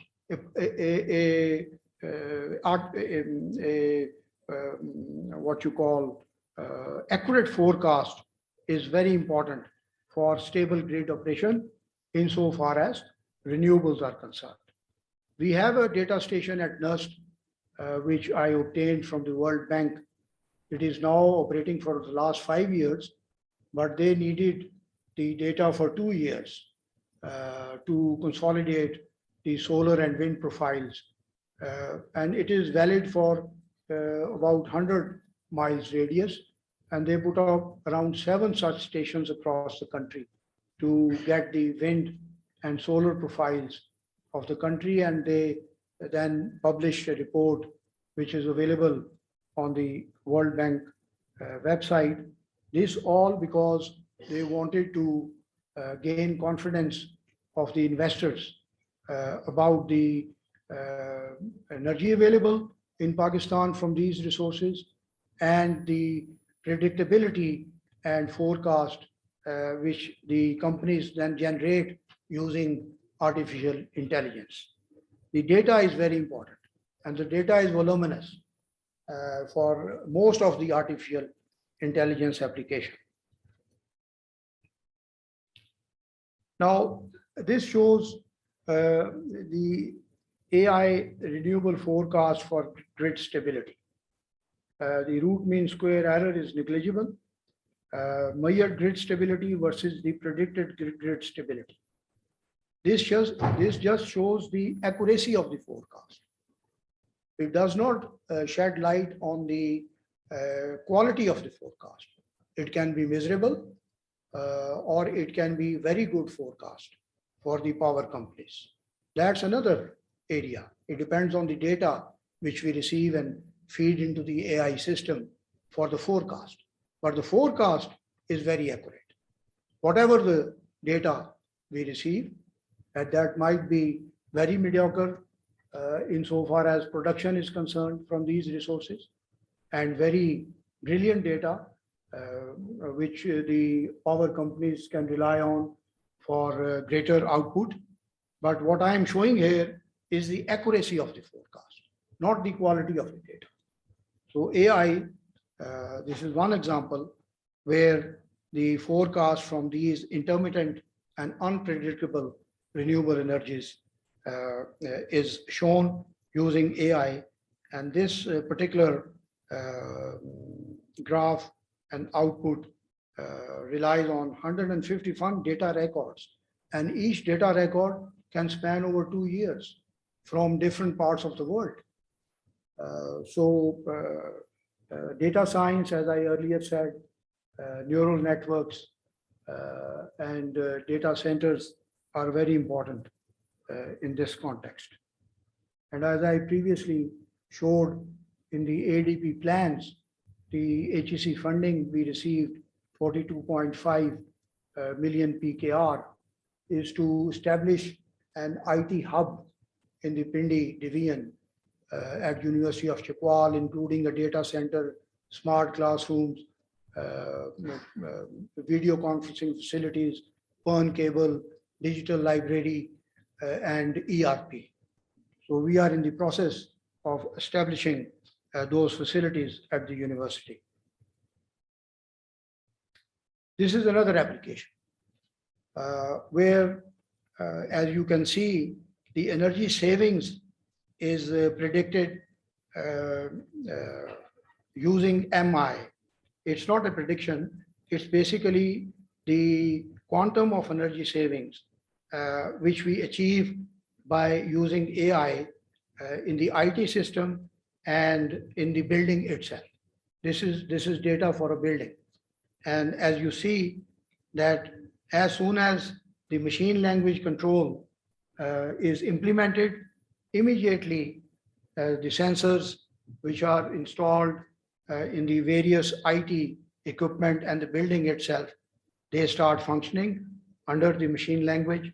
And as soon as the machine language is turned on, the energy conservation is improved, and the energy consumption goes down and the conservation goes up. So the credit goes to Google DeepMind in this particular example.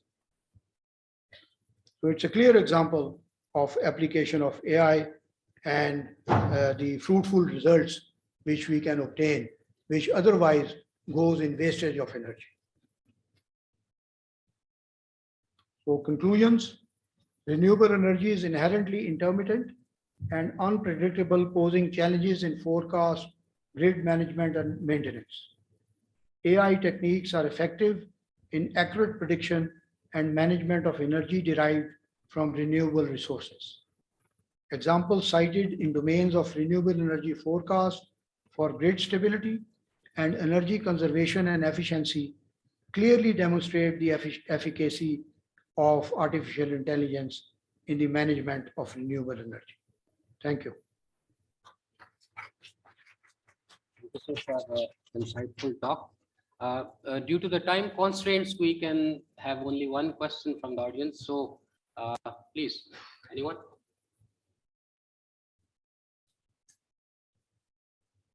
Okay, if there is none, since most of it is explained by Dr. Muhammad Bilal Khan. Sir, I have a question for you. Sure. Since you are dealing in the administration, so if and why there is a need of a human resource training and upskilling existing energy sector professional in the field of artificial intelligence? Actually, production of technical human resource in all sectors is very important, especially AI sector. This is also the President of Pakistan's initiative, and the Sino-Pak Center at the Pak Austria Fachschule is a very good initiative in that respect. we need human resource which is qualified in high tech. It's very important for Pakistan. When I visited our partnering university in the US, Arizona State University, there was a senator over there who commented, because it was an energy center. So he commented, I will share that comment with you, that we not only want to power our people, we want to also empower the people. So this is very important that we empower them with the latest tools like AI, which they can implement in the energy sector. There are other sectors as well, which is health and agriculture, and they can improve the efficiency, especially the line losses and the other grid instabilities which we have insofar as the energy sector is concerned. So qualified human resource is the basics. Recently, the government cut down the budget of HEC from 65 billion to 30 billion, and all the rectors and vice chancellors, they got together and counseled the government on that. I wrote also a piece of my input in which the HEC chairman said that education is not less important than security and defense. And I added to that education itself is important for economy. I added economy to education. In fact, they are not linking the education to economy anywhere. There is a lot of lack of seriousness in this respect in the administration circles and government circles, because it is an indebted economy and we borrow and run our systems and very rarely rely on the human resource, which can make a lot of difference in the various sectors, especially the artificial intelligence sector, which is a new sector and emerging sector. So there is need to educate people and produce qualified human resource in this sector as well.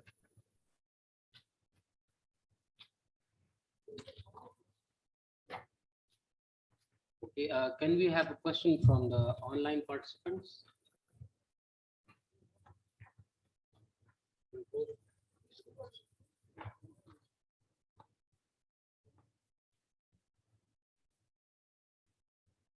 It's okay.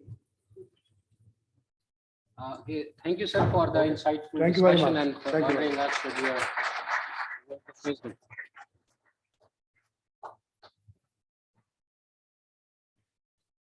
Okay, we have another very interesting speaker.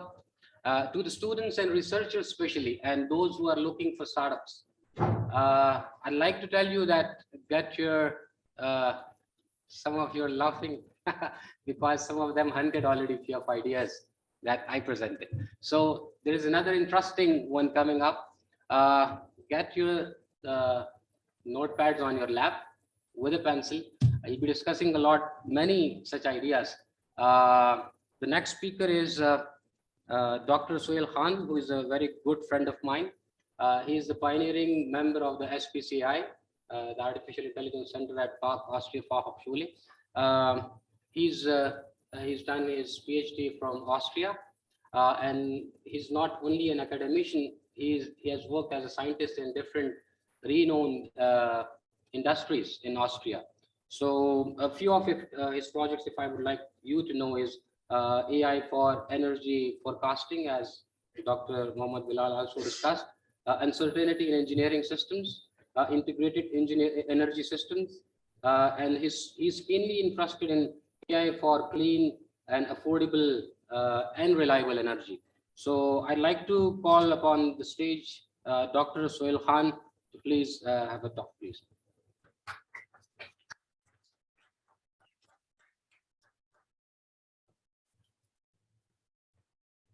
Bismillahirrahmanirrahim. Thank you very much for the nice introduction.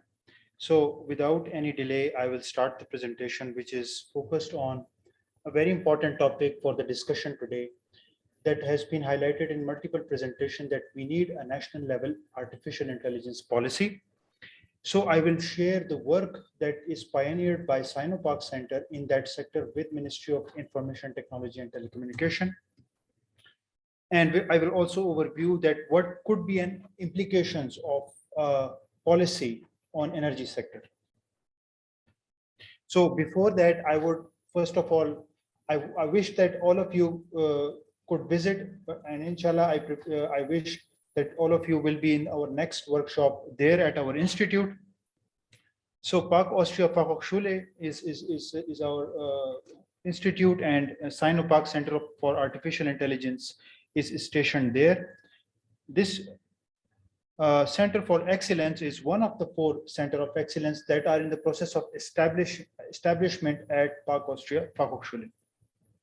Okay, so I will quickly go through the content. So first of all, I will overview the significance of energy sector in society. Then the most important thing is the missing energy millions in Pakistan, people who do not have access to electricity. Role of AI in electrification and reliability enhancement, because even the people who have electricity, the reliability and resilience is not there. Then I will talk about the initiative that is National AI Policy. What is the current state of work there? At society level, what challenges and gaps we have identified. So this will also sum up all the 3 sectors we have discussed today, agriculture and healthcare as well. Then I will briefly talk about the policy drivers that are in the finalization stage and its implications on energy. And in the end, I will talk about our lab and the ongoing project there. So significance of energy sector in a society is self-evident, as you know that for traveling here, you commute it using energy. Here, everything is powered by energy. So every facet of the modern way of life is driven by the energy. And these 2 figures give a breakdown of how the energy is consumed globally by International Energy Agency. And we can say that there is as evident that energy is consumed in every facet of the society. So its importance is paramount. Second point I would like to make is that United Nations have set up sustainability development goals. And the 7th sustainability development goal is energy access to all. And it has been commented in international reports that not only energy access, but a reliable energy access to the global community will be met primarily by distributed generation at low voltage level or medium voltage level. It depends on the country we are talking about. Now I will talk about missing energy millions globally. So 1 billion people do not have access to electricity. In Pakistan, this number is 50 million, even now. So it is a big number of people, mostly in villages, remote villages, especially in KP, who do not have access to electricity.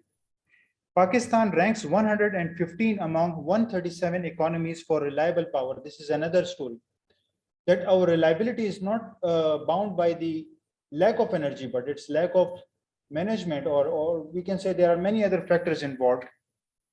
So what we want is that our urban and rural grids becomes reliable, number 1, and our rural areas become electrified.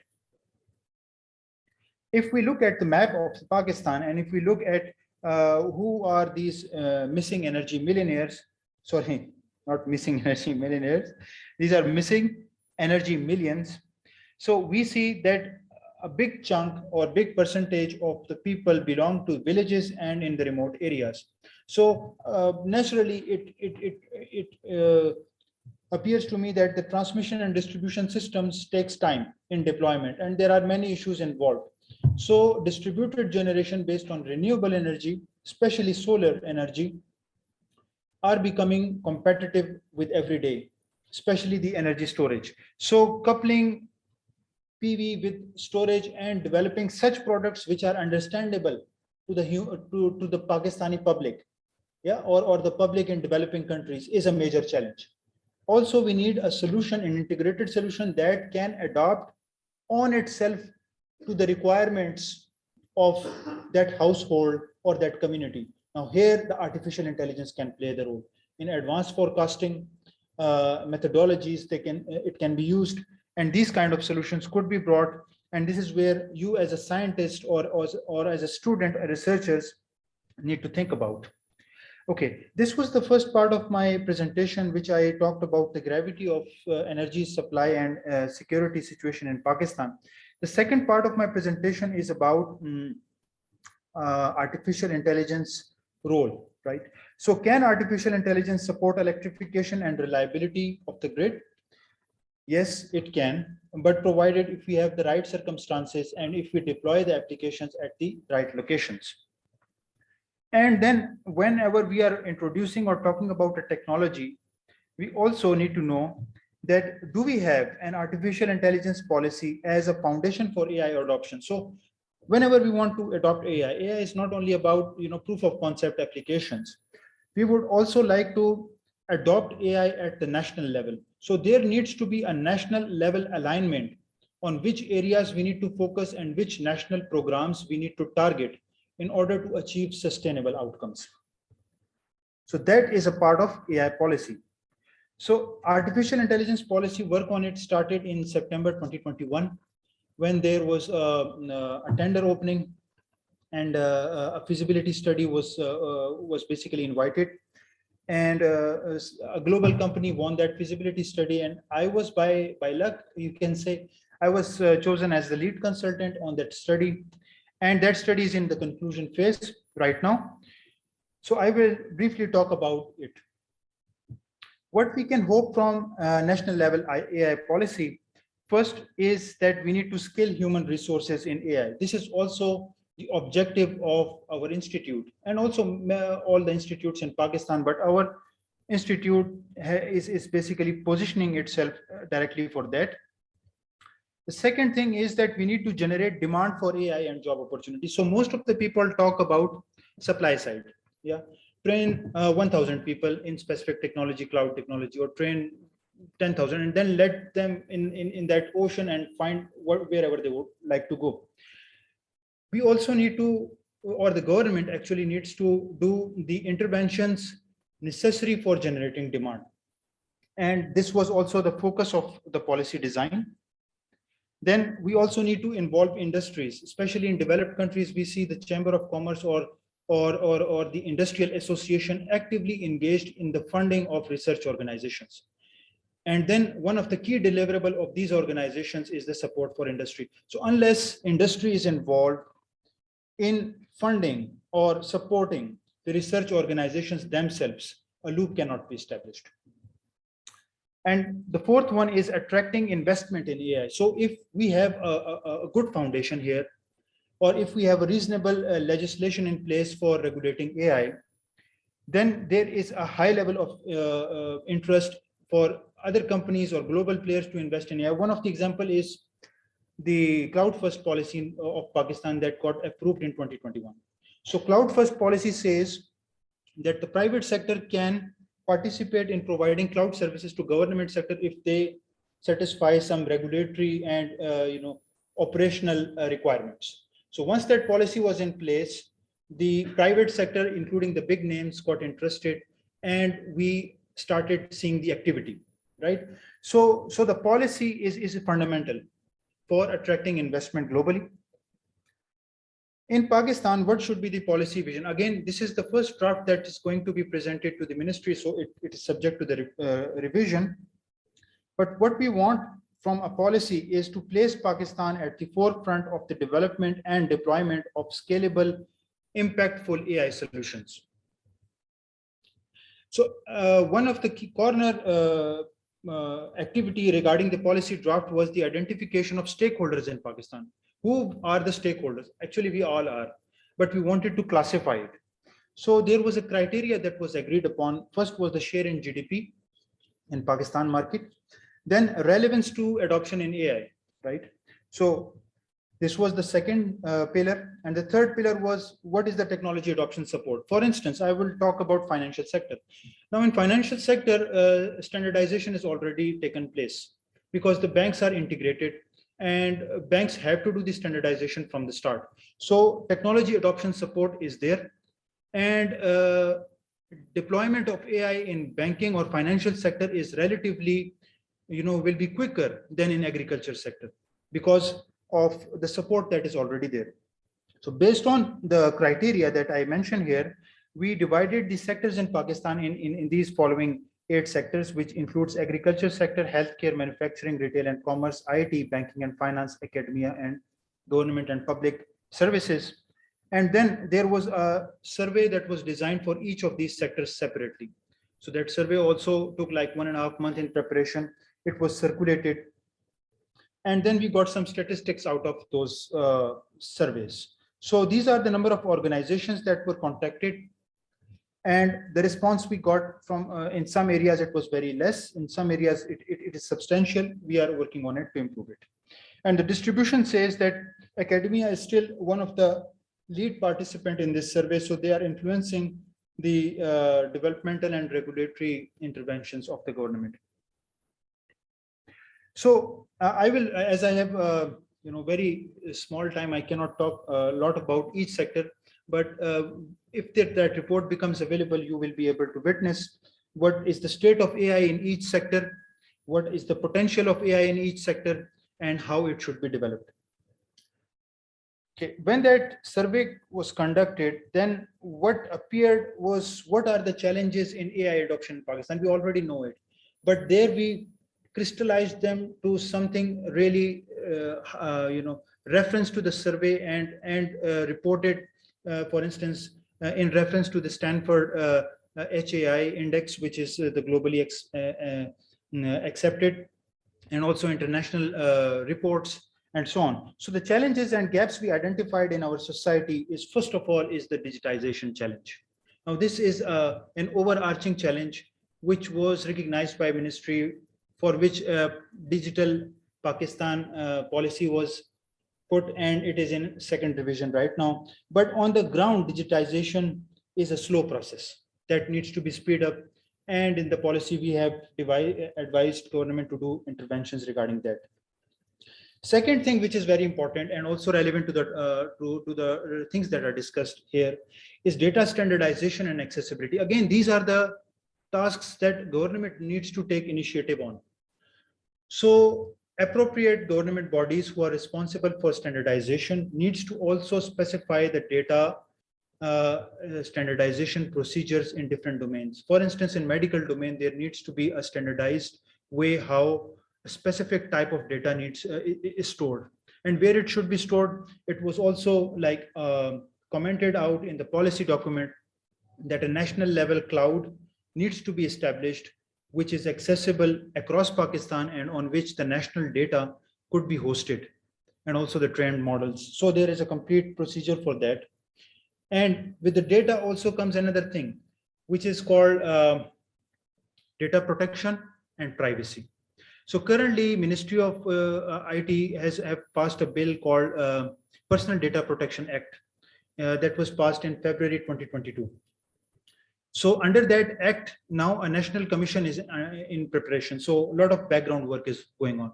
So the National Commission for Personal Data Protection will have you can say a small role will be given within that organization to a new directorate that will be going to be responsible for data standardization and accessibility. So a lot of work is in progress at ministry in this domain. The third thing is that whether academia or industry or any other sector that was mentioned, they need access to computational resources.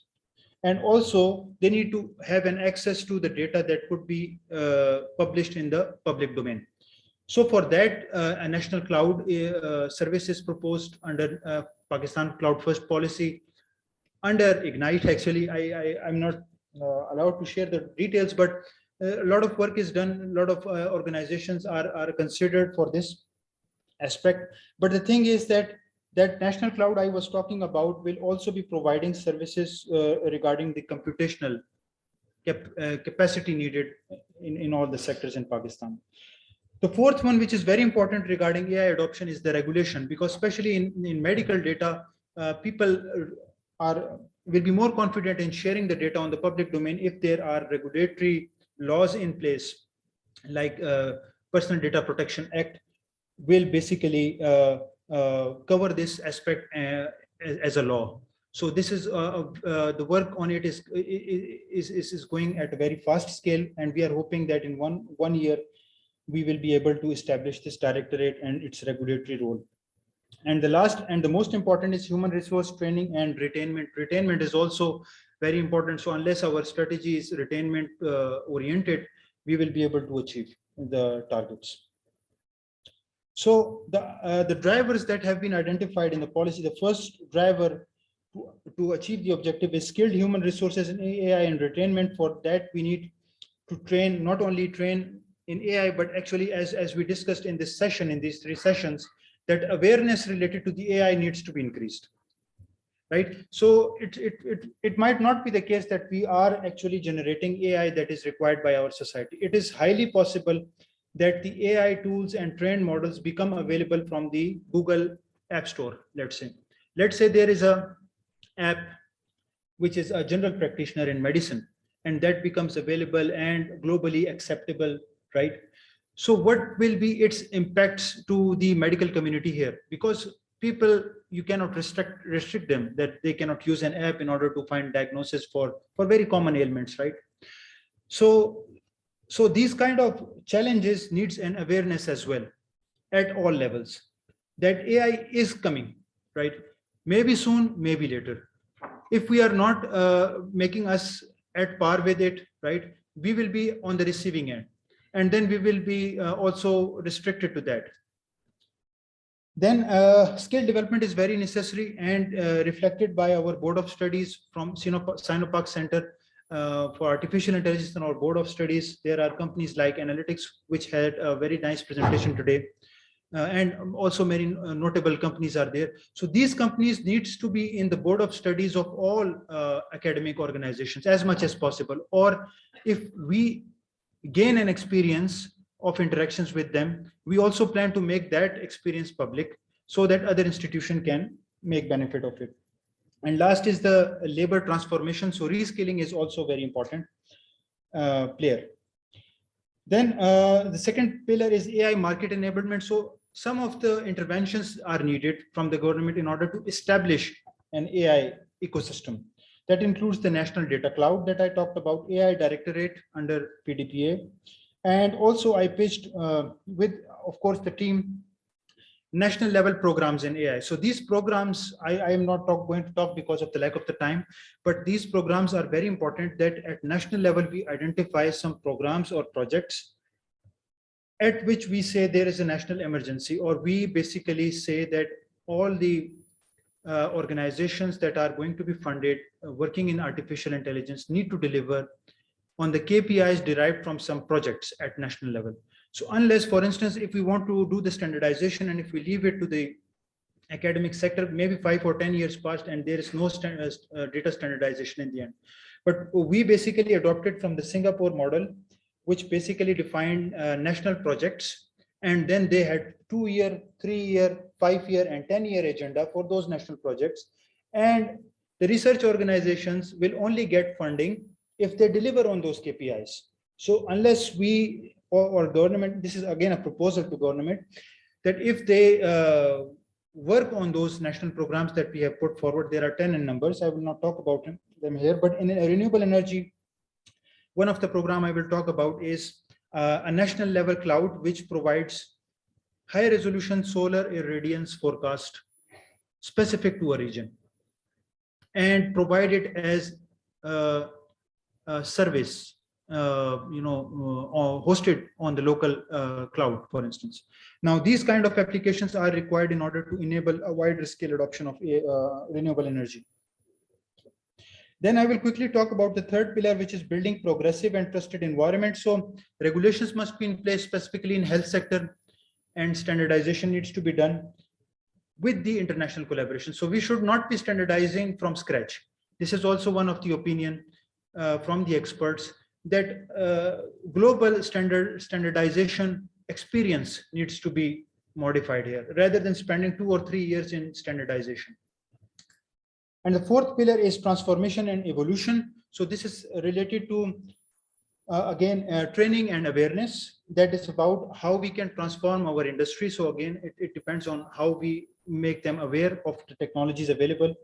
Open source middleware is the second thing that, and then very important thing is sandboxing, which I called regulatory sandbox. So State Bank of Pakistan have put a tender on regulatory sandbox where they would like to experiment with different policies and laws. So same thing needs to be done in different sectors. That sandbox kind of arrangement needs to be done where, or as we can say pilot projects, where we can say what policies will click, right? So these are some of the pillars that we have identified and we are working on. So there are many applications that will emerge from it. I just talked about one of them. Because of lack of time, I will not talk about all of them. So now I will briefly talk about the lab that is at Sinopark Center. We are working in a lab called Smart City and Urban Planning Lab. So this is also dealing with all the energy related applications. And one of the projects that is almost in the completion phase is we call it Interact project, but that is a kind of a building energy management controller that adapts automatically to the type of building energy demand that it experiences. And the user usage, also two things are basically dynamically forecasted. One is the availability of power from grid, and second is the energy demand of the building. Both of them are dynamically observed, and the model is adjusted according to the requirements. So this is the overview what I wanted to deliver today. So I thank you very much for listening. Thank you. Thank you, Dr. Sohail, for a very informative discussion. It is a much needed topic because national AI policy is what we need. Since the time is limited, so we can only have one question from the audience. So please raise your hand if you have a question. Again, it was such a detailed talk. So, okay, we have a question from the last row. अस्सलाम sir, मेरा नाम फैसल हमीद है और मैं sir university का engineering technology electrical का final year का student हूँ।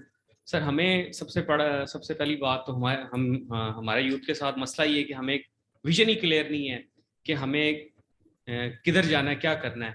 अब हमें बता दिया जाता है कि एक नई टेक्नोलॉजी, जैसे लास्ट टाइम पाइथन लैंग्वेज का हमने सुना था कि पाइथन कर लेंगे तो आपको अपॉर्चुनिटीज मिल जाएंगी। तो इसी तरह आप आर्टिफिशियल इंटेलिजेंस की बात हो रही है, तो फर्ज करें मैंने एमएस आर्टिफिशियल इंटेलिजेंस के अंदर कर लिया, तो आगे सर मुझे अपॉर्चुनिटीज क्या मिलेगी? मेरा क्वेश्चन ये है। Okay, okay, there are two aspects. First of all, you should not restrict yourself to what the society is delivering. You should also think about what you can deliver to the society in terms of solution. In Pakistan, you see there are so much gaps. For instance, in agriculture sector, right? So the price at which the farmer is growing and the price at which the consumer is buying is the difference is so huge that you can bridge it with your application.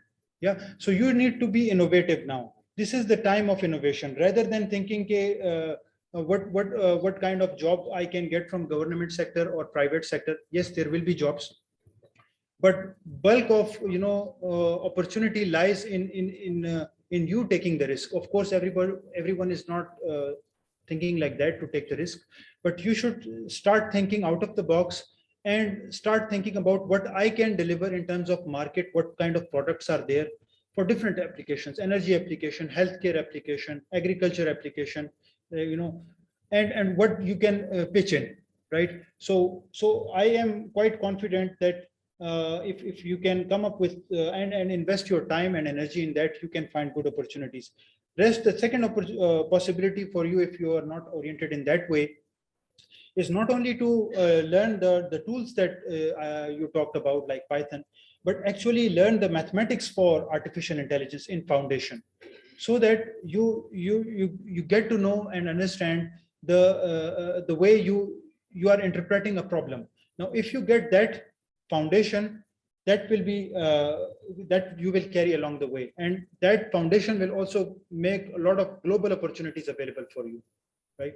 So I cannot completely answer this question. I know in market, the MS and PhD students are not getting the jobs that they wanted to have. This is a problem, but this is on this, many people are working at different stages in their career. And we are seeing big names like big companies are now interested more and more in AI related applications. And I am sure that a lot more companies will be interested in it. Thank you. One So more- we have another question from this card. Assalamu alaikum. Yes, please, after. Okay. Ji, please. Assalamu alaikum, sir. My name is Kashif. I'm from Sheikh Zayed University, Shikarpur. So I was very glad to know about the SPCI center that you have pioneered work for that. I have a question regarding the what type of computational services and how these computational services can be provided to any other industry, any other hospital, or even any other academia or university. Do you have any some kind of Well, interface? there are, the question could be if it is just a discussion or if it is a question. If it's a discussion, I can say that platform as a service is a globally renowned phenomenon. Platform as a service allows you to host your computational power in cloud and provide it as a service to third party, right? So this is a possibility for organizations to participate or even to bid in a joint venture for any tender, right? So within institute, if you are talking about how you can share the computational resources, is the advanced application you need to deploy on HPC that make it cloud ready and you can access it from anywhere. So, and if you are talking about that, if you do not have a computational resource accessible right now, so currently there is no national platform which provides computational service and which you can, do pay per use rather than international services. So this is again a work in progress. But what you can do within your campus is to make your HPC or your cluster cloud ready. So we have another one. Yes, Ji, please.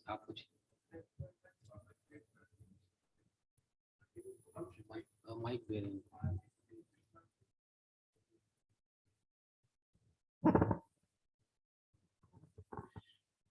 जी, तो मेरा question ये है कि could you please little bit explain on the potential opportunities in the AI sectors, based on your surveys you have conducted, in order to find potential opportunities. And I want to know the response of the, different participants in those surveys of the energy industry overall, and particularly related to renewable energy. Thank you very much. Thank you very much. So I will first answer that what are the existing opportunities. So existingly, the data sets available are global data sets. The Pakistan data set, just like Dr. Saab mentioned, and you got aware of it, please check it out. If that data set is available and you can use it for let's say solar irradiance prediction, but it turned out to me when I used it, it's very hard. It's localized data, and making it useful for solar irradiance prediction in let's say Haripur or in Ahmedabad, it's not possible, right? So traditionally it is handled by a very detailed weather models. So we need a national level kind of a focus on making solar irradiance forecast available to the public. If public is going to do it, they will soon or later encounter data accessibility problem, right? So we do not have recorded weather data over the course of time that we can use for microclimate estimation, even using machine learning. So if we talk about renewable energy, again, I will say that those kind of applications which require such kind of data sets may not be possible at this point. But those kind of energy applications which can work on consumer data alone are potential areas where you can think about, right? So whether it's you are working in a microgrid or kind of working with only one machine, and you are doing predictive maintenance and you can get the data from the machine itself and deploy your solution there. These are the opportunities that are there. In the longer run, of course, there are some things that government needs to take initiative on and establish a foundation for, and then we will be able to reach that milestone, right? But at your level, there are opportunities, but they need to be, case to case. Again, this evaluation is not static. As soon as more opportunities will appear, the opportunities for working in different sector will also increase over the course of time. So you have some remarks, I guess. Yeah, please. I think, the artificial intelligence, what could be its main product out of that, out of this workflow, artificial intelligence, what can be the major output product from the AI workflows or applications? To my understanding, it can be integrated software technology, which could have ability to address, different data sets, different functionalities, different stakeholders, associated to, different branches of the renewable energies. So my question basically was related to the response, based on the surveys you conducted. What is the trend basically in the energy industry overall, and particularly the trend in the adoption of the AI methodologies, specifically to renewable energy? Because today we were discussing, the energy future of Pakistan is related to renewable. Even, everybody knows that at the present, the portion of the renewable energy content in the total energy mixture of Pakistan is, is very limited. Okay, I think I got the point. So this was my basically question. Yeah. From the survey, what we learned from the energy sector is energy sector response helped us to identify that there needs to be a standardization of the data. Then there needs to be accessibility of that data in the public domain. Specifically, when I talk about solar irradiance data, it is one of it. It's not all of it, but most of the respondents gave an impression that adoption of AI in energy sector is in its infancy. Right now, it's not adopted significantly in Pakistan. The most of the operations are handled traditionally. And the procedures are handled traditionally, but that's going to change. I will give you one short example, and then perhaps we can conclude. Is that if you are working with energy storage system, energy storage system, when you put it in electric vehicle, need to respond in a different way. If you put it at the home, it need to respond in another kind of way. And if you put it in a bicycle, for instance, electrifying a bicycle, it needs to provide a torque on different level. Now, in the start, if you model this system, and if you are working with the mathematical model of it without using AI, that mathematical model may not be relevant if the battery gets old by 50% of its life cycle, right? So we need a kind of a digital twin, which may use machine learning that will provide us the condition of the storage system throughout its life cycle. So it will so the usability of it can be increased. So similarly, if we in Pakistan, if we have different type of batteries which are not very detailed model, and you cannot get the model, so you need machine learning in order to identify a machine learning model that you can associate as a digital twin with that storage, that basically gives you how the storage will behave in different temperatures at different power, what will be the charging levels of that storage, how it will respond in individually the cells and overall. So the applications of AI, I think they are significant at the consumer side. At the grid level as well, they are enormous, but that needs government level of intervention that will take time. So at consumer level, you should start thinking about how digital twin can support your operations, how certain machine learning algorithm can help you forecast, or how it can improve your solution, how it can make your solution adaptable to a very diverse customer response in Pakistan, right? So these are all the opportunities that I think I can talk very small amount, and you can talk a lot more about it. Thank you. Thank you. There is one last question for you, Dr. Smail. Thank you for standing there with all the energies you have after the malicious meal. Okay, so you talked about sandboxing the energy market. So how can sandboxing the energy market interventions facilitate standardization and attract private investments in Pakistan? Okay, thank you. I think sandboxing is a new concept even in Europe. It was not very prevalent like 7 or 8 years ago. It's new. And actually the sandboxing is kind of an arrangement in which different regulations could be tested with different technologies. So let's say that if a district needs to be made independent 30% of its with 30% of its energy consumption, and you are basically allowing the people or residents in that district to feed in grid at different power levels, different tariff and with different intermittency, which regulation will be the most beneficial? So a regulatory sandbox give you a window or give the authorities or relevant authorities a window in which they can test different regulations without breaking the existing regulation.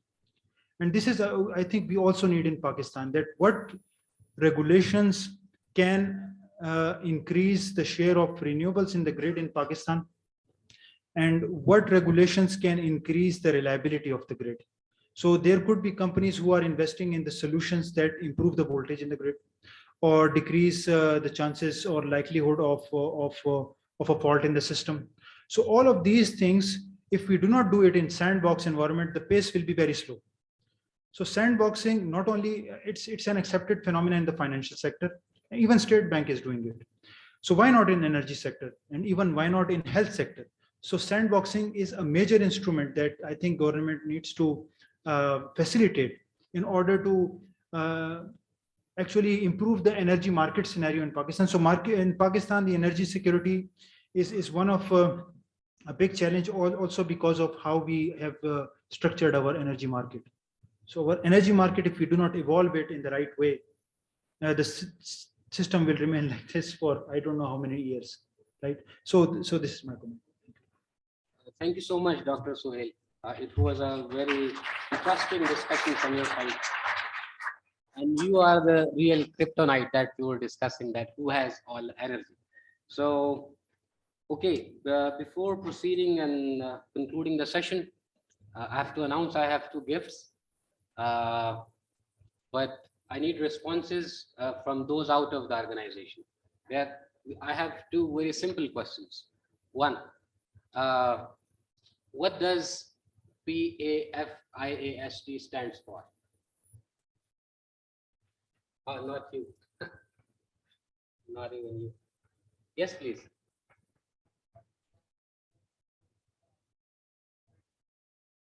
Yeah, that's great.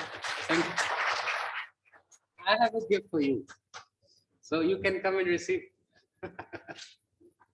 Okay, and then there is another question.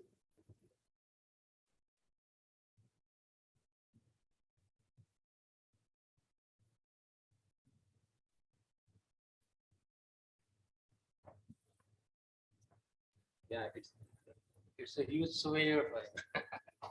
Yes, please.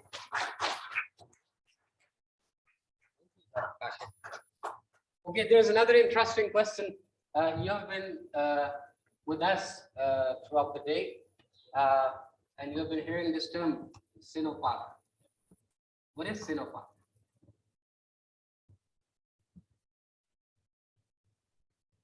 Anyone? Yes, please. Yeah, but if you could, yeah, you are right. But if you could, I don't know. SP, oh sorry, SPCAI. Yes.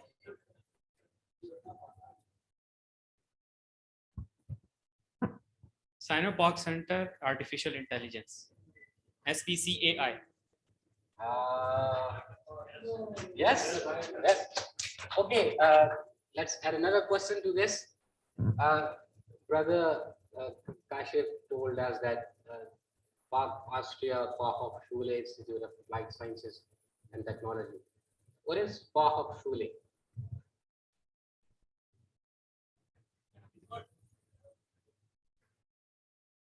Okay, you have earned the prize, but yeah, yes, please.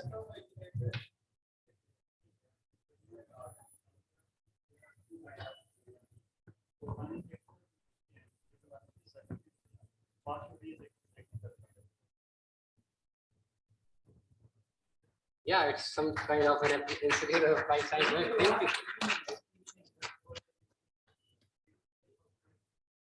Yes, what I actually it indicates to, and he somehow told us it means that an institution working with applied sciences. And yes, you are right. And you deserve this. Yes, please come and get it.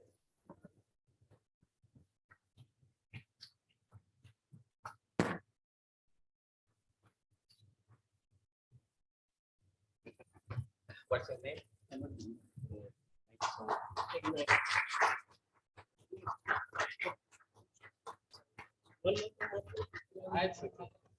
It was just something that we all are well aware of what's being happening now in the session. So before concluding the session, I'd like to discuss a few more things about AI and what's going on actually in this event. We, as Dr. Sohail discussed, is working upon the national AI policy, which is much a needed topic. And AI, artificial intelligence, it has it has so many dimensions.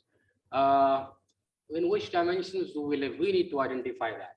But the three areas that we focused on, we say that AI is everywhere, AI is ubiquitous, and that is because the data is ubiquitous. Everywhere we see is the data. So that's why AI is something that we'll have to know, regardless of the field that you are in. So we focused on healthcare, applications of AI in healthcare, applications of AI in energy, applications of AI in agriculture. And we had distinguished guests from all over the country who discussed a lot about these things. So I'd like to know one thing from you right now. What was the most interesting part for you being a researcher in this whole scenario of today that we had?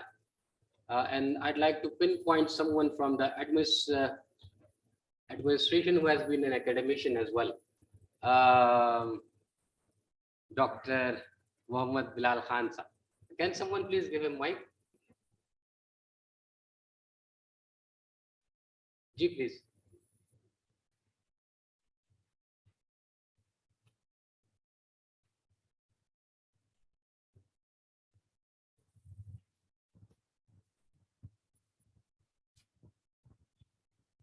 Yes, I think overall it's a great workshop.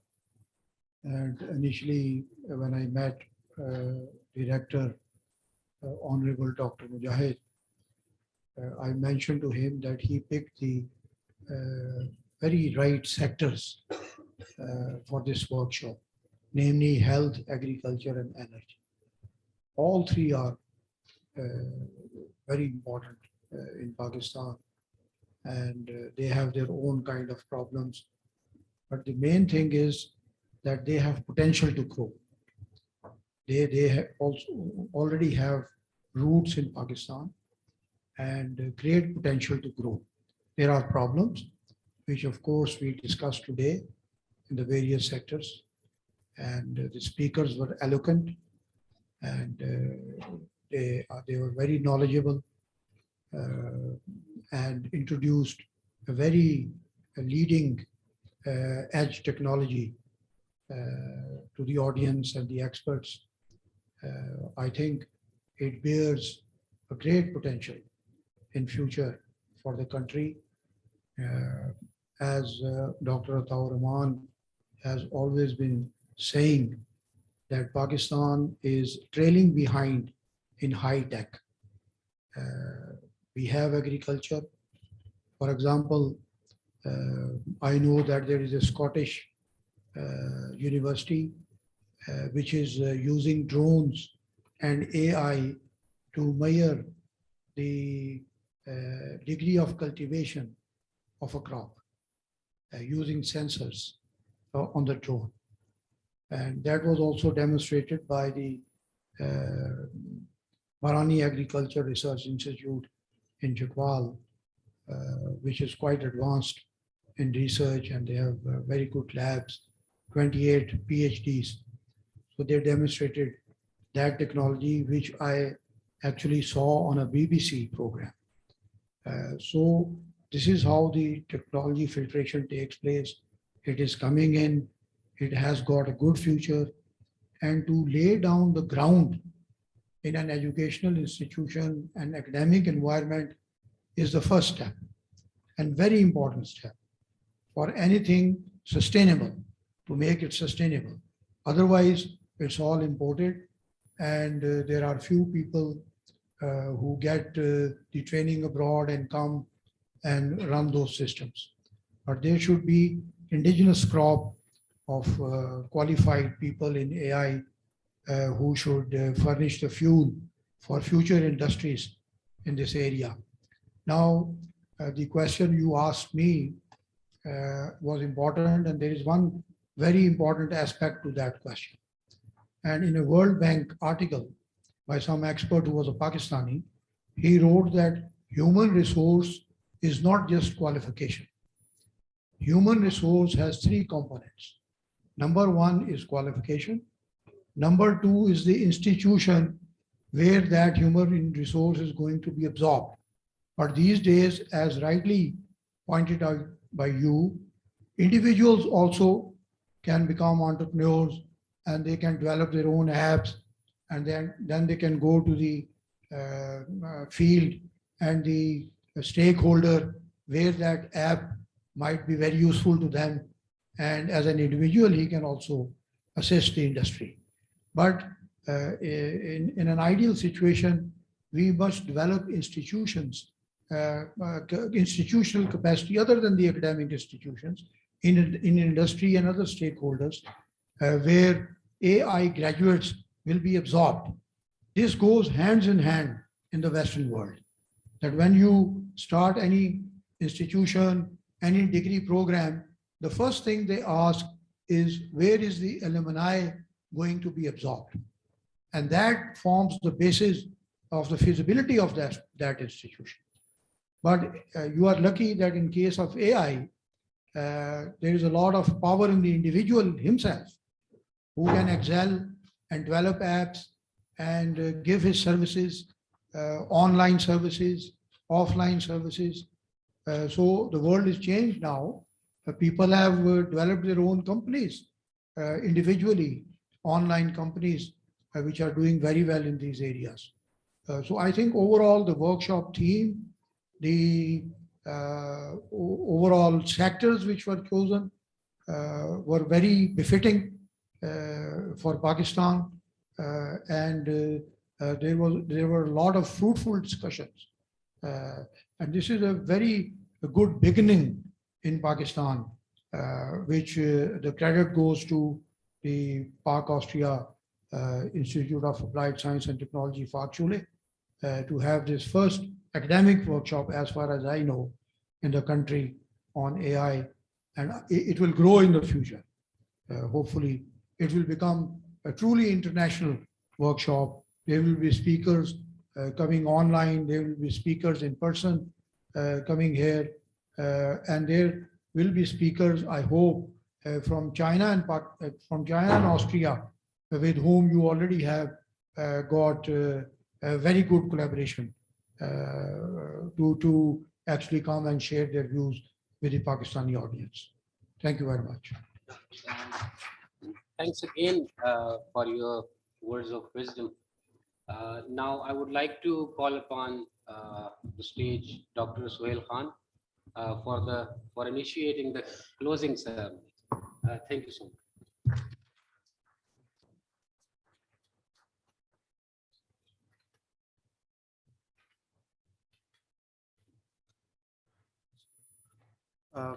Good afternoon, ladies and gentlemen, honorable chief guest, participants, panelists, and all the dignitaries present here for the international workshop on the role of artificial intelligence in healthcare, agriculture, and energy sector.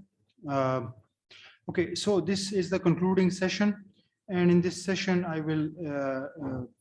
will basically introduce the guest speakers who belong to well-renowned organizations and carry professional experience working with top multinationals, followed by the distribution of souvenirs, the vote of thanks, and group photo to conclude it. So the next speaker on our agenda is Professor Dr. Shahid Beg. Sorry, Shahid Beg is not here, so apologies. So the next guest we have, I feel honored to announce General Najmul Hassan, retired, who is Director, Health and Education, Capital Smart City. So a big round of applause and most welcome to General Najmul Hassan. And please.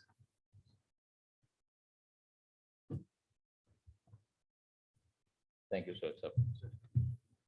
Bismillah ar-Rahman ar-Rahim. Professor Dr. Mohammad Mujahid Saab, Rector, Pak Austrian Hochschule, and Professor Dr. Atif Mashkoor Saab, MD, SPCAI. The entire management of the Hochschule and the organizers and the honorable guests. Assalamu alaikum. My name is Najmul Hassan. I am not by profession any doctor, or I am just, I have some experience in administration and management. And currently I am working with FTHL, that is a subsidiary of Habib Rafiq Private Limited. And FTHL is Future Development Holdings Private Limited. And the main objective of this organization is providing modern technology-driven housing projects to the people of Pakistan. And in that, currently, we just started our this business about 8 years back, 2014. And at this moment, we have 5 projects which are on ground. One is we started with Royal Orchard Multan, then went to Sahiwal, Royal Orchard Sahiwal, Royal Orchard Sargodha. With a tremendous response and success that we received, we actually decided to come up with a project which should be not the housing schemes or housing small towns. Rather, we should come up with new cities. And actually, with that, we started researching and realized that it is time to, this is industrial revolution, IT revolution is there. So we have to look for our future generations, that the housing needs of our future generations. So the leadership, being himself engineer by profession, qualified from USA, California, had that vision. And Mr. Zahid Rafiq Saab decided that we should carry out sort of research that which is the best living environment can be given world over. So we saw the models of UAE, Dubai, and others like Singapore and Western Europeans as well. However, we settled down on bringing up Singapore model. And that is where it was decided that we should go for bringing up smart cities in Pakistan. And the smart cities, it's not merely by name smart city. It is actually a license. As we get for 5-star hotels, you get the brand and the license, you qualify the criteria given. So we went into a lot of deliberation, and based on that, we actually measured up to, in the entire world at this time, there are only 22 smart cities. And Alhamdulillah, we brought 2 smart cities licenses for Pakistan. We met their criteria. The first smart city is Capital Smart City on M2 next to Islamabad Airport. And the second one we started only in 2018. And the second one we started at Lahore, that is Lahore Smart City. So the difference between this city and the other cities is one, that it is planned. It's a city which is an inclusive city. And it is a city which is a futuristic city. It is a city which is technology-driven city.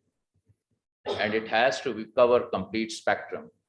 And when we say complete spectrum, this city should have, unlike other housing societies, this where it is only 7% area which is to be left for the green. Smart cities require 28% of their area to be left for greens. And our leadership, again, being friendly with technology as well as climate change and environment, has decided not 28%, rather we will go for 32% green. So we are bringing up capital smart city, which is a city in jungle, but city which is actually technology driven. Smart city also has to have its own metro or BRT system. So we are having our own metro system. It has to have its own education institutions, starting from primary, secondary, and tertiary.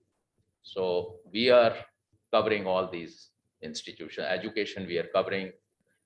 By this moment, starting in 2018, by now we have already, we have 4 universities in our location, starting from National Defense University's campus, National University of Modern Languages campus. Then we have Fauji Foundation University, its campus. Then we are also in negotiation with Aga Khan University. GIKI for their main campus is already in negotiations with us. We have a complete education district and health district. So then I'm just giving a little overview kindly. I am drifting away from topic, but how important ultimately I'll come, technology and AI, how we are looking at it with this spectrum that we have conceived. National University of Technology, New Tech, it has already moved in. They are working there. Their main campus is going to be on M2 in Capital Smart City. So in education district, we are at the moment having 3 universities which have their footprint right away, and 2 are in negotiation stage, final stages. So that is how we start from preschool till university education. We are there. IT university, we are only looking for some renowned world IT universities campus here. For that, we have Silicon Valley. The place is reserved for them. Now on health side, since I am doing there as Director Health and Education, so I was covering both sides. On health side again, the smart cities requirement is that it should cover all 3 tiers of the health facilities, primary, secondary, and tertiary. So primary and secondary, which includes from smart medical clinics to actually 50-bedded hospitals, that we have kept to ourselves, that I am managing. Tertiary health facilities, we are actually we are outsourcing. At this moment, 2 hospitals have actually moved in, which are working. One hospital is the first of its kind in South Asia and West Asia. And that is Spine and Brain Surgery Hospital coming from Harley Street, London, with 500-bedded hospital and a sort of medical institution along with that, which is going to promote the medical tourism from Middle East and complete South Asia. The facility is itself the first of its own kind in the South Asia and West Asia. And the practitioner doctors are going to be from UK. They'll be practicing here also. And so would be the paramedic staff. Our second hospital is Pink Ribbon Hospital, 200-bedded, which has also taken over the land from us, and they are in the planning stage. That is Pink Ribbon, you know it, breast cancer 200-bedded hospital. That is coming up in Capital Smart City, another 200 at Lahore Smart City. We are also working together with German health organizations, and in that, at this moment, our discussions are in the final stages with Genetic Diseases Hospital. And genetic diseases, I was surprised myself, rather astonished myself, when I came to know that out of 206 countries around the world, Pakistan stands number 1, highest ratio in genetic diseases, followed by Egypt.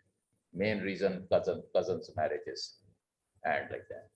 So we are bringing up that hospital of its kind from with the help of German doctors. And it's going to be 100-bedded hospital in capital smart city, Islamabad, and another 100-bedded hospital at Lahore, the smart city.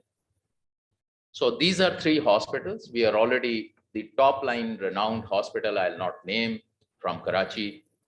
They are in the final negotiation to bring their first ever campus out of Karachi, the hospital, and they are actually in. So we are hoping that that also comes. So that is how we cover the complete spectrum from primary, secondary to tertiary health facilities.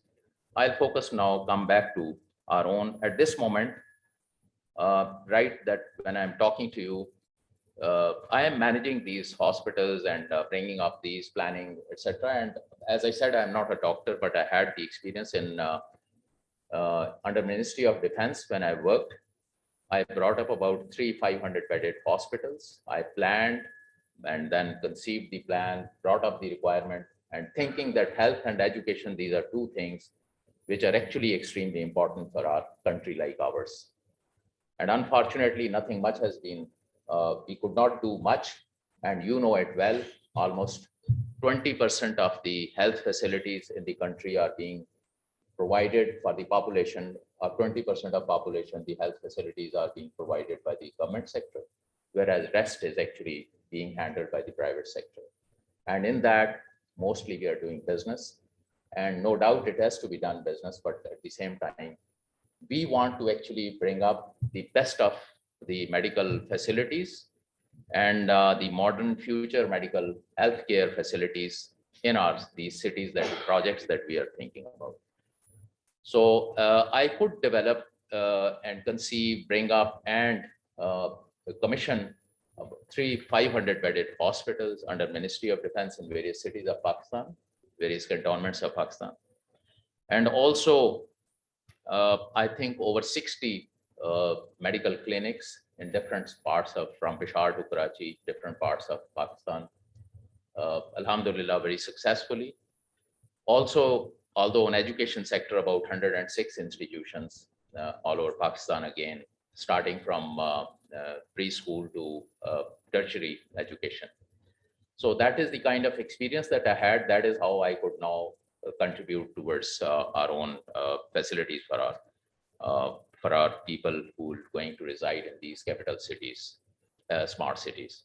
Okay, in smart cities, as I said, at this moment when I'm talking to you, we have 5 hospitals being constructed and 3 smart clinics.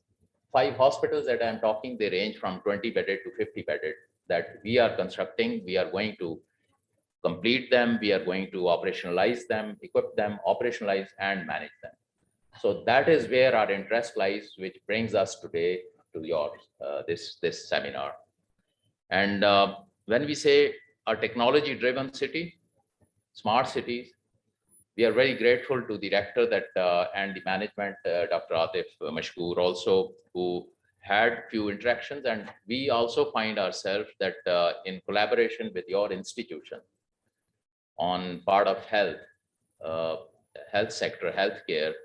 I think it's not only healthcare, very kind of you that we are there for talking on healthcare, but a complete spectrum of civic life that we provide there. When I said BRD, metro system, then we are universities, then.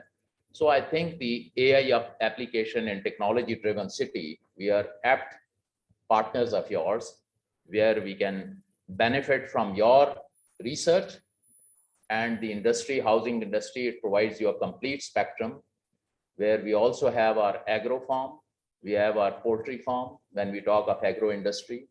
When we talk of education, I mentioned to you from primary to tertiary. When we talk of health, we are primary to tertiary. And then even the kind of that was also energy. We are already we have already working on our technology company, that is we have developed our own that is actually working on electricity management in the city, smart city, that we are already mixed a tinge of artificial intelligence in that. So for students and researchers of your institution, it will be a great practicing ground for them to come and work with us. And that is how we benefit It is a mutual benefiting actually project, and we feel very proud of collaborating with Park Austria and Fachhochschule on and this very AI, particularly the AI progress in the AI field that you are making. So on that account, we have already we have named our hospitals as smart hospitals. So we are looking for medtech complete integration. We are looking at digital health. We are looking at palliative health care. We are looking at old homes. We are actually not only looking, we are actually, the plans are actually there, and all these facilities that I'm talking that are going to be available in next 3 to 4 years time, that we are seeing these functioning on ground, inshallah. So you have a complete and special children. We are at this moment, I think by end of this year, another 4 or 5 months, November, December, we are going to inshallah operationalize the best rehabilitation medical institution, where we find a lot of AI's requirement over there. So that is how we are looking at complete spectrum, and that is coming up. I am so is likewise in education. So I am very grateful. I'll just the time I have taken is introduction to what we are doing, and thanking the management for giving us this chance, inviting us, talking to you all, and very happily looking forward in collaboration with your institution, the FDHL, Future Development Holding, wherever our plan doesn't stop here. We are not looking at Capital Smart City, and we are not looking at Lahore Smart City. Inshallah, we are bringing these cities closer to the existing bigger cities. And the kind of size, if I mention, just you can compare. When you go towards airport, you find Top City. Top City is 4,500 canals area. Ours is 2 lakh canals. So it is Islamabad itself, when it was planned in 1960, it was only 123 lakh, 1,23,000 canals. And now it is something around 240,000 canals. So we are something like 60 to 70% of size of Islamabad, the city that we are bringing up. So such big project, and the similar size we are looking at Lahore, and similar size we plan that we should be bringing up something like around 8 to 10 cities in Pakistan like that in future times. So I think it's going to be a very lasting, and it's going to be a good place for your, even the people who educate, those who qualify, those who graduate from your institutions. We offer the place that where they can get wonderful employment, and they can be immediately employed in the kind of expansion that we are having. I was talking to Dr. Mujahid Saab in the morning, and I mentioned that we had 1 or 2 I attended in your university, but inshallah we will be coming up for formalizing our collaboration in a more concrete way. I thank you all. Thank you, sir. Thank you. Thank you all. Thank you very much, Mr. Najmul Hassan, for your insightful presentation, and also introducing us with the Lighthouse project, which I will say it's a lighthouse project for us that will show the light for different directions in which the technology will develop and provide services to the citizens. And also this is an occasion where the young generation can see that there are projects going on in Pakistan where they can also seek future employment. So a lot of opportunities are there. Without ado more time, I would request our Honorable Rector, Park Austria Fachhochschule, Dr. Mohammad Mujahid, to please grace us with your presence at the rostrum and speak about the event, please. Thank you.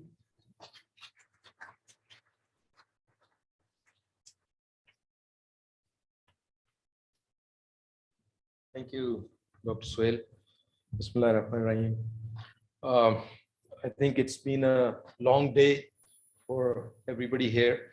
I would not like to take much time, but in conclusion, what we have gone through in the whole day in terms of the speeches, in terms of the presentations, in terms of our question answer sessions. I think it was quite a wholesome exercise,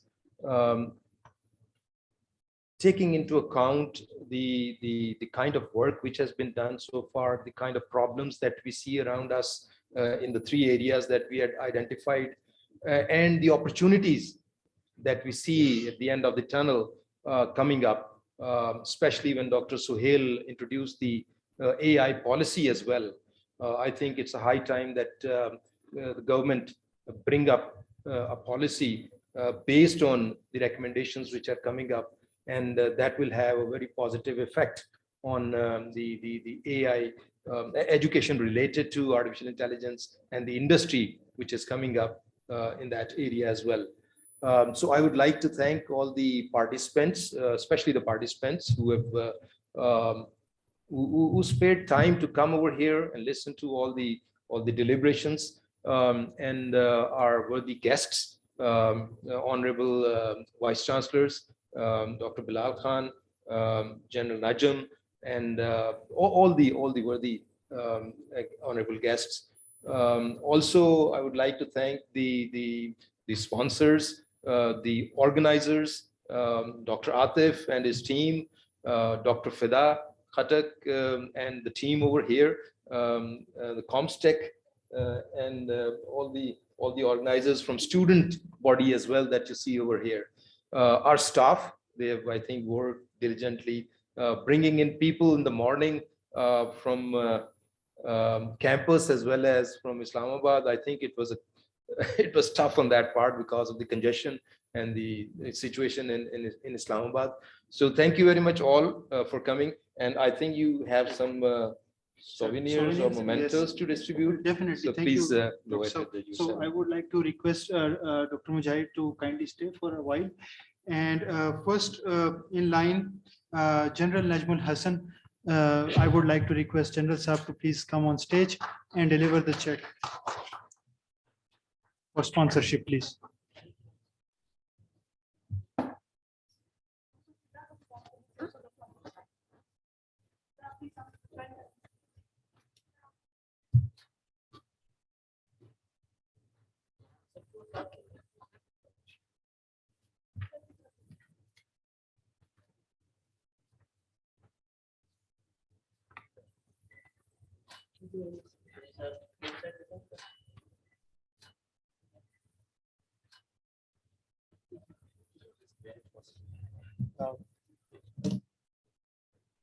Thank you very much. Yeah.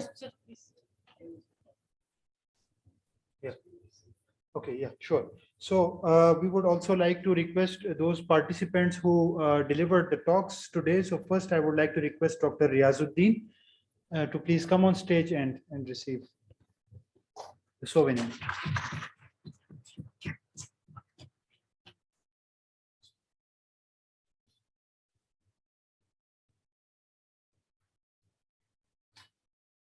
Dr. Muhammad Adnan, please.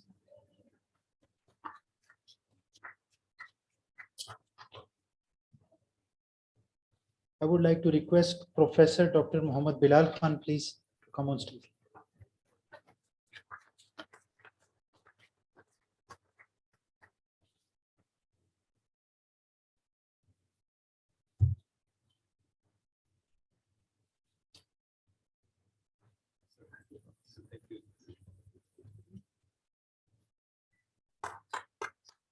Dr. Arshad Iqbal. Before that, it's my turn as well.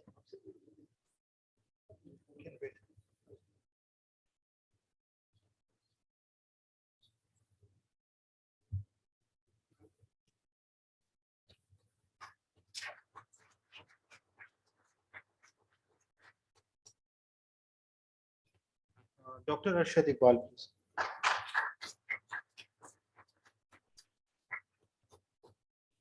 Dr. Ehtisham Ali. These two individuals, they hosted webinars at Sino-Park Center for Artificial Intelligence, and we will also be requesting the experts in future to deliver webinars with SPCI. In last, I would like to request the organizers to please receive their souvenirs. So first, I would like to request Dr. Atif Mashkoor, please.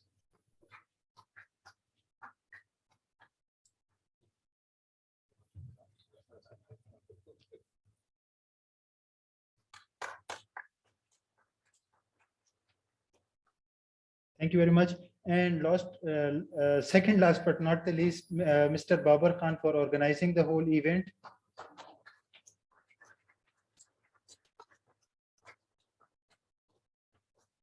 And Ms. Madhiya Aslam as the second most important pillar of SPCI.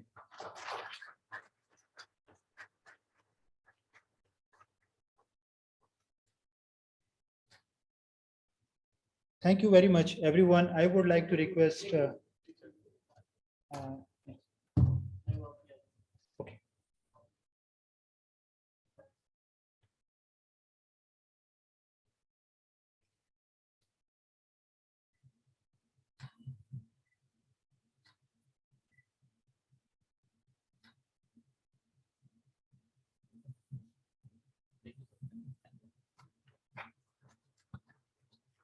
And in the end, I would like to request Dr. Atif Mashkoor to please.